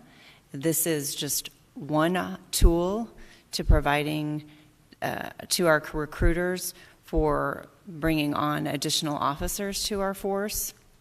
In addition to that, I hope it will also encourage our current officers to remain with our police department. Prior city council during the Great Recession froze hiring for our Phoenix police officers for 6 years. And as such, we are losing more officers than we are hiring, and it takes us a year to train those officers and have them ready and able to go out to provide safety and response to our calls, and also build relationships with our community members. Policing is not just reactive. Policing is about building, community policing is about building relationships. There are officers who attend community meetings and have relationships with our community members and our neighborhoods and our kids and our schools. Not all experiences for everybody is positive, because there are people out there breaking laws. And that's when, like the woman who said, when she calls 911, she expects her call to be answered and for her to receive service. It is our duty and responsibility to make sure we are, as a council, are doing everything we can to ensure that we have police officers on our police department who are able to not only answer those calls, but then do the investigations so that we can provide the information to our county attorney's office. Thank you, Mayor. Second. We have a second from Councilwoman Stark. We will go, I guess, to Councilmember Garcia, Councilman Waring, and Councilwoman Guardado. Thank you, Mayor, and thank you to all the folks who stayed back. And it was tough to wait 4 hours to get to speak, but thank you all. I think we've heard that the Phoenix Police Department has many issues. We heard repeatedly by folks that were being investigated by the DOJ. We're embarrassed weekly on the nightly news. We pay out millions in lawsuits. Through the pandemic, we've realized how important everybody else is, every other staff person, and yet we're at this situation again. And so I'm not going to go too much into it. I think a lot of folks spoke to the issues and the different realities I think that we have. I think to say that the only people that have bad interactions with police are those that have committed crimes is completely out of touch, and I hope Councilwoman O'Brien, you could see some of the stories of and talk to some of the families that have suffered at the hands of police. I do have some questions though, and for Lori, we've been talking about employee compensation studies for all employees. How was the decision made to prioritize the police department study and get to this point in such an expedited way? Mayor, Councilmember Garcia, members of the council, this decision was made to ask the HR department to expedite this study back in November, right around November, when we were talking about the severe shortage of police officers we've been experiencing, and we were talking about the retention incentive and ways that we can incentivize officers to stay with the department longer. And those conversations sparked conversations about how our pay structure is out of date and out of touch with the actual market as it relates to law enforcement pay. And that's not unique to our police department. That is something that many of our city employees are experiencing, and that is why we are conducting a citywide class and comp study, as all of you are aware. However, we have had some hot spots within our city, and we've already begun to address some of those outside of the police department. We've addressed areas within our electrician group. We've addressed our 911 operators and others who we have recognized have been woefully outside of the labor market and where we need to be to attract and retain those employees and high quality employees. And so that's the same motivation that caused us to look at police officers ahead of the remainder of the city. And we do have about 900 classifications across the city, so we have a lot of different types of city employees in different job classifications, but there have been certain areas, our police officers being one of them, where we found the need to move those studies ahead of the rest of the city. Where's the money coming from exactly for these raises? So the class and comp study increases that are before you today are coming from the existing police department budget that was just approved by the city council. So there's no additional money being requested. Essentially, the money comes from salary savings for those 450 plus vacant positions that we have existing in the police department today. What happens in the future if those positions are filled? As we fill positions, that will require additional funding in future years for the police department. It will not require require additional funding in 22-23. How will this affect the labor negotiations, the MOU conversations next year? And is there a possibility that, what can happen after those negotiations? Mayor, members of the council, Councilmember Garcia, it's hard to say what will happen in labor negotiations. As you know, we have those conversations with all of our labor groups, and we typically land in a place where each labor group gets a similar total compensation increase. So I would expect that we would have similar conversations beginning this December and January with all of our labor groups, and ultimately we'll be bringing contracts forward that are the results of those negotiations, but they will be based upon wherever we land today with these increases as it relates to the police department. So this will be a starting point, if you will, for negotiations that we begin in December. So it could potentially even add more, but it won't go less in a negotiation? Okay. From some of the messaging that's come out from the city in this week, and even some of my colleagues, it's been talked about that this is going to give us greater accountability. Can you first explain what we currently have around accountability, and also how you see this making police more accountable?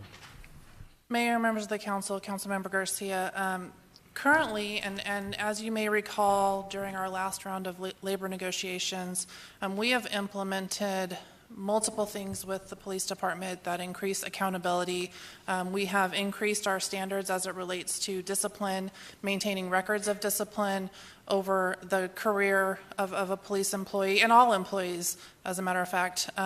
We have also worked on multiple policy changes, which we'll be discussing in future meetings with the police department, that improve accountability. We've also worked to become much more transparent with the community as far as releasing information about police interactions with the community in a more timely manner. So there's lots of things that we have done over the past several years under the leadership of Chief Williams to increase accountability and transparency of our police employees with the community. And we've also worked to improve transparency across the board with city employees to make sure that we are accountable for the service we provide to the community and for the taxpayer dollars we spend doing that.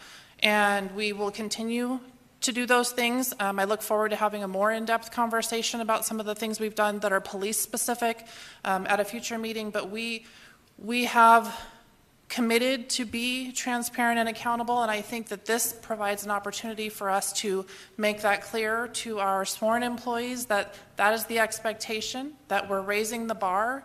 We are setting ourselves apart as the highest paid law enforcement organization in the state of Arizona if this passes, and that means that we can expect the most, and we can expect the highest level of accountability for our community and the highest level of service for our community.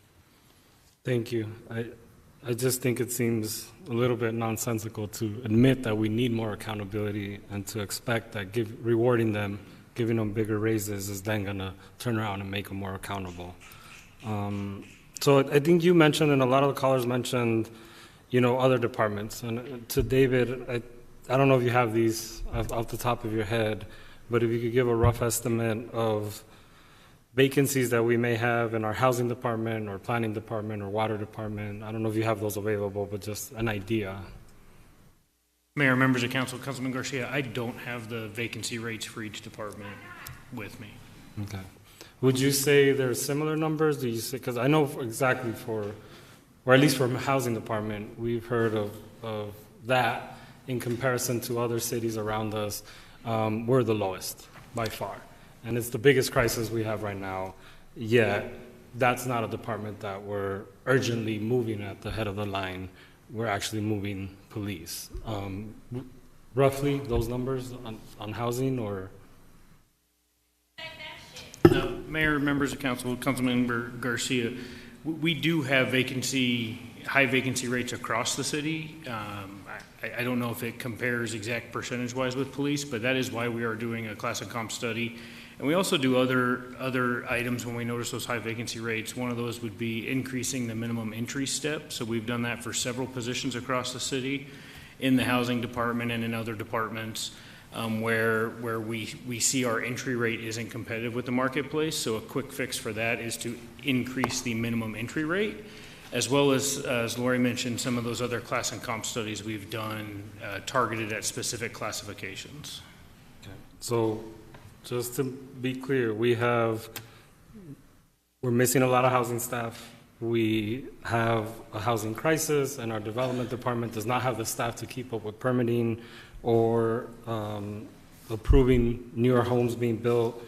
We're facing a level 1 drought that requires more attention from us, but we're not doing this urgent uptick in raises for any of those departments. What is the timeline for the compensation studies to be completed for the rest of those departments? Mayor, council members, Councilmember Garcia, the citywide class and comp study is slated to be finished in spring of 2023, so February, March of next year. But we do have a few other specific class and comp studies that were negotiated by labor groups underway right now, as well as the ones we've already completed. So we are in process of a few others currently. Hypothetically, obviously our year is over. We come back in September and we wanted to speed these up. Lori or Jeff, how could we do that with a housing crisis that we have? What would be a process for us to be able to urgently get these city employees in the front of the line like we just did for police? Mayor, members of the council, Councilmember Garcia. So similar to what we've done with the 6 studies before these police sworn positions, as well as this one, we can identify areas where we are experiencing a higher level of need than the general city population, and we can expedite specific job families or job classifications and look at those ahead of the remaining citywide classification study. So it would just be a matter of identifying which classifications we would want to prioritize next and expediting that portion of the study. Okay. Councilman Garcia, Mayor, members of the council. General fund vacancies as of May, total general fund vacancies, including sworn vacancies, is roughly 1,300 positions vacant. Of those positions, approximately 50% of those are in the police department.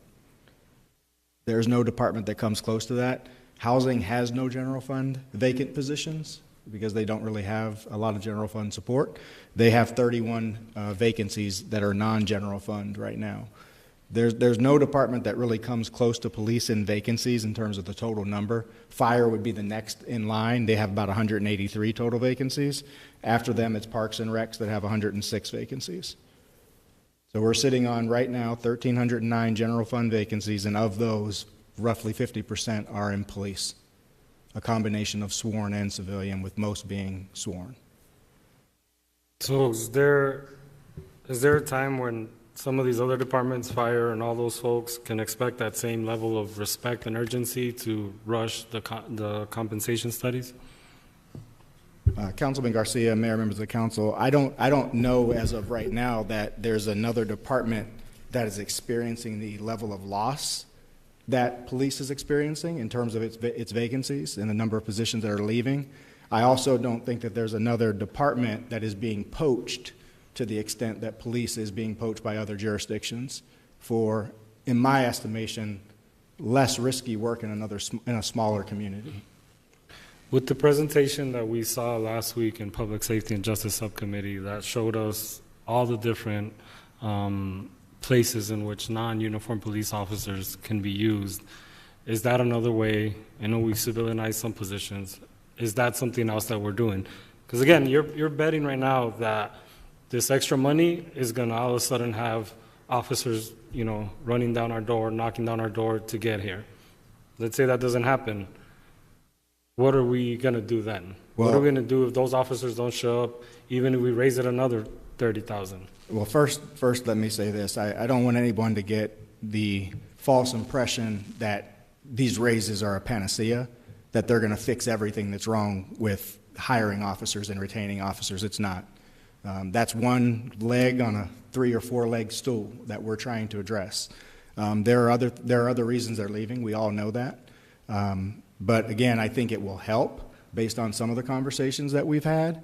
As far as the other things that you talked about, we've continued to do that. We'll continue. You know, you mentioned the civilian investigators is one thing that we've done. We've also invested $15 million in our CAP program, which is another way that we're also trying to alleviate first responders, police and fire, from responding to calls that, just quite frankly, they're ill-equipped to respond to, and putting them in an unfair situation.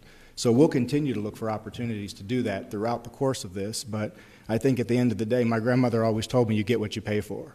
So if we want the best, we've got to pay the best. And that doesn't just mean police and fire, that means everybody from every position that we have that serves our community. I think I'll close with this. I think with that same saying, what your grandma said, you get what you pay for. The fact that we're prioritizing police and that's what we're paying for, that's also what the message that we're sending out. And we've recognized that police aren't good for everything. I think you've all said it. We've had police sit up here and say it. And so I do think we're falling into this trap where we're continuing to prioritize and overfund police who are untrained and then expecting them to do things that they don't know how to do. We had that gentleman pass away, the 19-year-old teenager pass away this week. We don't have CAP yet, but you know, if CAP would have shown up, I think the situation might have been different. We don't know. But I think we continue to prioritize and fund this department and then expect them to do things that they're simply not trained for, and the circumstances or the results have unfortunately been loss of life and all the things we've talked about. I'm going to be voting no on this. I believe it's unfair to the other workers in the city that one department is prioritized again and again, leaving others behind, especially as we're being told we are facing economic uncertainty. What I'm afraid of is that we leave our other employees behind, and if we hit another recession, or as you've warned us, that times might not be as grassy on the other side, we will not be able to abide the same commitment of compensation to other departments who've also put their lives on the line, who've also gotten us through this pandemic in different ways that we are now recognizing that we hadn't seen before. And I do think, and again, it might be my personal opinion, that it's short-sighted, that this type of management is short-sighted and not respectful to the constituents. We keep falling into the same trap of wanting to fix everything with our police department, leading, again, to unprepared and overworked police force that's, they're leaving themselves and they're hurting the community. I really want us to look at those recommendations from ASU, from that report from last week. I really think we can lean on that and figure out how to specialize, just like we have with the CAP. Again, I want to echo, I think Jacob said it today, that we need a community process for that. But just like we're developing CAP, I hope we can find solutions for other places and being able to support folks with other resources, not just police. Thank you. We'll go next to Councilman Waring, then Councilwoman Guardado, then Councilman DeCiccio, then Councilwoman Ansari. Thank you, Mayor. I appreciate it. I want to thank Ann O'Brien for her work on this. I've enjoyed serving on the Public Safety Committee with her. You run a good meeting, and I think we've had great discussions about this and made this possible. I appreciate it very much. For David, Lori, and Jeff, your work behind the scenes makes this possible and is much appreciated by me. To Sal DeCiccio, who will probably have his own comments, thank you for banging the drum on this for decades, long before I was on the council or any of us were. He was talking about these issues, and it matters. To the officers who are here in the room, you were referred to as burned out cops earlier. It's not what I see. I see dedicated professionals who are working to keep my family safe, and I appreciate it very much, so thank you. I'll just say this. We have earned the mess that we're in as a city. The city apparatus has not treated you probably as well as they should have. This is a long time coming, and it's unfortunate it's taken this long to get here. And we've earned the mess that we're in. We knew years ago, I remember being told how many of our officers were retirement eligible. And when those officers started getting treated the way they've been treated the last few years, they decided to retire. Can't fault them for that. I probably would have done the same thing. So for those of you who stuck it out, that is deeply appreciated by me and I think by a lot of citizens, because I do a lot of door knocking. I've met people in over 3,000 houses since January of this year. If somebody's thinking, is that a lot? I don't know. Well, it's about 20 hours a week. Dad passed away, so I've missed a couple weekends. But bottom line, there isn't one person I've met knocking on doors who said anything like most of what I've heard in this room tonight. Most of what I've heard is, well, all of what I've heard, doesn't come up at every single house, is, hey, support police. So if you're wondering how you're received in District 2 in North Phoenix, they appreciate your efforts. Never doubt that. When I come out door knocking with me some night, we'll go meet some citizens at their front doors and see what they say. We'll see how many say that you're burned out cops, or we should pay you zero, or we shouldn't have a police department, or whatever. That number's going to rest at zero. I can pretty much guarantee it from years of experience of meeting people who value your work. So I just want to make sure that there is a different side to this story, maybe somewhat different than what you heard tonight. You're not perfect people. You make mistakes. Sometimes it's not acceptable. I understand all that, but you certainly earned the raise that you're getting tonight, and I'm glad it's been expedited up to, I think it was August 7th. Realistically, we've made a lot of economic gains. Mayor, you've talked about it. I've talked about it. I think every council member's probably talked about some of the great projects that have been brought to the city of Phoenix, which employs our citizens, which pays the city's bills. That won't happen if you get us down to 2,000 officers. You get that response rate up to 15 minutes or something, people will be heading for the hills. They'll go to Vegas or some other city. They won't come here. And then we'll be in a real mess. And that's the trend that we're on right now. So this is a badly needed measure. Again, I appreciate David and his team working this out, and Jeff, you making this possible. There's a lot of people to thank. I wish it would have come earlier, but we're here now, and I think that's important. So I'm obviously going to be a yes. Hopefully we can do more maybe in the coming year with the negotiations. So I think I'll just leave it at that. I will say to the caller who said we were the scum of the earth, I haven't heard that since the 80s. So that really took me back, and I appreciate the nostalgia. Between that and all the swearing on the phone, and the fellow who was cursing the mayor out earlier, I felt like I stumbled onto the set of Midnight Run. It was awesome. Great nostalgia trip for me, so thank you for that. And Mayor, I'll turn it back over to you. Councilwoman Guardado, followed by Councilman DeCiccio, followed by Councilwoman Ansari. Thank you, Mayor. Yes, so I want to say thank you for all the work that's been done on this, but I agree with a lot of what Council Member Garcia said. He beat me to a lot of the questions, but with all the responses that were said, one of the things that does continue to be upsetting is the fact that we see that there's an issue. I appreciate the worker comp study, but the thing that I don't appreciate is the subcontracting out of the departments, right? On the departments where we cannot hire, we are looking into subcontracting out. We are changing work schedule for workers to be able to get to all the work that needs to be done as a city. We are, as a city, in my opinion, in the middle of a crisis when it comes to wages. If during COVID we learned something, and people learned something, working class families learned that life is more precious than a job. And I think we have a lot of work to do when it comes to wages. As a city, we are not compatible, and I appreciate the fact that Jeff, Lori, David, I think you guys understand that we're not compatible on that side. I wish we would have done things a little bit different, because I think even though the positions may not be the same volume, it's a lot easier to say we're going to subcontract this department out, or we need to bring out an outside agency.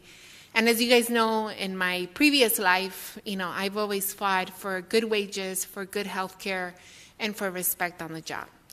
And the idea that this is going to take us to the next spring to be able to bring those wages to those workers and being able to show folks that we also appreciate other departments. I'm not exactly sure how those workers are going to feel. I know that we lose workers in all the other departments every day as well. But I also understand the need. You get what you pay for. I 100% also agree with that. But then we also have to take into consideration the housing crisis that we're in. All of the folks that get evicted every single day, especially in my district, I know there's a lot of people that are being evicted. Mental illness is also like a big priority in figuring out how do we also prioritize that as we're moving forward. I appreciate all the other wage increases that we've done this year and last year. But I do think that we need to figure out a way, if there's a way where we can move this a little bit faster. And then I am hopeful that in the future and during contract negotiations with the other labor groups, because of these wage increases, we are not shortchanging other departments, because we have a huge challenge in front of us. And I know I have a lot of trust in you, Jeff and Lori, to be able to make this happen. But we need to figure out how is it that we can expedite this a little bit more. The idea that we were not able to open up all of our pools this year and that we're at the same time shortchanging the community is also not right. So with that being said, I am going to support this item, but I am hopeful that we will continue to have these conversations where we are also giving the same type of a priority to all of our other workers. Thank you. Thank you, Mayor. Mayor, if I may, just a little bit of a response to you, Councilwoman Guardado. First and foremost, I want to say that I believe entirely a lot of what you said. We support our employees. I stand by the City of Phoenix employee. I think we're the hardest working people in government. I think we do the best job in government. I firmly believe that. I believe that for 23 years now, since I've been a city employee. And I do want to say that this budget that you adopted and approved today for next year, you also showed your commitment to the City of Phoenix employee, because we did, for the first time ever, ahead of labor negotiations, take some of the surplus and set it aside specifically to address the class and comp study. So I want that to go on record, because I think it's important for our employees to know that that's essentially where we stand with them. Contracting out is not something that we look to do.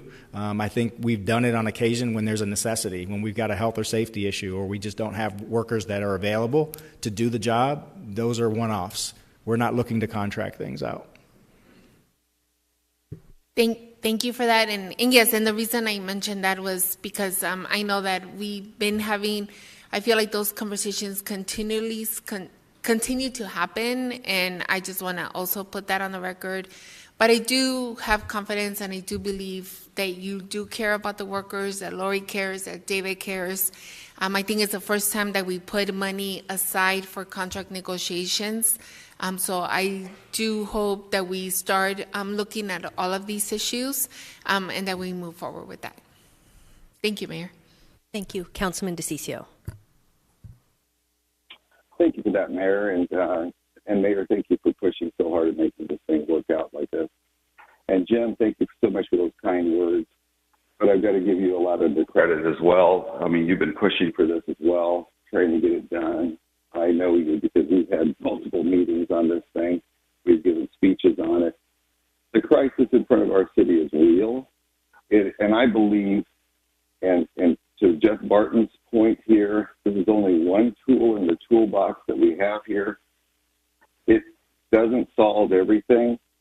I believe we've already reached a crisis point. This is the number one issue facing our city. And whoever helped expedite this, thank you for doing that, because it needed to happen a long time ago. But we're doing it now, and I appreciate that, and I know the police officers appreciate that.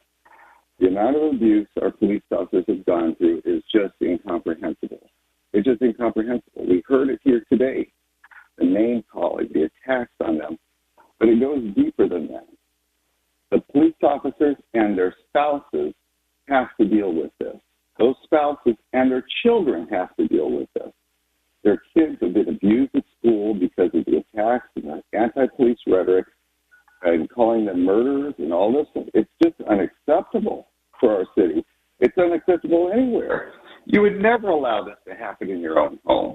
Matter of fact, your children should never even be breathing this type of words. But we heard it here today.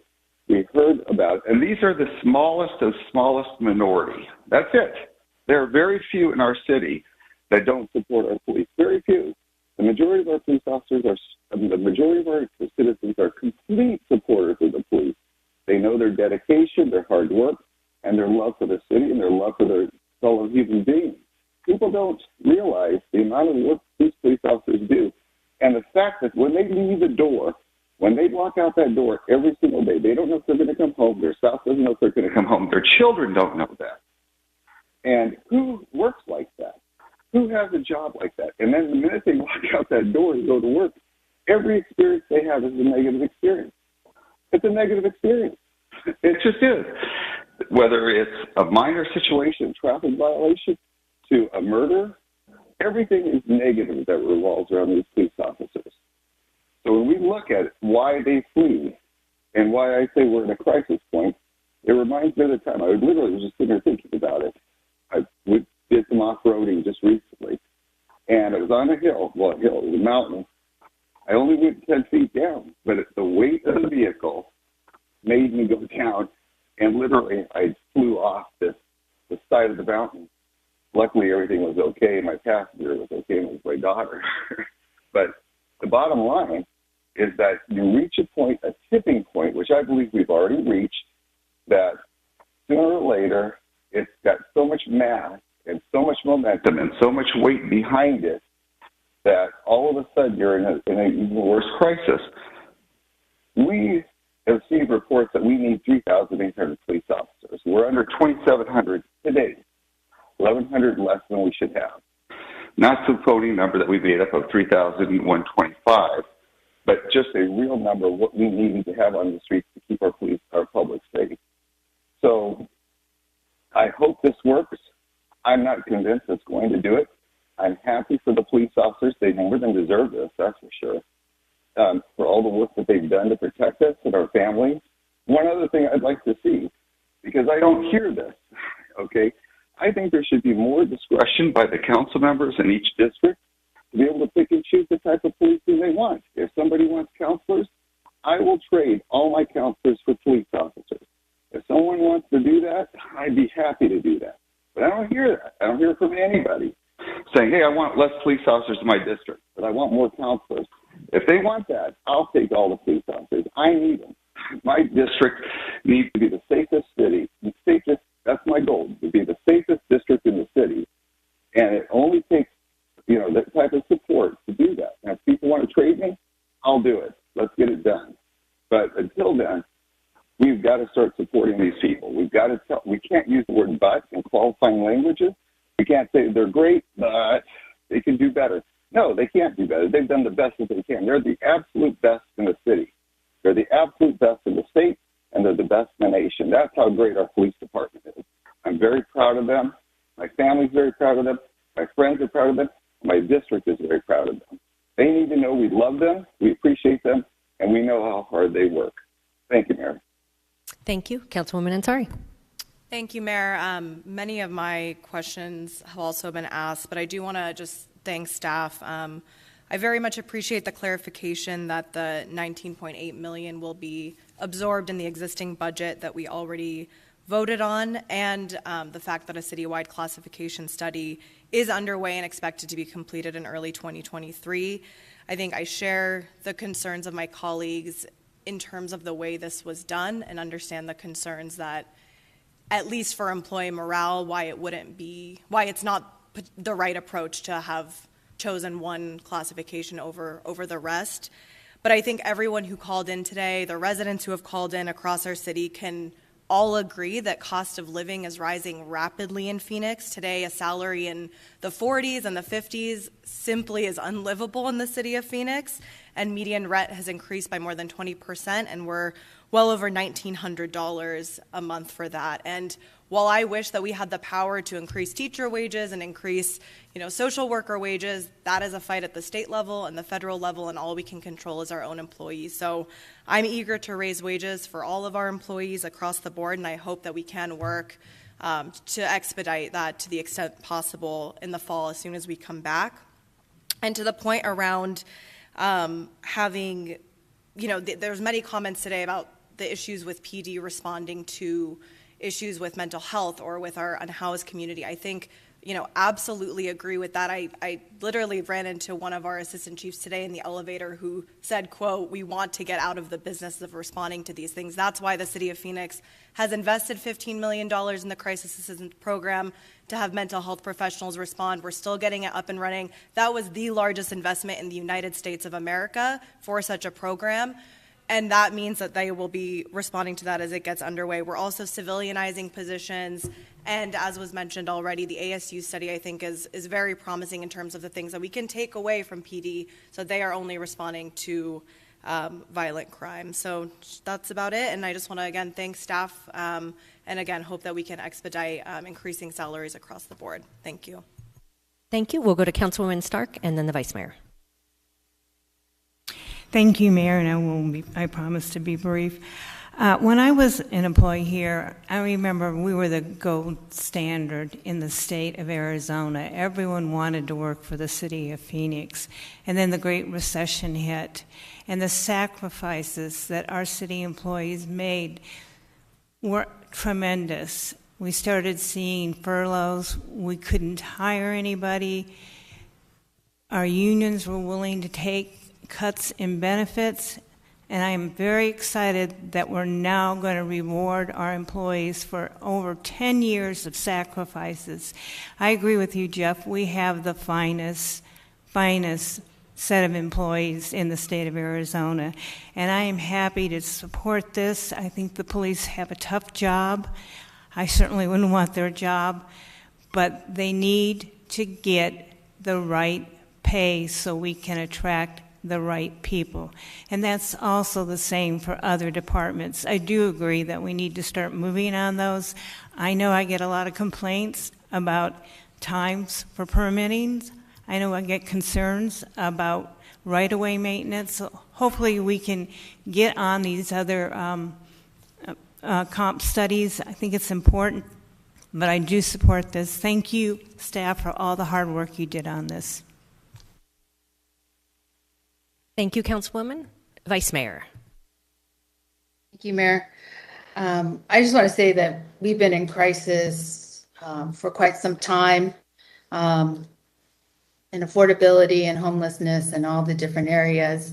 And then the pandemic hit, and we really understood what crisis looks like and discovered many different elements within our community, what was happening within our community. And as a council, we invested almost $50 million in proactive services to include mental health, unsheltered needs, affordable housing, with additional funding directed to job development. While pay is a starting point, the class and compensation study across the city needs to move faster so that pay adjustments can reach all employees. As an educator, I would love to invest more in education. The city created the Youth and Education Office to respond to the needs of the state legislators who were not addressing those needs. Our responsibility is to balance all needs within the community while funding programs and services with labor force. And so I think that's important to understand, because I think all of us sitting as we're sitting all have valid points on what our community needs. And so I think that's important to hear and see that. Most importantly, I would like to know from Lori Bays. She said we needed a more in-depth conversation. I would like to know when that will happen, because I think we are in the space and that we need to understand how we are going to fill. And Dave, those positions, especially the safety ones, because it's more than just one-offs. It's just a repeated pattern that we keep seeing. And I think that we as a council have to have a deeper discussion or deeper dive with that.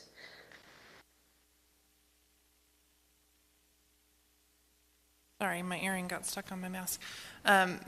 Mayor, Vice Mayor, members of the council, we are prepared to have that discussion whenever council members would like us to bring some information forward. We'd be happy to discuss multiple things as it relates to, our vacancy rates across the city and where we see the highest levels of need, and we can also discuss the timeline further for our classification and compensation study.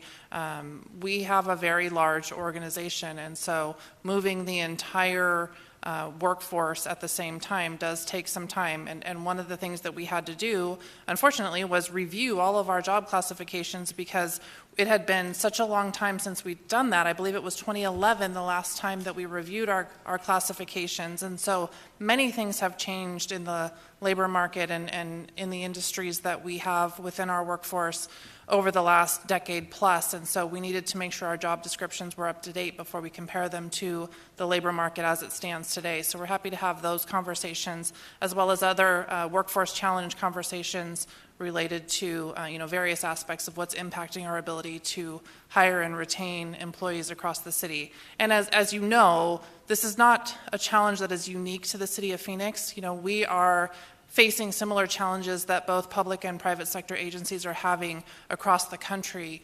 And unfortunately, we're also looking toward some potential economic challenges that are going to be things that we're going to have to face together as well. So there's lots of different things that we're able to discuss whenever council would like us to do that.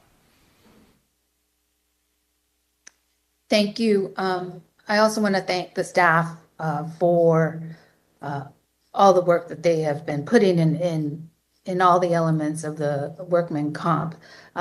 I guess my question would be, to the city manager, would that be to have that discussion? Would that be on the agenda, or does that go to policy, or is it a study session? Where would we have this conversation?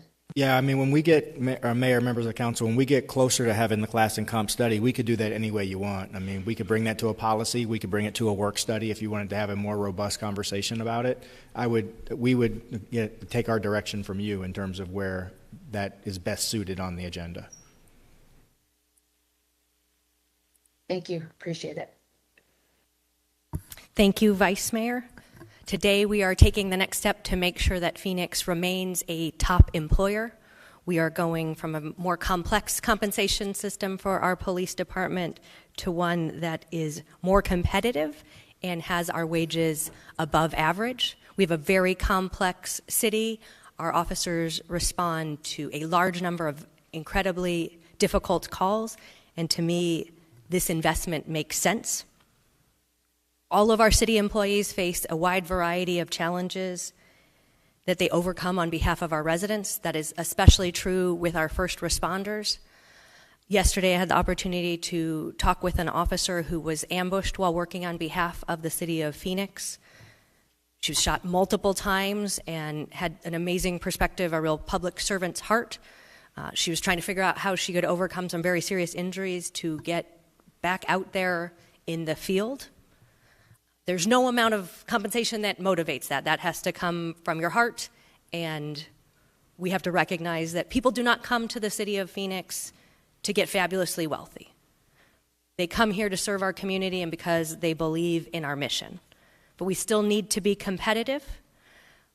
Right now, we're at a very difficult labor market, and that's why we've taken so many different steps, whether it be bonuses and pay raises for lifeguards or the investments we've made with electricians, 911 operators, and others. We are not just making compensation-based investments, we're investing in training. We have apprenticeship programs that have earned national praise. We are looking from our partnerships with IUNA to some of the work we're doing with new electricians. We really are trying to say that we care about the people who work here and we're investing in them. We just today did another new apprenticeship investment, this one around plumbing and pipe fitting. I'm so thankful to the many different members of our team who've come together. Jeff, Lori, and David, I want to thank you for seeing this problem and addressing it. And this isn't the only vote we've taken today that addresses issues related to our employee. The budget we passed today helps implement a 9% increase in compensation that we began last year. We were doing that before many other employers were making that type of investment. We did it when it was more difficult to do, and I think that reflects well on you, Jeff, so thank you for seeing this issue and trying to get ahead of it. That was an investment, that 9%, that impacts all of our employees. And I think you've heard it from the council and city leadership, but I want to say it again, we value all of our employees and understand what you do on behalf of the city. There are many more adjustments that we're going to need to make, and you have elected leaders who want to do that. So we know that people power the city of Phoenix. Our employees are what makes us a great city government, and I want to thank them. Human resources is not endlessly large, and so we sometimes do have to do things in the order that we feel makes sense, but that doesn't mean that we won't continue to do it. And I want to recognize the HR team because this took a long time to develop this system. The way we pay police officers in Phoenix is quite complicated. It takes 5 minutes to explain it, and many of our peer departments have a less complicated system where they don't have things like CEP pay that are difficult to explain when you're recruiting. So today we're also making our system a little bit more clear. That will help us as we are out recruiting. It also means more compensation in base rates, so employees who work overtime will see that reflected in their hard work, and I think that will be a more fair system that will help us maintain employees in the long term as well as attract top recruits. We recently brought on several university graduates as well as police officers who had significant career experience. Many of our most successful officers have those university degrees or relevant experience before they join the police department, and it's nice that we can be competitive. Again, people are not coming to the city of Phoenix to become fabulously wealthy, but we are asking people in our police department to respond to more calls than many of our other peer departments. You're not twiddling your thumbs at the city of Phoenix. You're doing really important work out there, and it is fair that our compensation reflect what we are doing. So today we express our gratitude to our employees who are out there, and we thank them. We are seeing a nationwide surge in violence against police officers, just as we are seeing a nationwide surge in gun crime. Neither of these are acceptable, and we're going to have to continue to work with our community to reduce those. I want to thank our partners who have helped us respond to this in the mental health field, community workers, social workers, clinicians. I'm also deeply grateful to the medical personnel who have helped us, including those at Banner University Medical Center who stepped up for us again yesterday. We cannot do this alone, and we have to continue to work together. Today is one of many steps we're taking, and I'm looking forward to supporting this increase in compensation. Do we have any final comments? Roll call. Ansari. Yes. DeCiccio. Yes. Garcia. No. Guardado. Yes. O'Brien. Yes.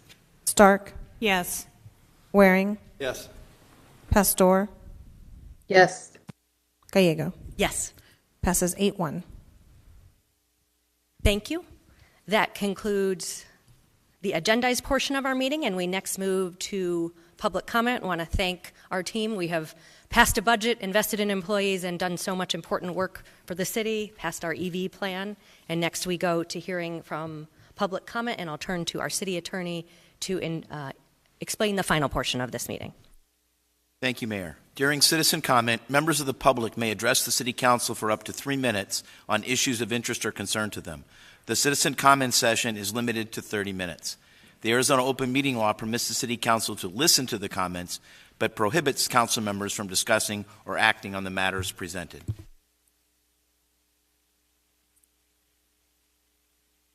Thank you. We will begin with some of our virtual callers. Albert Was, followed by Alondra Ruiz. I'm sorry, okay, so I'm sorry, Albert is here in person, so we'll begin with Albert in person. Yeah, I'm here in person. Thank you. Oh, it's on. I'm here in person for one reason, Mayor, because there's a lot of things that I've heard and seen and everything else on what you do as you've been in that seat in this city.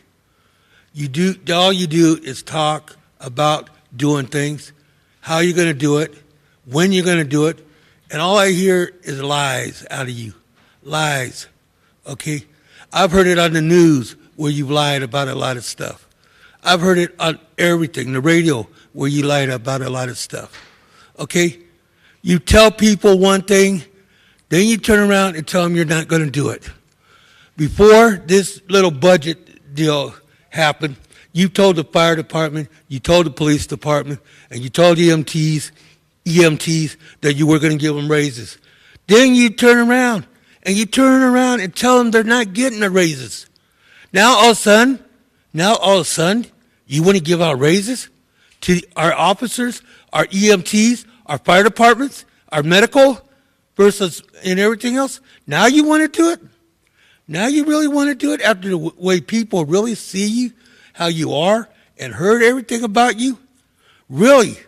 Come on. Everybody said a lot of bad stuff about you. Everybody. Okay? On how you plan on running this city. All right? Everybody. I can't say who has and who hasn't heard anything, one thing bad about you on running this city. Okay? Because you don't know how to run this city. For one, yeah, you were what, a council before? Then all of a sudden, you beat Daniel to become mayor? And ever since then, I haven't seen anything done to this city.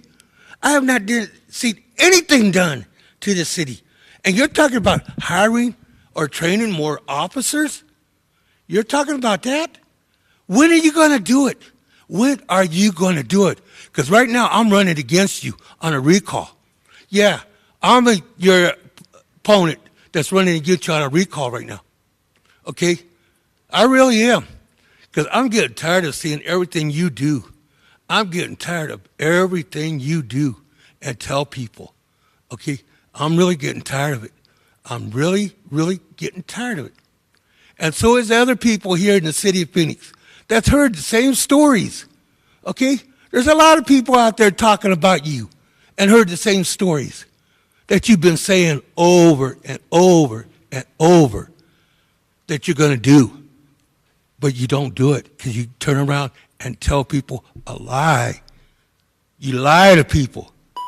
You tell them one thing, then you lie to them. So you know what? Thank you. Alondra is next, followed by Ann Ender.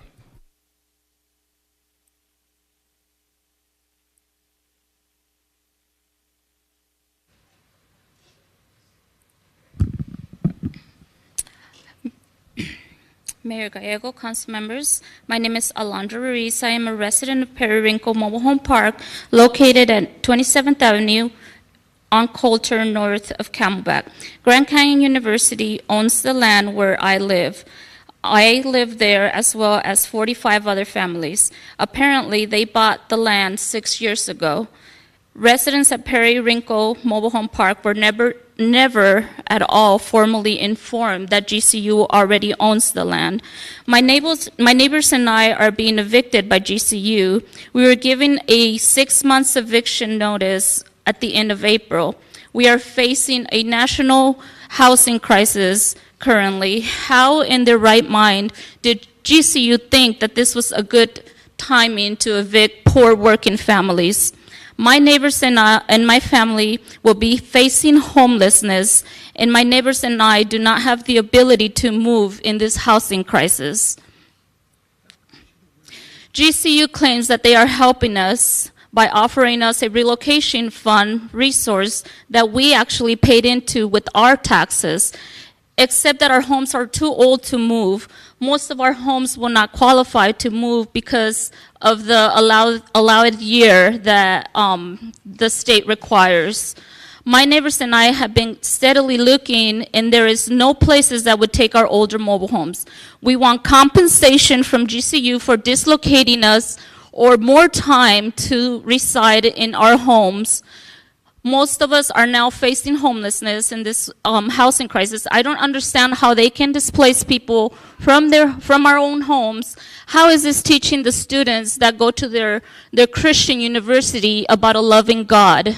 That is more hypocritical than, and it's also reprehensible what GCU is doing to us. And they claim to be Christian university.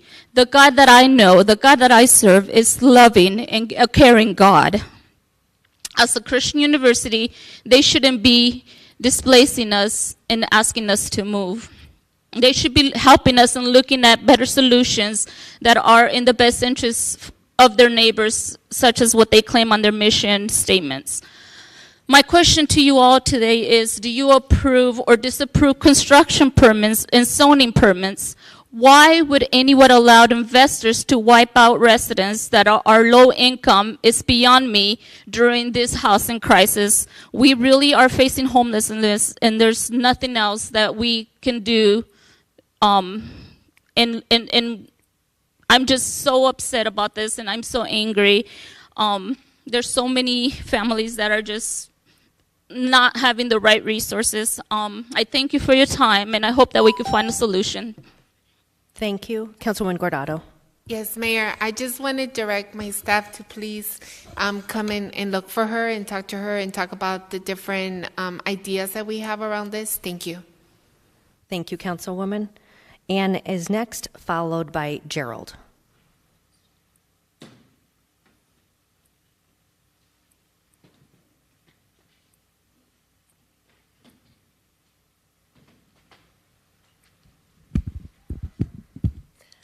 Mayor Gallego and council members, I'll make it quick because I know everybody's pretty tired. First of all, Mayor Gallego, I really appreciate you sharing that story about meeting with that officer yesterday. Really heartwarming, so thank you very much. You know, today has been a tough day, I think, for all of us, and bravo to all of Councilman Waring, thank you for your comments. Councilman DeCiccio, appreciate everybody's support today, but I am really quite disheartened by, and I say this respectfully, Councilman Garcia's comments. I think that what you're doing is continuing a false narrative, and it's dangerous. And you mentioned being disrespectful to constituents. Well, I'm a constituent, and I find it very disrespectful. I want public safety, and I think public safety is all of our responsibility. And I don't hear these callers, I haven't met any that want to participate in bolstering our public safety. Yesterday, I spent the afternoon out on McDowell Road in front of the hospital, putting some ribbons up and some signs, and a couple of officers came by and they asked me what I do. And I said, well, I'm the president of Operation Blue Ribbon, and we're just trying to show support and work with the communities, bring everybody together. He goes, can I hug you? And he did. And then I hugged the other one too. So I have to tell you that I am so honored to get to work with these men and women. And my husband, who some of you know, is a retired Navy SEAL. He served in Operation Enduring Freedom. And I understand what Councilman DeCiccio was saying about families being apart and having to worry about whether your spouse is going to come home. But he imparted an important message to me. And I'm not saying this to the council as much as I'm saying it to the people that have been spewing this hate speech. He always said, before you start to complain, go walk in their shoes. Thank you. Thank you. Next is Gerald, followed by Amelia. Mayor, we're going to be over here. Thank you. Sergio? Thank you. My name is Gerald Suter, and I also live at a Periwinkle Mobile Home Park. I've lived there for the past 28 years. I'm handicapped. I have trouble getting around. I use an electric bike to get around. I told them that these people have no place to go and no place to move these mobile homes. They didn't care. Yesterday we had a meeting on the campus, and I had a lady tell me that she has some spaces open in her trailer park. I said, good. I went down there this morning on my electric bike. There's not one space there at all. I went back home. I called her. Didn't tell her who I was. I said, do you have any open spaces for mobile homes? She said, no, we don't have any. I said, do you expect any? She said, no. And yet she gave me her address and phone number to the park. And right to my face, lied to me and told me that she had spaces. And I didn't tell her who I was, but I'm so upset about this. Excuse me. But they send people out there to lie to us and tell us that they have spaces when they don't. Why would she even say that? It's Woodwood Mobile Home Park on 27th Avenue, just south of Indian School. I don't know why she lied to me. She asked me what size my trailer was, the whole information, my phone number, everything. And I'm sorry, I'm upset, but I don't want these people that live in this mobile home park are going to be homeless because there is no place to move them. They say we have to move them within a radius of 100 miles. Can you imagine driving 4,000 miles a month to go to and from work? This is ridiculous. And this is just because they want to build a multi-unit apartment complex so the students have a place to stay and live. And we don't have a place to stay and live because of the students. Well, I think I have as much right as a student to have my own place to live. I bought this house. I paid cash for it. And now we have to give it to them. If we don't vacate the property on August 30th, we have to turn our property over to them, sign the title to them. And they'll give us $1,875 for moving expenses so we can move our stuff out of there then to be trailers. This is not right. I didn't come here to ask for help. I came here to beg for help. We need help. We can't be homeless. I bought this place to spend my final days in, and now they tell me to get the hell out. Well, I don't think I will. They're going to have to carry me out in a body bag, I guess, but this is not right. We need help from these people. They're supposed to be Christians. Why don't they read Matthew 7, chapter 7, verse 12? Let them read it. It's the Sermon on the Mount. It don't say do them before they do us. It says do unto others as you would have them do unto us. They don't understand that. So I say I'm begging for somebody to get the word out of what they're doing to poor, hard-working people. I get $1,290 a month. I cannot afford a $1,000 apartment. I just can't. And neither can the people in the mobile home park. They can't afford it neither. So we can just get the word out somewhere. Now, I had this put in the newspaper. And I think there are several folks who, including the councilwoman, who are working on what resources are available. So thank you for that difficult testimony. I think we're going to hear next from Amelia and then Marty Winkler.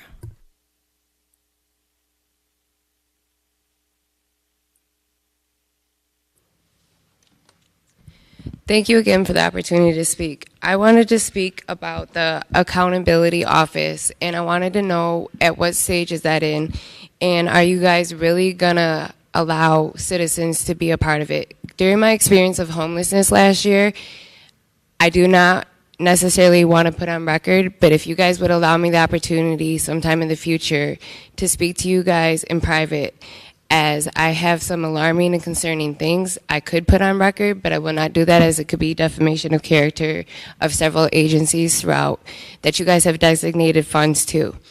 That is this frustration that you hear as this man being displaced. How many times do designated funds get designated in a proportionate degree, for example, such as U-Mom shelters? And that's part of the reason why I stayed today, because I want to know how a CEO can stand next to a $50 million check, but how many of you guys, like Ms. Hernandez says, do you guys go to these shelters?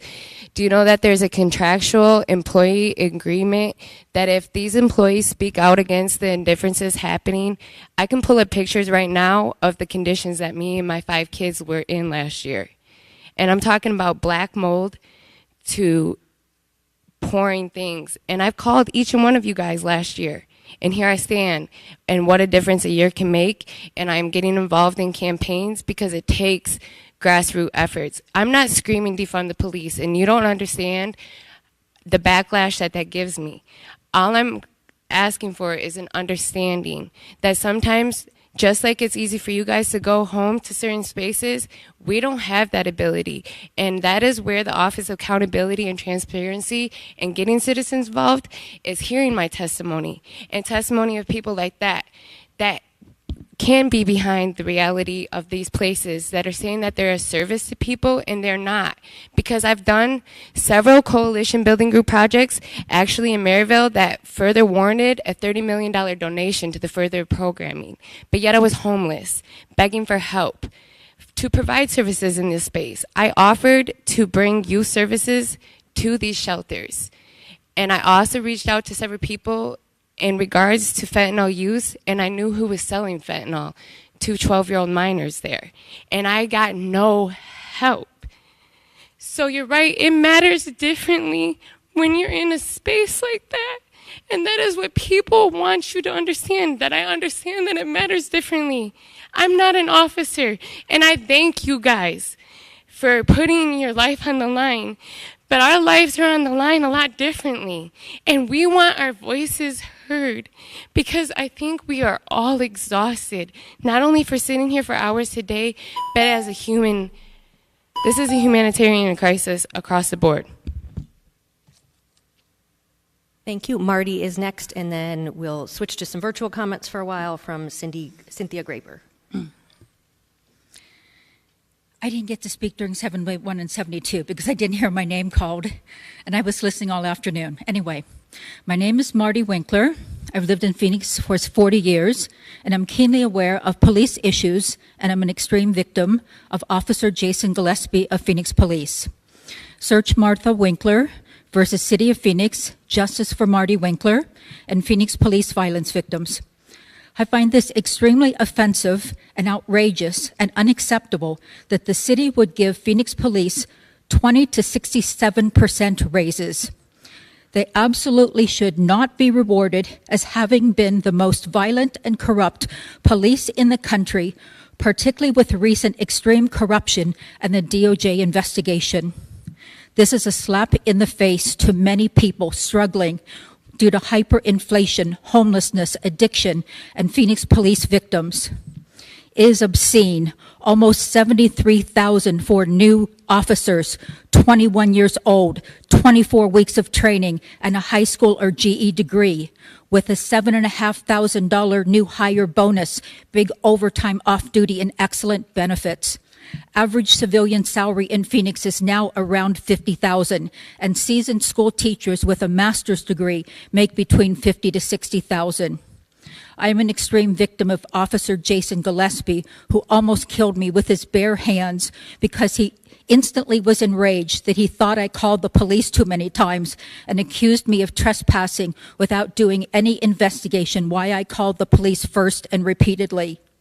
Phoenix Police and the City of Phoenix have done everything in their power to protect this serial violent predator who also horrifically assaulted another man a few months later, and once again covered that all up in the blue rug of silence, which was never in Gillespie's personnel file, along with another man that was an extreme victim of Jason Gillespie. Jason Gillespie shouldn't be in prison for what he did to me. Shockingly, they put him in the police academy training new recruits, and he's currently making $92,000 after almost killing an unarmed, innocent, compliant, middle-aged woman with her hands up in fear on video, who called the police for help and is now permanently disabled. It's all true, and just at the tip of the iceberg of the corruption and cover-up of the city of Phoenix and Phoenix Police. And you all know my story. You all know my story, and you should be ashamed of yourselves. You should be absolutely ashamed of yourselves. It's disgusting. He almost killed me with his bare hands. Traumatic brain injury, brain hemorrhaging, acute subdural hematoma, 4 fractures to the front and back of my skull, 4 days in the hospital and ICU. He covered it all up and wasn't even interviewed by PSB and said, I fell and I cut my head and I lost my balance. Thank you. Ms. Graber is next, followed by Karen Olson.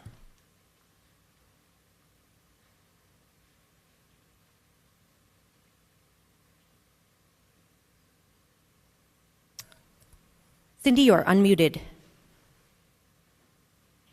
Oops, she's remuted. Now we can hear you. All right. Okay, perfect. Mayor and city council members, it's kind of hard to follow that. But anyway, any anti-rhetoric against our City of Phoenix police officers needs to stop now. The ambushing of our police officers is just not acceptable. It is up to this city council to act like leaders and lead us out of this abuse. It is time for our city council to unite and lead by example for the support of our public safety. City of Phoenix public safety is the most challenging in the nation. No other city is hit with more criminal activity involving drugs, guns, human trafficking than Phoenix. Recently, I was in New York. In New York, you will never see one police officer by himself. New York public safety work in groups of 3 to 5.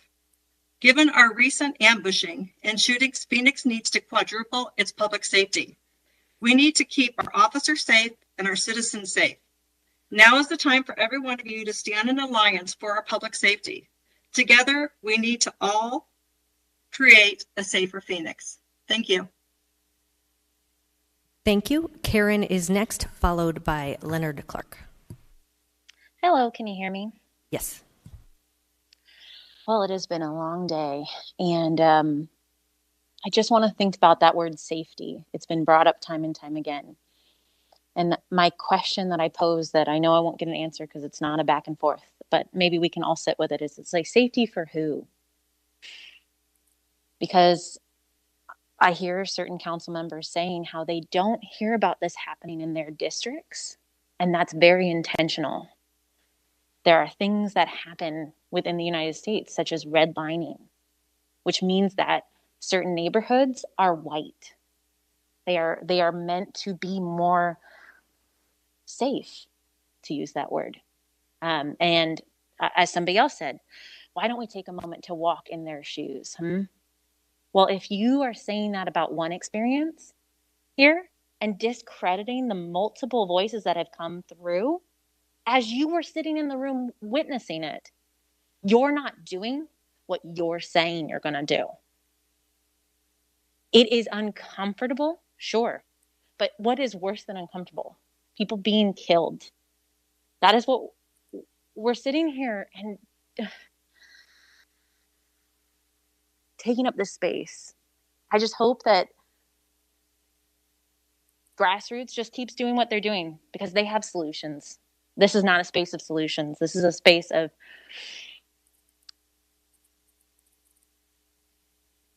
using a different kind of policing, like I said at the subcommittee this morning. We get to decide how people talk, and we get to decide how they live or don't get to live. Based on what, I ask? Because I don't think it's about safety.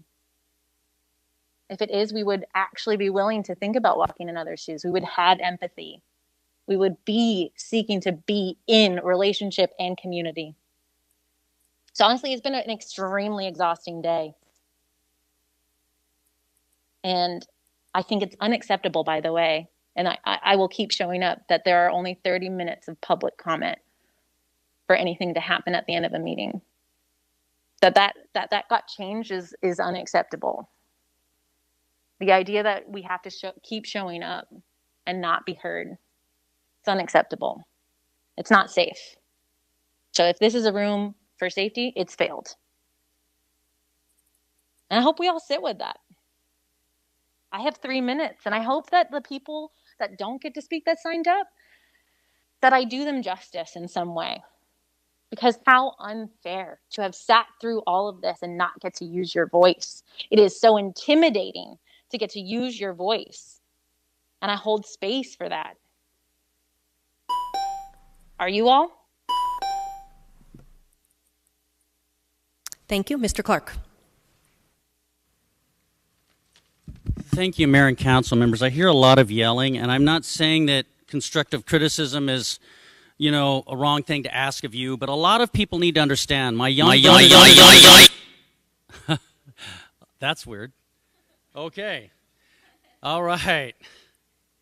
A lot of my young brothers and sisters need to understand, right down the street, 10 minutes away, is the Arizona State Legislature.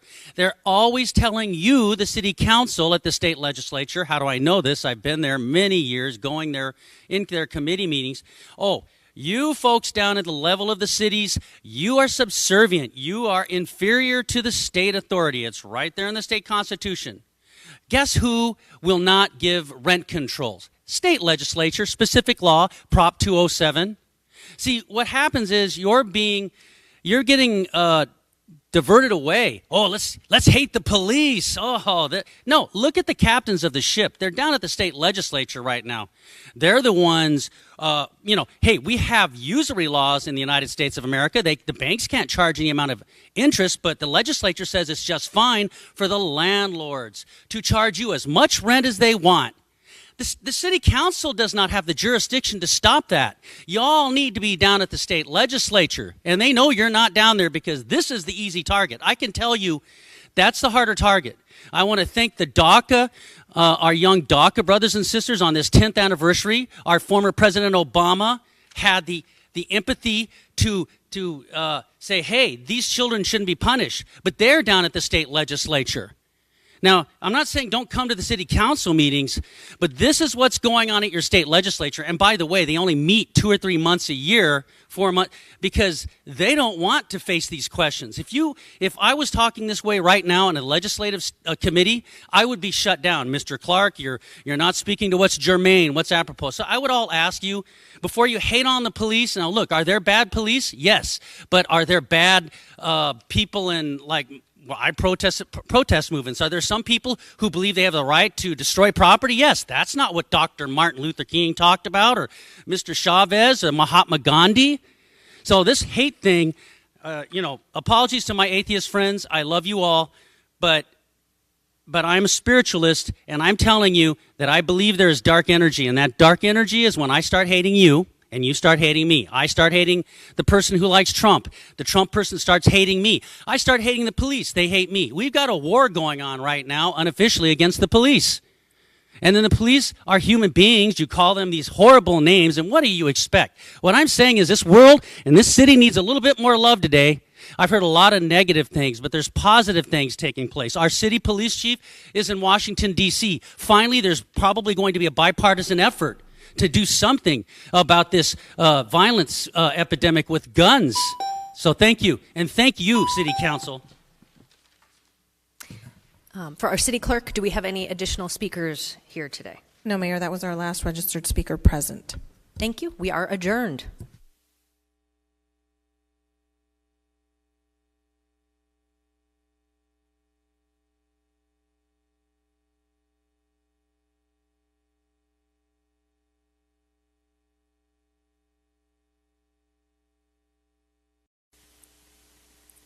Okay, then let's move on to item 8, Vision Zero Road Safety Action Plan Update. And welcome, Keeney. Good morning, Madam Chair and members of the subcommittee. Actually, it's Keeney and Brianna. So we're happy to be here today to talk to you about our Vision Zero Road Safety Action Plan and provide an update. And today we're going to be focusing on an update on our development work on the Roadway Safety Action Plan.